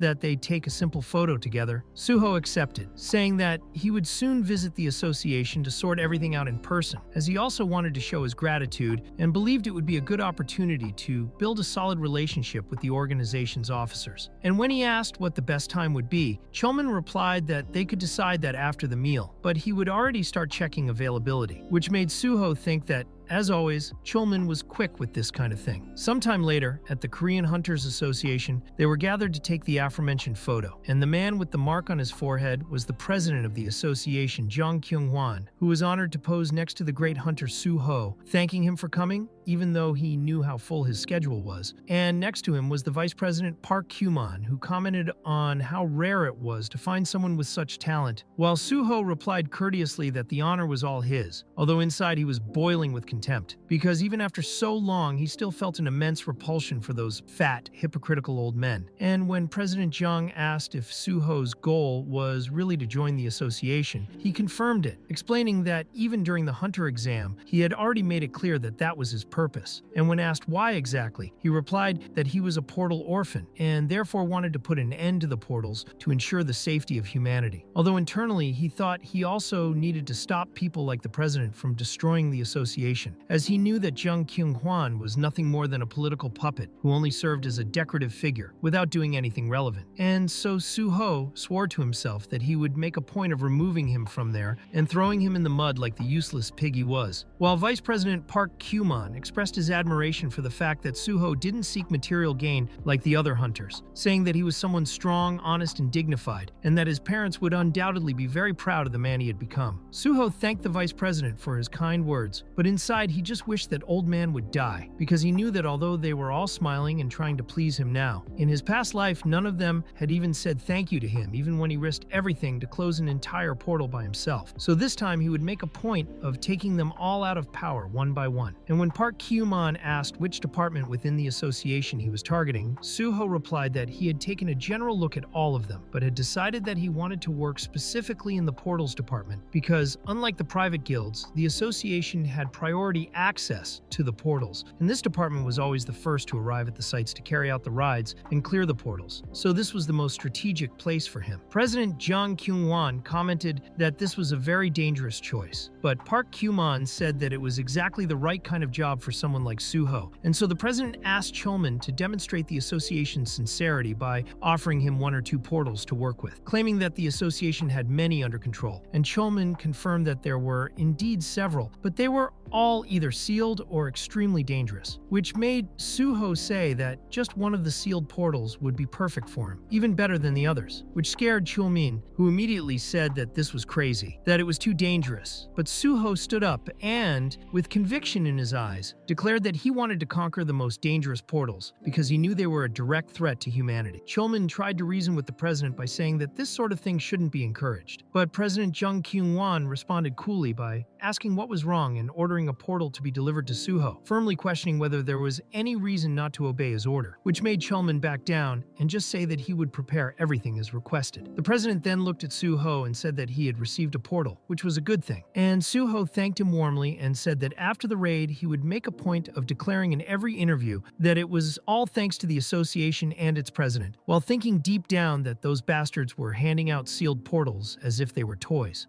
as if Suho hated those officers who weren't awakened because they didn't even understand the true meaning of a sealed portal, nor the difficulty nor the absurd level of risk involved in entering one of these places, while Chulman thought they were deliberately sending a rookie to a real hunter's graveyard. And Suho knew that he must be frustrated and worried about it, which made him feel a little bad, but it was still necessary because Suho needed to win the trust of the president and vice president, since he knew that those 2 fat old men didn't care one bit if the hunters died. After that, Park Kyumon whispered something in the president's ear, and then President Jung Kyung-won asked which test Suho intended to take, and Suho replied that he would try the level 5 test later that year, which made the president comment that it was a bit difficult, but Suho replied confidently that he would adapt well to level 5, and added that in the meantime he intended to join a guild to gain practical experience before the test, which Park Kyumon thought was a sensible idea, even saying that they preferred candidates who already had some experience in the field, but asked if Suho wouldn't have any problems with term contracts, to which Suho replied no, because he already had plenty of experience with this kind of arrangement. Suho explained that if the guild is able to accommodate his current situation, he intends to work there temporarily until the time comes for the test, and President Jang Kyung-hwan replied that if there really is such a place for him, then it would be a good option to consider, which made Suho think that this was great, because that way no one would look down on the decision he had made, as well as being a perfect opportunity to establish a bridge between the association and the independent groups, creating a connection that could be useful in the future. However,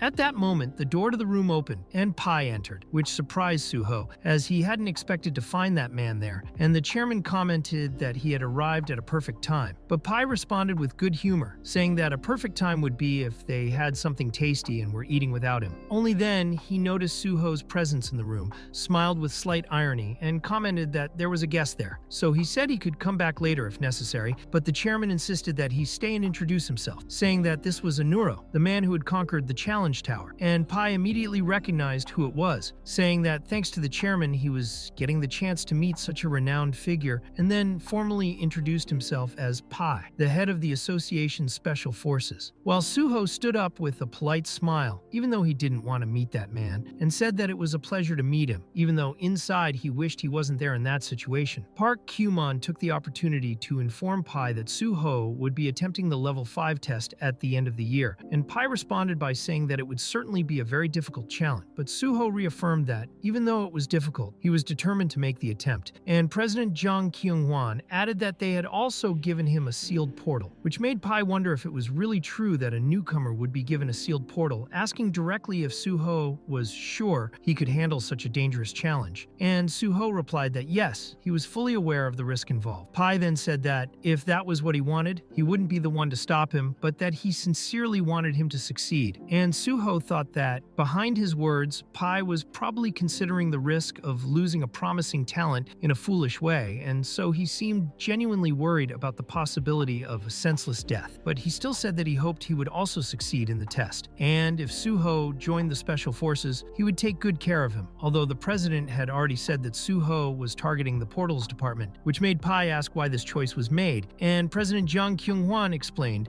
that Suho's dream was to eliminate the portals and that the portals department had priority in operations, which made Pai recognize that it made sense. But he still said that the special forces also had the authority to do this, and asked Chulman if this was true, which he confirmed with a slight discomfort. Pai then said that if Suho passed the level 5 test, his situation with Chulman could get complicated, but that they would sort out the details once he had passed, wishing Suho good luck, who thanked him kindly, although inside he thought the man was a treacherous fox. Because by mentioning the level 5 test, he was actually pointing out that Suho could take a position above Chulman, leaving him in an awkward situation, which was why he found it so difficult to trust or get close to someone like Pai, as he had been in similar situations before. After that, the meeting came to an end, and later, as they walked alone through the corridors of the association, there were only Chulman and Suho, with Chulman visibly crestfallen, and Suho asked if he was worried about the things Pai had said, and Chulman confirmed that he was, because he thought it was very dangerous for a promising talent like Suho to enter a sealed portal, since he hadn't been a hunter for that long yet. And although he was talented, this kind of mission could easily lead to his death, which is why he intended to recommend that Suho grow up in a safer way, avoiding unnecessary risks. But Suho thanked him sincerely for his concern, even when Chulman insisted that he was serious, because sealed portals were extremely dangerous, and the government simply didn't care what would happen to him inside. Suho was fully aware of the difficulty of gaining access to the sealed portals. He knew that even large guilds couldn't get authorization easily because of the high security risks. But even so, he confidently told Chulman that there was nothing to worry about because he was sure that nothing bad would happen and that he was prepared for it. He explained that within the association itself, there was a mysterious portal called the Nameless Sword, and Chulman confirmed that this portal was one of the most complicated to deal with, but Suho assured him that he already had a strategy ready to overcome it. A few days later, Suho was standing in front of the portal next to Jin Hui, waiting for the right moment to enter. And although the atmosphere there was heavy, Suho explained that this was common, since the association controlled this portal, with the direct support of the military forces. It was then that a group of soldiers approached, led by Major Kim Jong-gu, who introduced himself directly to Suho and said that he would personally escort him to the challenge site. Along the way, Jin Hui noticed the reinforced structure and asked about it, and Suho confirmed that this was where the portal was, while the Major explained that those walls were made of a sturdy iron superalloy built precisely to contain any monsters that might escape and also to withstand the impact if the portal suddenly collapsed. As they got closer, Jin Hui commented that the place looked even more impressive up close, and Suho said that it was only natural that such strict measures were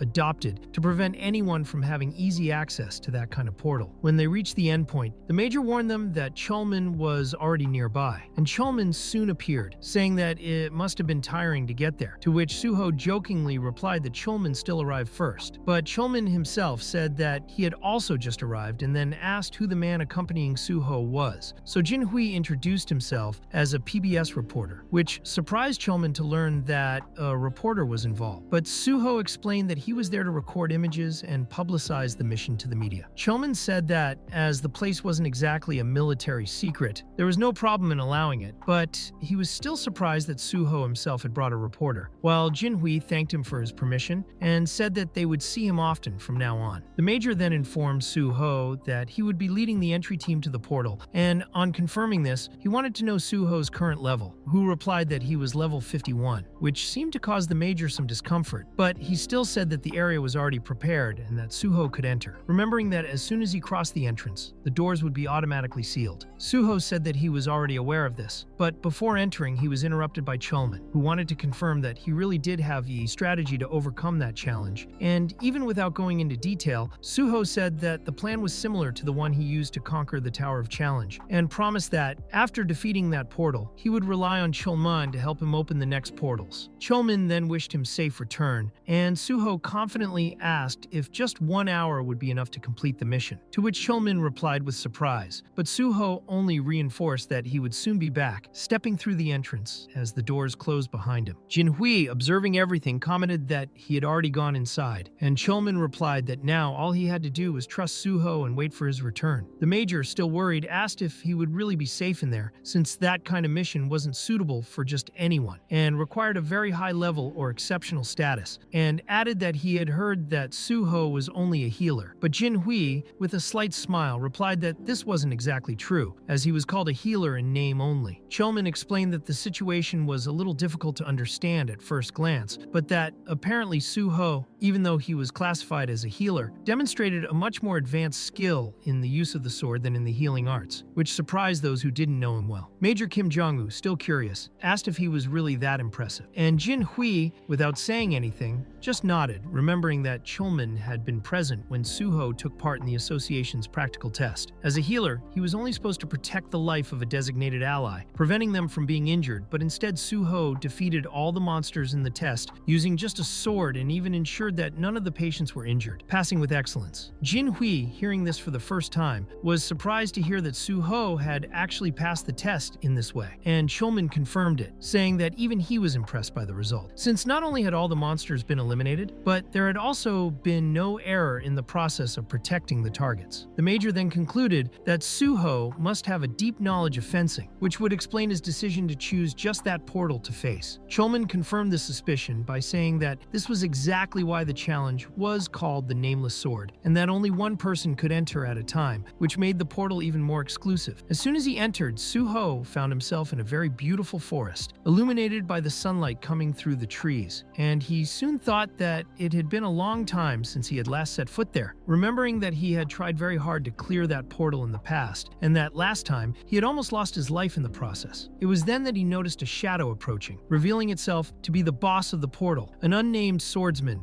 who didn't immediately launch an attack, but challenged him to a formal duel. The swordsman activated the skill called Battlefield, which temporarily equalized the status of the two combatants, making them both have the same attributes and limiting combat to the exclusive use of swords, without any other external resources. Suho, seeing this, felt a mixture of nostalgia and respect, remembering that he had faced that opponent several times in his past life, and mentally said that he missed that duel. The fight began with the swordsman advancing quickly, but Suho managed to defend the first attack and even counterattacked with precision, forcing the enemy to retreat for a moment. Observing the enemy's movements, Suho realized that the swordsman's body technique was extremely efficient, with minimal movements and posture adjustments to reduce any direct impact. He concluded that it would be impossible for an ordinary person of today's era to defeat that kind of enemy using only conventional fencing skills. After just a single confrontation, the swordsman had already changed his stance and adopted a new technique, trying to find a way to overcome Suho's fighting style, showing that he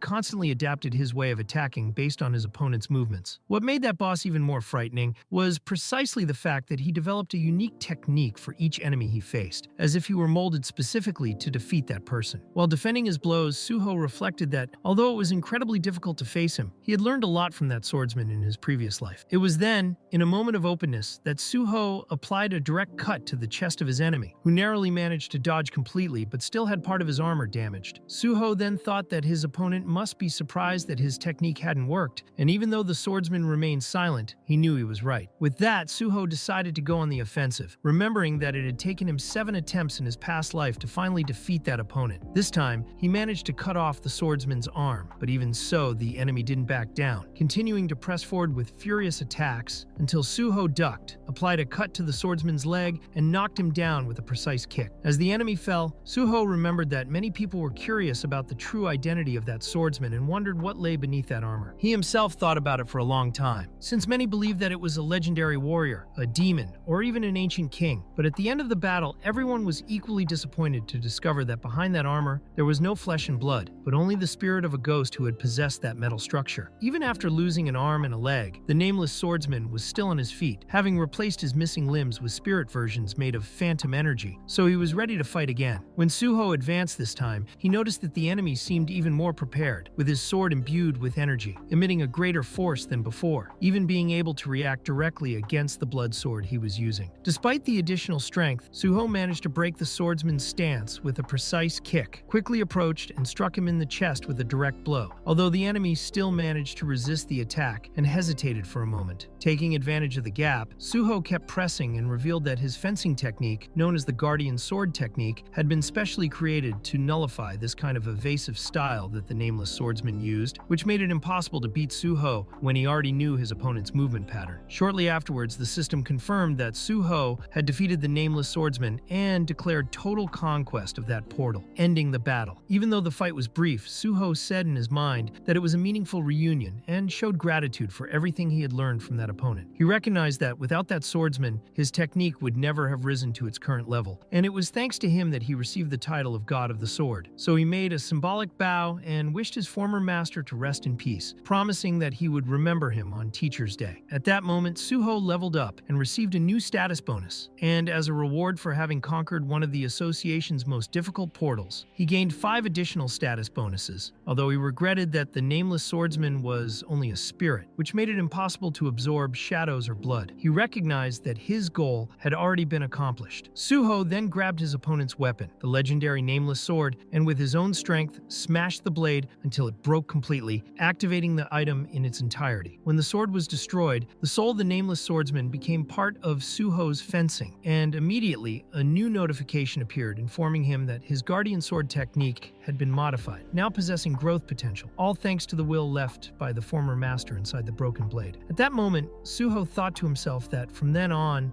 the real journey of his fencing would begin. Meanwhile, outside, the observers were still waiting and commented that everything was very quiet inside. Shulman said that he trusted Suho, but that considering the enemy he was facing, the fight would probably take longer. However, Jin Hui looked at his watch and said that only 30 minutes had passed since the entrance, which surprised everyone. Major Kim Jong-gu was preparing to start a new patrol round, but Jin Hui asked him to wait for a moment, as he realized that the portal was starting to disappear. Noticing that the portal had been completely conquered, those present were shocked, and shortly afterwards, Suho walked calmly out of the portal entrance, causing everyone to run excitedly towards him. He asked everyone to calm down, showing tranquility, but Jin Hui, surprised, questioned how he could remain calm after conquering a sealed portal in less than an hour, something completely out of the ordinary. Shulman added that the nameless swordsman had claimed more than 200 victims in the past, and yet Suho had come out unscathed, without any visible injuries. Suho, maintaining his confident expression, replied by saying that he was perfectly fine, as everyone could see. The Major, still in a state of shock, wondered how this had been possible, considering that the portal had already claimed so many lives, and had now been defeated so easily by Suho, which made him wonder what kind of person he really was. In the midst of the confusion, Suho suggested that they take a photo to record the moment, and Shulman said that it was important as official evidence of the achievement, telling the Major that he needn't worry. Major Kim Jong-un nevertheless commented that it was strange for a soldier to take photos, but Shulman insisted that it was just a photo to prove the completion of the challenge, and Jin Hui already had his camera ready, calling everyone to take part in the photo. The image was later displayed at the Nexus Guild headquarters during a presentation by Jin Hui and Suho, used as official proof that they had indeed conquered one of the most dangerous sealed portals in existence. Jin Hui introduced himself as An Suho's exclusive reporter, officially representing PBS, and the president of the association said that he didn't need an introduction card, as he didn't suspect manipulation in that kind of situation, and then asked directly how Suho had managed to pull it off. He commented that it wasn't just that he'd gotten permission to enter the portal, but that he'd also completely conquered a sealed portal in a very short time, when more than 200 hunters had died trying to accomplish the same feat before. Suho, remaining calm, said that he could summarize everything directly, explaining that first he had a meeting with the president of the association to request official permission, after which he simply entered the portal and conquered it, and that was the whole process, without any secrets or miraculous strategies involved. The president was incredulous to hear this, and asked how this could be possible, but Suho replied that now that he had proved his abilities, they could move on to sign the contract they had mentioned earlier. However, Suho made it clear that he had two conditions before going ahead with the deal. The first was that he would receive full support from the guild while he was affiliated with Nexus, and the second was that if he passed the membership test in the future, they would terminate the exclusive contract immediately. As the Nexus president already knew, several guilds were contacting Suho, and he said that there was one in particular that understood his situation very well, offering an environment where he could gain practical experience while he was there. The president of Nexus accepted the conditions and authorized the secretary to bring the necessary documents to formalize the agreement. And then Bike, who was also present, commented that he hoped to be able to work very well alongside Suho in the future, to which he replied that he could count on him for that. Later in the afternoon, as they were stuck in traffic under the setting sun, Suho commented that since Jin Hui had driven the car, he wouldn't mind letting him drive it again on the way back. But Jin Hui replied that there was no reason to refuse, since as the exclusive reporter and the person responsible for always receiving valuable content from Suho, the least he could do was act like a manager in situations like this. Jin Hui also commented on the car, saying that the sedan they were using was stable and didn't shake like other ordinary cars. And then Suho asked if he had bought another vehicle recently. Jin Hui confirmed that yes, he had bought a personal car for his own use, which made Suho think that this was typical of someone born in a golden cradle. He then commented that he hadn't even been to work himself that day, but that it was okay to miss work, since Jin Hui had gotten a lot of exclusive items in that time, and he didn't expect any reprimands for that. Jin Hui assured Suho that he didn't need to worry about that and suggested that they could start preparing the report on the conquest of the sealed portal, perhaps following the chronological order of events, starting with the visit to the association, then the negotiation with Nexus, and ending with the main part of the challenge. However, he mentioned that he didn't know how long the public would remain interested in that topic, but Suho replied that any kind of approach would be fine, and that Jin Hui could lead in any way he saw fit. Despite this, Jin Hui said he still needed to understand one thing. He wanted to know exactly what strategy had been used against the nameless swordsman. Suho then explained that the boss had a certain pattern of behavior and that he had heard stories about him in the past, being known as the Great King of the Sword, a fighter who used fencing exclusively. Based on this knowledge, Suho said that, although it sounded arrogant to say so, he went into the fight with total confidence because he knew for sure that his swordplay was superior. Jin Hui, still surprised by what he had heard, asked again, trying to confirm that he had understood correctly, and Suho explained that during the fight, he had felt that the challenge really required a lot of effort and concentration, but at the same time he felt immense pride in his own fencing, because everything he had achieved so far was a direct reflection of the technique he had developed over several lifetimes.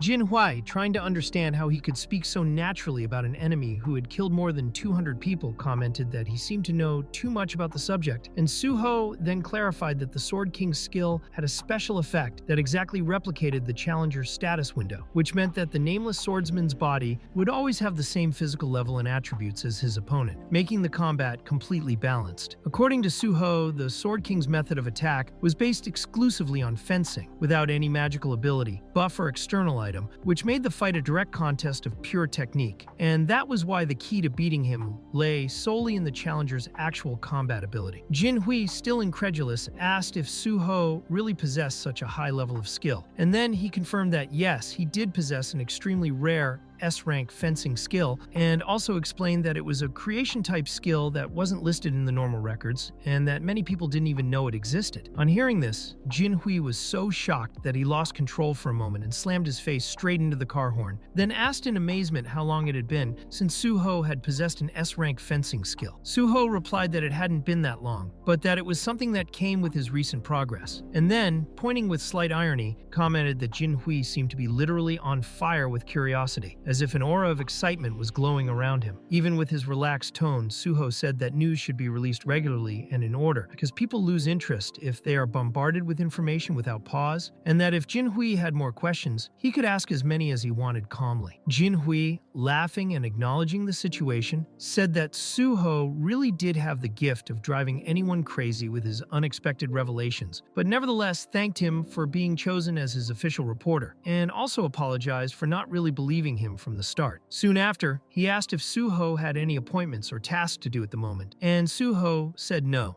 that right now he just wanted to rest for a while. Then Jinhui offered to take him home and told him he could stay there as long as he wanted. Later, back at Jinhui's apartment, Suho was reflecting on how well his status was evolving, and that, considering how much he had done recently, the fact that he wasn't exhausted yet was really surprising. He then decided to take a look at his status window and realized that he had accumulated 7 available bonus points. Thinking carefully, Suho considered that perhaps now was the time to try to achieve the unified trait, a special condition that required 4 criteria to be met simultaneously. The first requirement was that all but one statistic should be at the same rank level. The second requirement was that all stats at the same level had exactly the same values. The third requirement was to have at least 1 bonus point remaining. And the fourth, when all the previous conditions were met, was that the system would recognize the achievement and release the unified trait as a reward. On confirming that all these requirements had been met, the system immediately congratulated him on his achievement and informed him that all the statuses had been raised to the red rank, officially activating the unified trait. The accumulated bonus points were automatically used in this process. And then, Suho noted with satisfaction that all his attributes had reached level R14, marking the moment when he finally obtained the much-desired special trait. Suho was reflecting that in his past life, he hadn't even known about the existence of that unified trait, so he had never tried to achieve it. But now that he had finally succeeded, he felt extremely satisfied and even excited, happy in a light and sincere way. Just then, he received an unexpected call from Manhwa, the leader of the Banshee team, and he thought that it had been a long time since she last called, but that the timing couldn't be better, as he was in a great mood. Manhwa asked him directly if he had any free time and commented that she had seen his article in the newspaper, to which Suho reacted with surprise, since the text had just been published and he hadn't even checked the comments yet, so he wanted to know what the repercussions had been. But Manhwa explained that she hadn't called to comment on the article, but to discuss the group's response. Suho bluntly said that she just wanted to hear their decision, and she explained that they hadn't accepted the proposal yet, making it clear that the decision was pending. Even so, Suho calmly replied that if they didn't accept, he wouldn't mind so much either, and then asked directly what they intended to do from then on.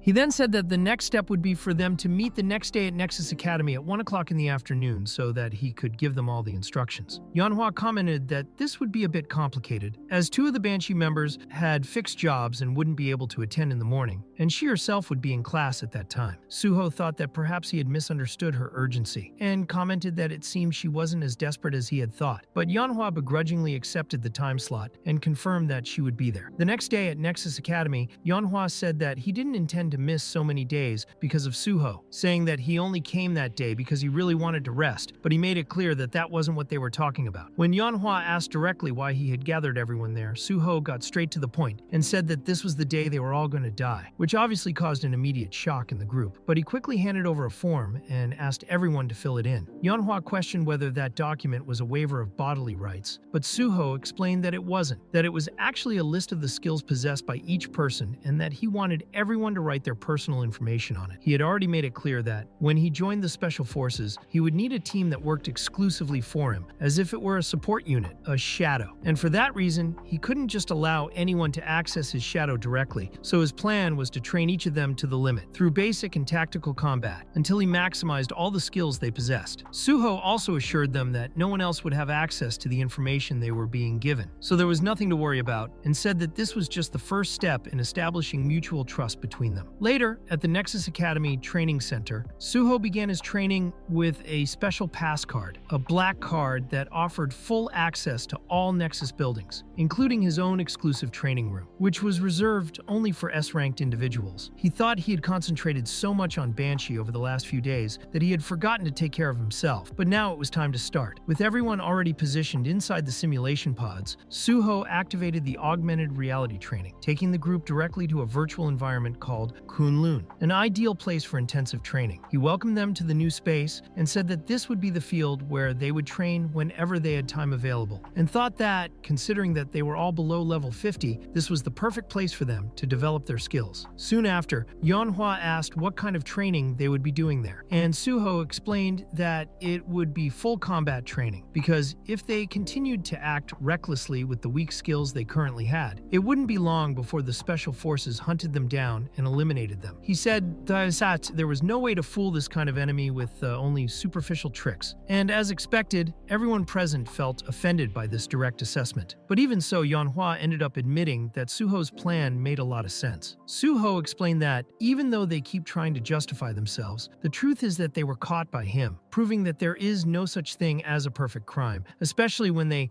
don't even know how to use their own skills well. So he firmly stated that everyone there needs to get stronger as soon as possible, as they must be strong enough to protect not only themselves, but also their allies. And the first step towards this is to completely refine the use of everyone's main weapon, eliminating any fear of going into direct combat. When Yanhua questioned why he had chosen a sword for this training, Suho replied by asking if they knew what his most recent title was, and Roa replied that it was the God of the Sword, which made Suho confirm with a slight smile that yes, they were in front of the greatest swordsman of all time, and therefore there was no point in trying to train with any weapon other than the blade. Right after that, Suho announced that in order to really improve, the use of skills would be completely forbidden during this training, and that their objective was now simple: to try to kill him with everything they had, and then, without giving any prior warning, he moved in quickly, cutting off the heads of two of them in a single swift movement before they could even react, asking in a sarcastic tone if they really thought they had time to be shocked, and without giving them any chance, he finished the other two off with equal ease.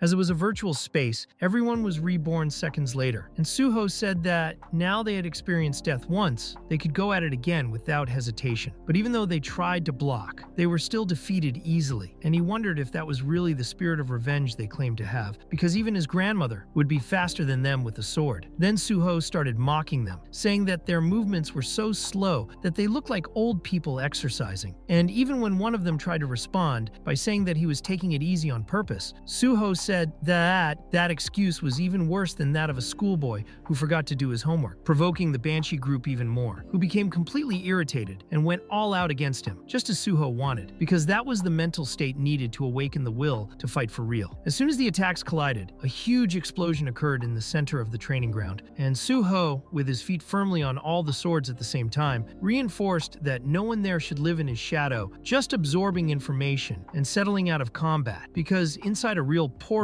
there is no room for that kind of fragility. And if they wanted to become real warriors, the only way was to push themselves to their limits every day, training to the point of almost going mad or dying. After some time of intense battle, everyone died again in the training, and when they were reborn, they were already completely exhausted and out of energy. But Suho said that he would love to continue with that exercise until the end, but he was too busy and needed to leave, which made Banshee protest, asking if he was just going to leave like that. But Suho explained that he would leave a clone with the same skills, and, to their dismay, also with the same insults, which ended up motivating the group even more, as they now wanted to kill that clone at any cost. As soon as he left the training space, Suho took a call from Director Kim, who commented that he had already read the official article about the recruitment that had been published as agreed, and Suho said that this was excellent, and that they should start preparations immediately, as he knew that the public reaction would be intense, even more so after the hunter's exam, since he had revealed that his dream was to become a civil servant hunter, but had suddenly joined Nexus, which would inevitably bring a lot of hateful comments. But he said that if everything went according to plan, public opinion would soon turn in his favor. So, for the time being, Suho believed that there was no need to worry about this kind of matter, since he hadn't yet publicly announced his intention to take the level 5 civil service test at the end of the year. Although he knew that he didn't intend to keep the secret for long, he was just waiting for the right moment to do so. Soon afterwards, Director Kim said she would call again as soon as she had completed all the preparations. And as soon as the call ended, Suho was already contacting Jin Hui, as he had learned that he had published the article about his entry into Nexus, which had caused public opinion to boil over with comments and speculation. And now that the impact had been created, Suho planned to finalize this moment with precision, marking the nail with the final hammer, as he put it, with a new article entitled The Second Sealed Gate, in which he would announce the challenge to the Swamp of Despair. The public's reaction was exactly as Suho expected, a mixture of hatred, surprise, and admiration. For although most were harshly criticizing his sudden change of course, it was also impossible to ignore the fact that he had completed a sealed portal, that of the Nameless Sword, and soon after joined the powerful Nexus Guild, which ignited people's curiosity and expectation even more, especially after it was revealed that he would face a new challenge, the dreaded Swamp of Despair, causing social media to explode with comments. Shortly afterwards, Suho met up with Chulman, who as usual was visibly stressed and complaining of a headache. And as soon as they had talked, Suho asked if his condition had been approved and if he could now officially enter the Swamp of Despair, to which Chulman replied that he had just been scolded on the way because the vice principal had complained that he hadn't even considered not approving, since if Suho had asked, approval should be automatic, without question. With that settled, Chulman informed Suho that he was now authorized to enter any sealed portal he wanted, without restrictions, and Suho, acknowledging the effort, thanked him, saying that all this was only possible thanks to Chulman's help, who in turn commented that he had also read the article on the annexes and understood that all the plans were coming to fruition. Although the contract with Nexus has not yet been discussed publicly, Suho explained that he had taken into consideration the conditions set by the association's director, and reinforced to Chulman that, yes, he would definitely be taking the Level 5 public service test at the end of the year, but that it was still a secret, so he asked him not to mention it to anyone, to which Chulman jokingly replied that his mouth was a tomb, and Suho acknowledged that he had done well to trust him. With everything ready, the next step was to head straight for the next portal, and the Swamp of Despair, located in the Anon region, was waiting for him, with several cameras recording the moment Suho approached the entrance, while everyone around commented that no one had ever come out of that place alive, because even knowing how strong he was, the doubt hung in the air as to whether he would really make it out of this mission unscathed. Jin Hui, who was following everything, commented that the reporter present was exaggerating his worries, and joked that he would bet 1,000,000 that Suho would come out of that portal not only alive, but intact and quickly, while the reporter replied that he didn't have 1,000,000 to spend on that kind of bet. But Chulman,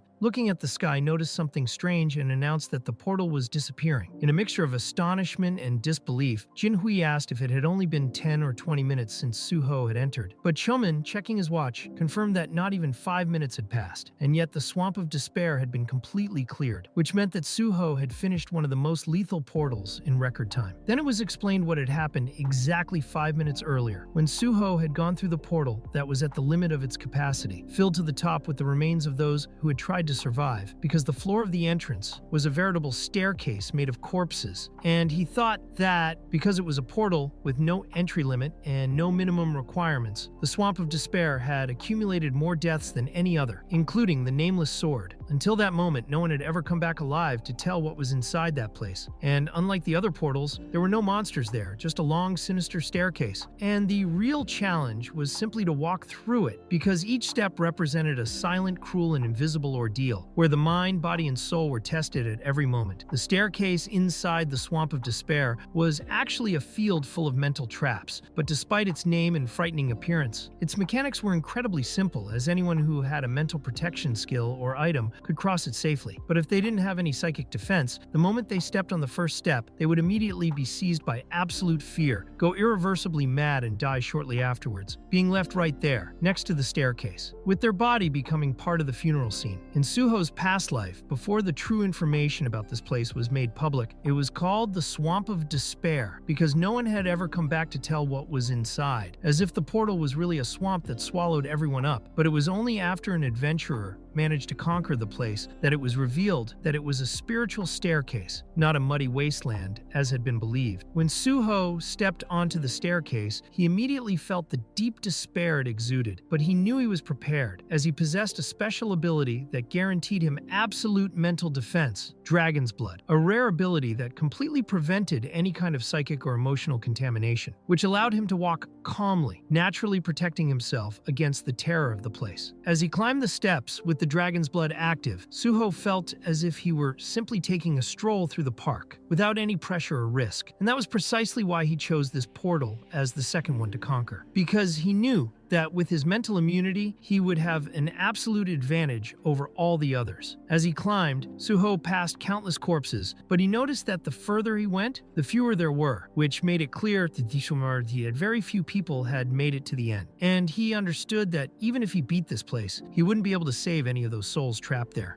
because all those who had died inside the stairwell were condemned to remain as immutable statues, eternal witnesses to failure. In the past life, the first adventurer who tried to clear this portal was a martial arts master known as Ascetic, who withstood the test for hundreds of days thanks to his own mental immunity, and motivated by pity and empathy for the victims he encountered. He tried to collect the remains and move the statues out, but every time he touched one of them, the statue disappeared into thin air, as if the place didn't allow any kind of salvation or redemption for the fallen. In the end, Ascetic didn't manage to save anyone, and left alone, carrying only the memory of the lost souls. And now that Suho knew this, he understood that the only thing he could do was get to the end of the path and, at the end of the climb, say a silent prayer so that those souls could finally rest in peace. When he finished the journey, the system informed him that Suho had completed yet another sealed portal, and with that, he received bonus points for being the MVP, as well as being recognized as the first to conquer that portal in the new timeline, also leveling up and receiving a special reward that he had been waiting for: the legendary Ring of Emotions, an S-rank artifact, only granted to those who overcome the Staircase of Despair. This ring allowed the wearer to visualize the most intense emotion emitted by a target, differentiating it by means of colors, and could also absorb and store both positive and negative energy coming from this emotion, making it possible to transfer this energy to another person at any time, although the duration of this effect was still unknown. Suho knew that this was the same item that the legendary player Ascetic had obtained in his past life, and that thanks to the Ring of Emotions, Ascetic had not only elevated his own power, but also saved countless people who were on the brink of emotional ruin, using the item to stabilize broken hearts and restore troubled minds. Although in the end, the ring had been stolen by villains. Now in the present, Suho was determined not to let it happen again, and as he put the Ring of Emotions on his finger, he again felt the intense aura of despair that enveloped the entire staircase. But with the dragon's blood activated, that emotional charge had no effect on him, and he began to absorb all the negative energy around him, making the most of the ring's capacity. Soon he realized that he had reached the maximum limit of the negative energy that the ring could contain, and he understood that it wouldn't be enough to purify the entire staircase. So he knew that there was nothing more to do there, and decided that it was time to leave. As soon as he stepped back through the portal, a flurry of flashes hit him, almost blinding him due to the large number of cameras positioned in front of him. And soon Chulman and Jinhui ran up to him in excitement, saying how impressive it had been, as the total time recorded was only 4 minutes and 17 seconds, breaking all existing records. Even with all the commotion, Suho just asked them to wait a bit so he could take a good picture, at which point the director of Nexus appeared and asked if he had really conquered another sealed portal, as this seemed completely unbelievable, even more so considering that it had all been done in less than 5 minutes, surpassing all the expectations of even the guild president. The director asked what they would do from that moment on, and Nexus President Baidong replied that he would only give the order when everything was completely ready. But before they could continue the conversation, the president's cell phone rang, and it was an unknown number, revealing itself to be the president of the Hunters Association himself, Jiang Kyung-hwan, who was calling directly to discuss an important matter with him. When he answered the call, Baidong was immediately sure that it was about Suho, and when he asked if he needed to go to the association in person, Jiang Kyung-hwan replied that it would be great if they could talk in person, to which Baidong thought that he didn't have much choice at that moment, as it was clear that he would have to meet the president of the association, whether he liked the idea or not. So Baidong suggested that if Jiang Kyung-hwan was available, they could arrange this conversation over lunch, which was readily accepted by Jiang, who promised to get in touch again to iron out the details. And shortly after the call, the president's secretary showed up with an urgent message, arriving at just the right moment, as Baidong needed to get in touch with Hunter Suho immediately. Meanwhile, Suho was, as usual, hitching a ride with Jinhui, who was taking him to his next destination. And when Suho asked if he was going straight to work, Jinhui said yes, because the new article needed to be written as soon as possible, and that next time he would take Suho to lunch, which made Suho excited about the idea. During that brief moment in the car, Suho realized that the Ring of Emotions was completely charged with positive energy, which made sense since Jinhui was a reporter who was genuinely passionate about his work, and this dedication radiated intense positive emotions that the ring absorbed. Later, Suho arrived at an extremely chic restaurant where an important meeting was about to begin, and as he entered, he noticed several influential figures gathered in the hall, including Nexus President Bai Dong, the president of the Hunters Association, Association, Jung Kyung-won, Vice President Park Kyu-man, and even the charismatic and unpredictable Pai, which made Suho think that something big was about to happen because if figures like Bai Dong, Jung Kyung-hwan, Park Kyu-man, and Pai were all in the same place, there was certainly something relevant being discussed. President Jung Kyung-hwan was the first to greet him, congratulating him on having completed a sealed portal in just 5 minutes, something considered a true record, and said that Suho was an invaluable treasure for the future of the country, deserving all the honors for such an achievement, and taking advantage of the celebratory mood, suggested that everyone toast to Suho's success, extolling the talent of Korea's best hunter. As the glasses of sake were being toasted, Jung Kyung-won took the opportunity to comment that he had heard a lot about Nexus, and that he considered Bae Dong to be a truly remarkable person, especially because he had chosen not to set a fixed contract period for Suho, unlike common practice, which usually requires at least 3 years. Bae Dong explained that, despite the tradition of long contracts, Suho was a clear exception, as he was someone destined to accomplish great things on behalf of the country, and that Nexus would not imprison him out of greed, but would freely support him on his journey, which made Jung Kyung-won thank him for the nobility of this vision, showing total approval. Pai then commented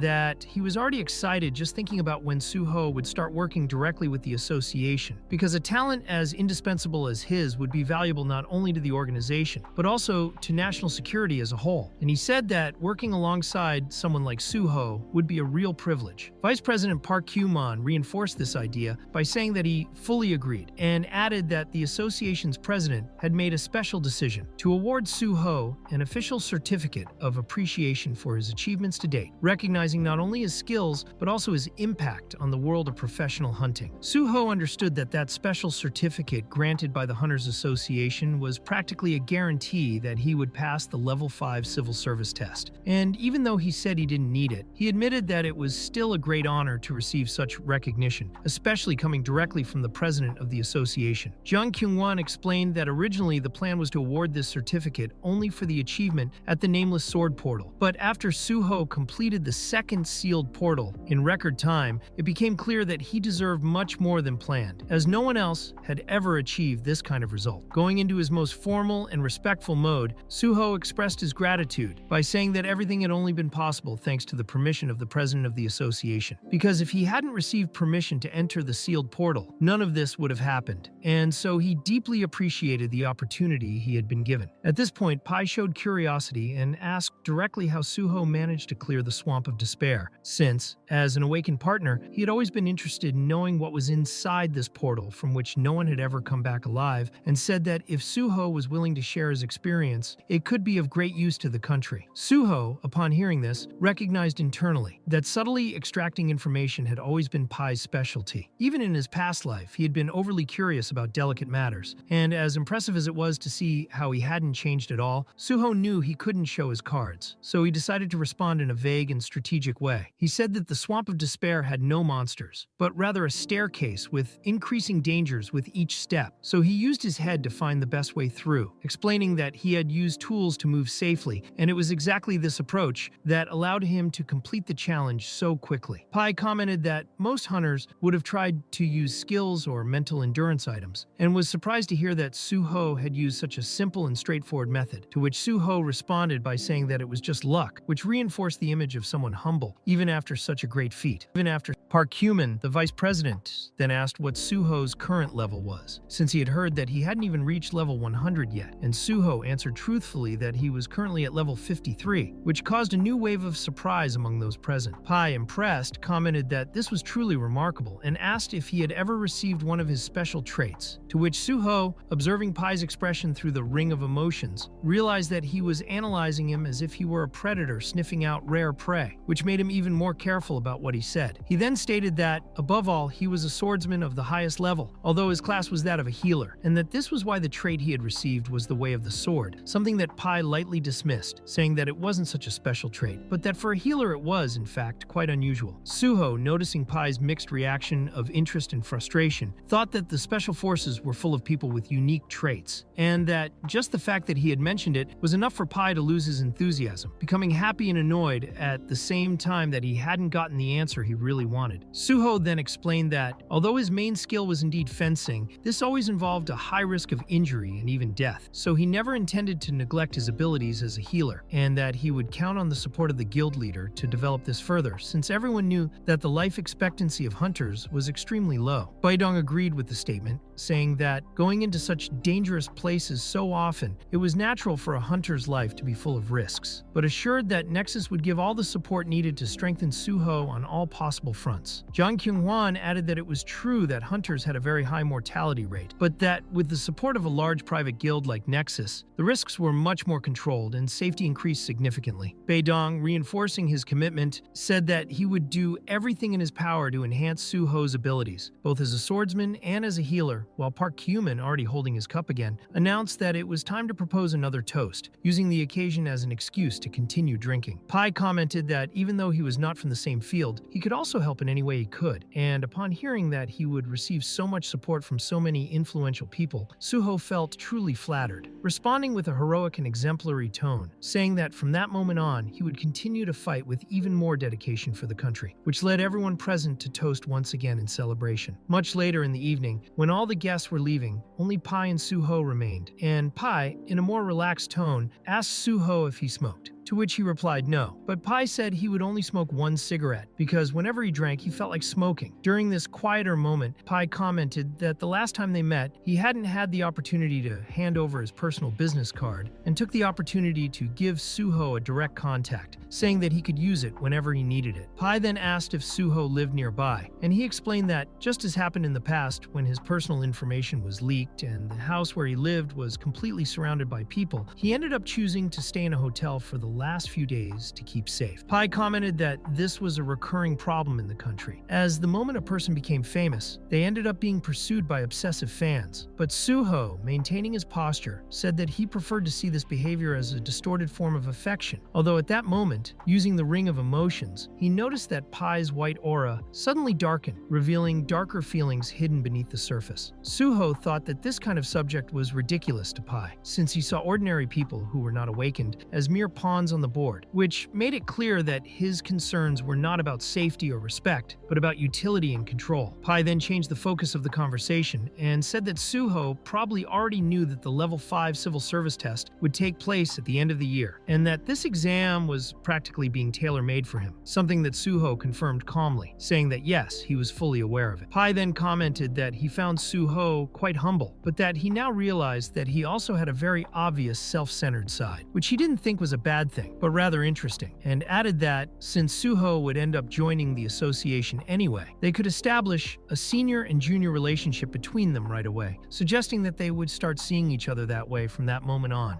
Suho, maintaining his cordiality, replied that it would be an honor to be able to consider Pai as his senior, which pleased the other man a lot, who commented that he loved Suho's young and ambitious personality. But before ending the conversation, he said that he still had one last thing to say. Pai explained that if Suho passed the test, he would have many rights within the association, since he wouldn't have to go through the ordinary portal management sector, but would go directly to the special forces, which made total sense considering the exceptional skills he possessed. And so his cooperation would be extremely valuable in this strategic sector. Suho, upon hearing this, realized that this was exactly Pai's goal from the beginning of that night, and that he had stayed until that moment only to ensure that Suho became one of his subordinates in the special forces. And with this understanding clear, he thought he could let it go naturally and said that he was fine with this possibility. Pai, wanting to confirm, asked if he really agreed, and Suho, with a slight smile, replied that of course he did, because everyone knew, that the special forces were the true heart of the association, the most important and strategic core of the entire organization. Pai, upon hearing this, commented that he could clearly see the ambition in Suho's eyes, something that set him apart from everyone else, and revealed that he admired ambitious people who chased their own dreams. But before closing, he asked if he wasn't close to Chulman, who worked directly in the portal management department. Suho confirmed that he had a good relationship with Chulman, but made it clear that this didn't prevent him from also developing a good relationship with Pai and even the president of the association. But among these authority figures, he preferred to be closer to Pi, as he believed he could become a direct mentor, someone accessible and trustworthy to follow, unlike the president, whose position was too distant to allow for a closer and more personal relationship. Chulman was a much lower position for someone like him, and Pi commented that despite his young age, Suho showed he knew how to deal with business very well, which clearly indicated that his current life was very different from his previous one. So Suho thanked him, taking it as a compliment, and explained that he would very much like to join the association through a special recruitment. But he himself reflected that,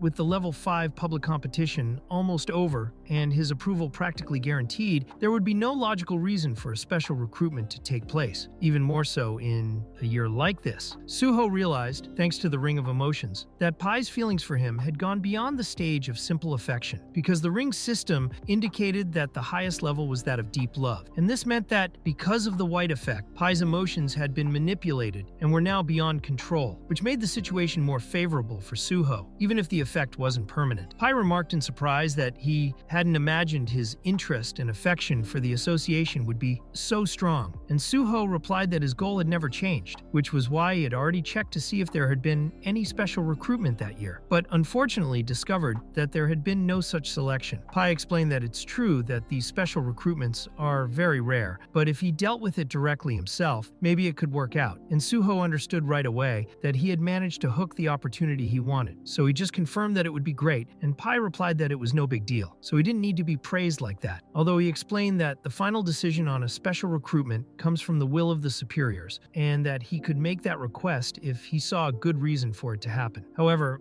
Pai made it clear that if he was really going to go ahead with an unexpected special recruitment, Suho would need to invest in something to make it viable, as concrete proof that he would be an indispensable resource for the Special Forces unit. And when Suho asked if that involved taking part in gate rides, he realized that even with all his emotions running high, Pai still knew how to maintain his strategic advantage. Pai confirmed that the raids were important, but said that there was something even more central to the work of the Special Forces unit, such as the capture of criminal awakened ones, and Suho commented that he already knew that these forces were allowed to investigate and arrest awakened ones. And Pai explained that nowadays, many of these targets are dangerous fugitives who are called villains, and he was well aware of Suho's abilities, but he pointed out that investigating villains is completely different from ordinary combat. So he asked if he would be able to prove himself by capturing a well-known villain. Pai said that such an action would make a good impression among his superiors, although it wasn't obligatory, so Suho didn't need to feel pressured. But he still wanted to know if Pai had any targets in mind, and Pai answered truthfully that he didn't, but suggested that he could simply take the wanted list and try to find someone, because if he did that and the special recruitment was accepted, Suho would be officially hired within 1 to 2 months. Suho firmly stated that he was going to prove himself, and Pai commented that the members of his team are usually scared when it comes to fugitives, but Suho was different because he showed a courage that stood out among the rest, which is why Pai said he would be looking forward to the results. Suho then remembered that in his past life, Pai didn't even know his name. He always called him that swordsman who dresses like a butler, and that was the nickname he used most often, until only after defeating the King of the Sword did Pai finally start calling him by his real name. And thinking about it, Suho realized how different things were in this life, since Pai now treated him kindly and even offered to speed up his entry into the association, something he gratefully accepted, even though he knew it came from the effect of the Ring of Emotions, which, although uncomfortable, was still useful for creating favorable situations. Knowing that there were new recruits involved with villains, Suho decided to use them as a sacrifice, and the next morning he headed for a quiet, well-lit neighborhood, but one that hid within it a nest of criminals, something he easily spotted by using his magic detection, identifying all the hostile presences hidden in that area and making sure he was in the right place to begin his action. Without hesitating, Suho began the attack by throwing a brick through the window of the criminal's hideout, which caused an immediate uproar among the thugs who ran towards the entrance, asking who he was and if he was crazy or drunk. But Suho answered seriously that he was neither of those things, and explained that he knew they were involved in the theft of cryptocurrency wallets in a suspicious way, which left everyone shocked that he had this information. Then he also mentioned that Seogi-wan was there, which further increased the nervousness of the group, who began to speculate who he was, whether he was from the police or something worse. Suho then thought that these pathetic villains would try to fight back, and that if they could at least stand up to him, maybe they could be recruited. So he summoned his spear from the shadows and quickly immobilized the first of them, who was trapped and suffering a dark hemorrhage without even being able to move, while the others, who were still able to fight, went after him aggressively. With quick movements, Suho dodged all the attacks, and when one of them tried to attack him with a spear, a lot of blood was spilled. But this blood wasn't from a real wound. It was actually the blood weapon he had fashioned, and with it he hit the chin of one of the enemies, throwing the blonde boy away with force, while thinking that, as he didn't want to kill them, he would just defeat them using his blood stick. When the next enemy advanced using a shield, Suho quickly used his mini stick, also made of blood, to finish him off with ease. And the last, a bald man who tried to run away, was hit from behind when Suho threw the blood stick with precision, piercing the fugitive's leg and immobilizing him immediately. And seeing that there was no one else out there to defeat, he decided it was time to enter the house. Suho soon realized that the place functioned as a subspace, and as he crossed the threshold of the messy house, he bumped into Seogi-wan, who was asleep with his face on his laptop, and woke up startled to notice his presence, asking who he was, what he had done to the others, and to his bosses. Suho introduced himself calmly, saying that it was a pleasure to meet him, and Seogi-wan immediately recognized his name from the news, but couldn't understand why he was there or what had happened to his allies. So Suho thought about Seogi-wan's autobiography, where it was written that he had been beaten and kept confined for half a year by the 4 people he himself called boss, which explained his fragile state and the difficulty of establishing a direct dialogue with him at that moment. So Suho activated the Ring of Emotions again to react to Seogi-wan's dominant emotion, and that emotion was fear. Suho completely absorbed that dominant emotion and, looking directly at Seogi-wan, asked if he was feeling better now,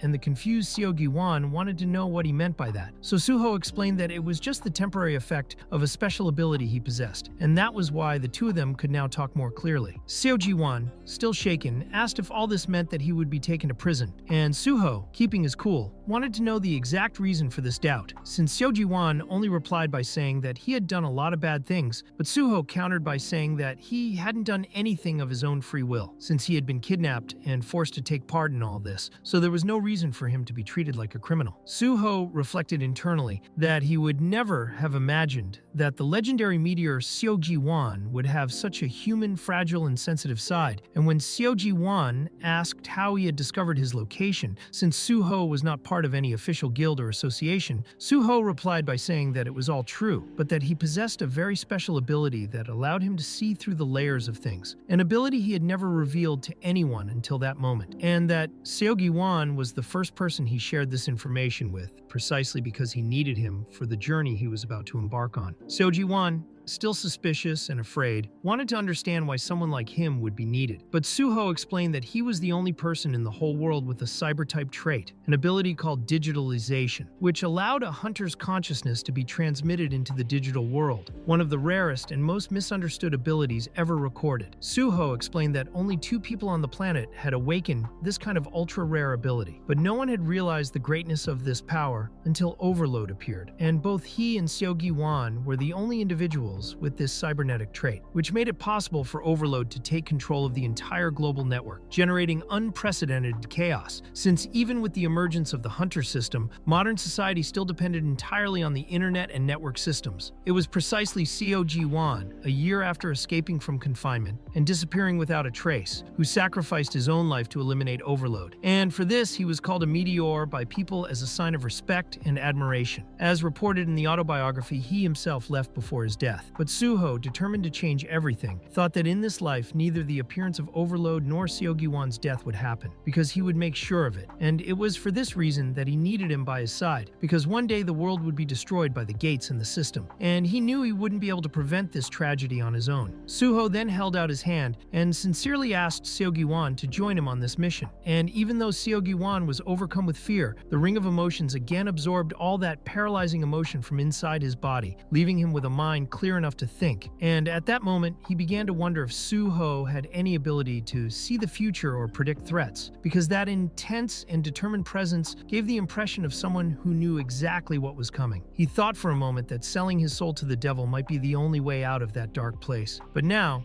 to his surprise, he was being saved by someone completely unexpected. Seogi-won became pensive and wondered if one day a person with the same rare ability that he possessed might emerge into this world and end up becoming a great villain, someone who would use this power not to protect, but to destroy. Even with this doubt, he said that he didn't know if he could really be useful, but he decided to join Suho, and on hearing this, Suho thought that he was exactly as he had been described in his autobiography, a person who, even after everything he had been through, still kept his pride and sense of duty intact, which made him trustworthy. Suho thanked him for accepting and said that before they discussed the details, they'd better have something to eat. But Seogi-won warned that he didn't have any money, so Suho assured him that he would pay for everything, and even told him to put his slippers on before he left. And Seogi-won, still suspicious, asked how he knew so many things about him. So Suho replied that it was thanks to his foresight, and that he knew very well that Seogi-won had already been through many difficulties. Those words deeply touched Seogi-won's heart, who couldn't contain his emotion and began to cry, thanking him sincerely. And later, as they sat down to eat, he devoured his plate so hungrily that he even commented that it had been a long time since his last decent meal. While Suho said that he should eat calmly, since now he didn't have to worry about it anymore. Seogi-won thanked him again, now more curious, and asked if he could ask him a question. And Suho said that he could, because now they were on the same team, and as they were only a year apart, they could treat each other more closely. So Seogi-won said that at the orphanage, they used to call the older one's big brother, and that he would do the same with him. And then he asked his question. Why did Suho want to join the association so badly if there were so many great guilds he could join with his sword skills and foresight of the future, or even create his own guild? Suho replied that joining the association might seem like a limitation, but in fact it was the right thing to do, since it was a government organization, and no matter how much a private guild grew, it would never have the power and resources that the state had, and if he wanted to prevent the destruction of the world and reduce the damage until then, there was no better place for that than the association. Taking advantage of the subject, Suho promised something important. He said that he would make sure that what happened to Seogi-won would never happen to him or anyone else again. And Seogi-won, with firm eyes, said that he would trust him. Then Suho said that it was time to resolve his past once and for all, since he knew very well that those responsible for Seogi-won's kidnapping and confinement were people from the same orphanage, and that was why they would pay them a little visit. Later, Seogi-won was brutally beating the kidnappers who had imprisoned him, and even though his face was bloodied and he was begging for help, he was shouting for them to shut up, while he continued to beat them with accumulated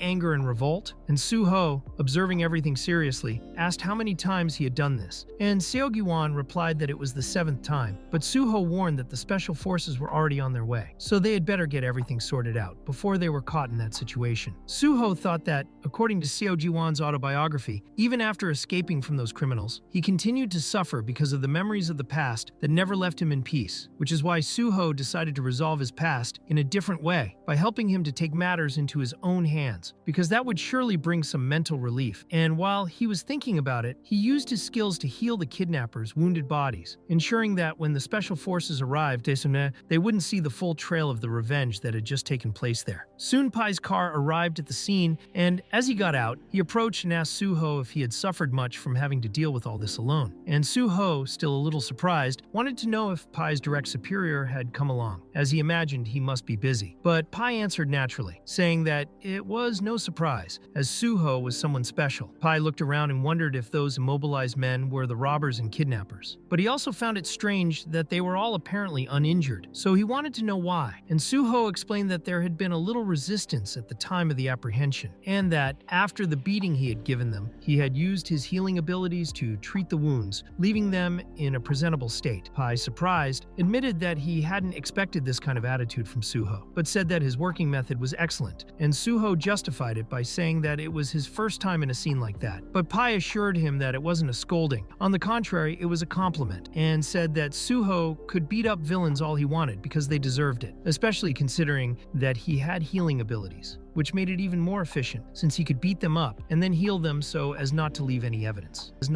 Pai said firmly that feeling sorry for criminals was ridiculous, and Suho silently thought that this direct and effective method was something he had learned exactly during his time with the Special Forces, and that although it was cruel, it was functional. Soon afterwards, Pai commented that he had heard about the boy further back, and asked if it was true that he had been kidnapped so that they could use his skills for criminal activities, and then remarked that it was the first time he had seen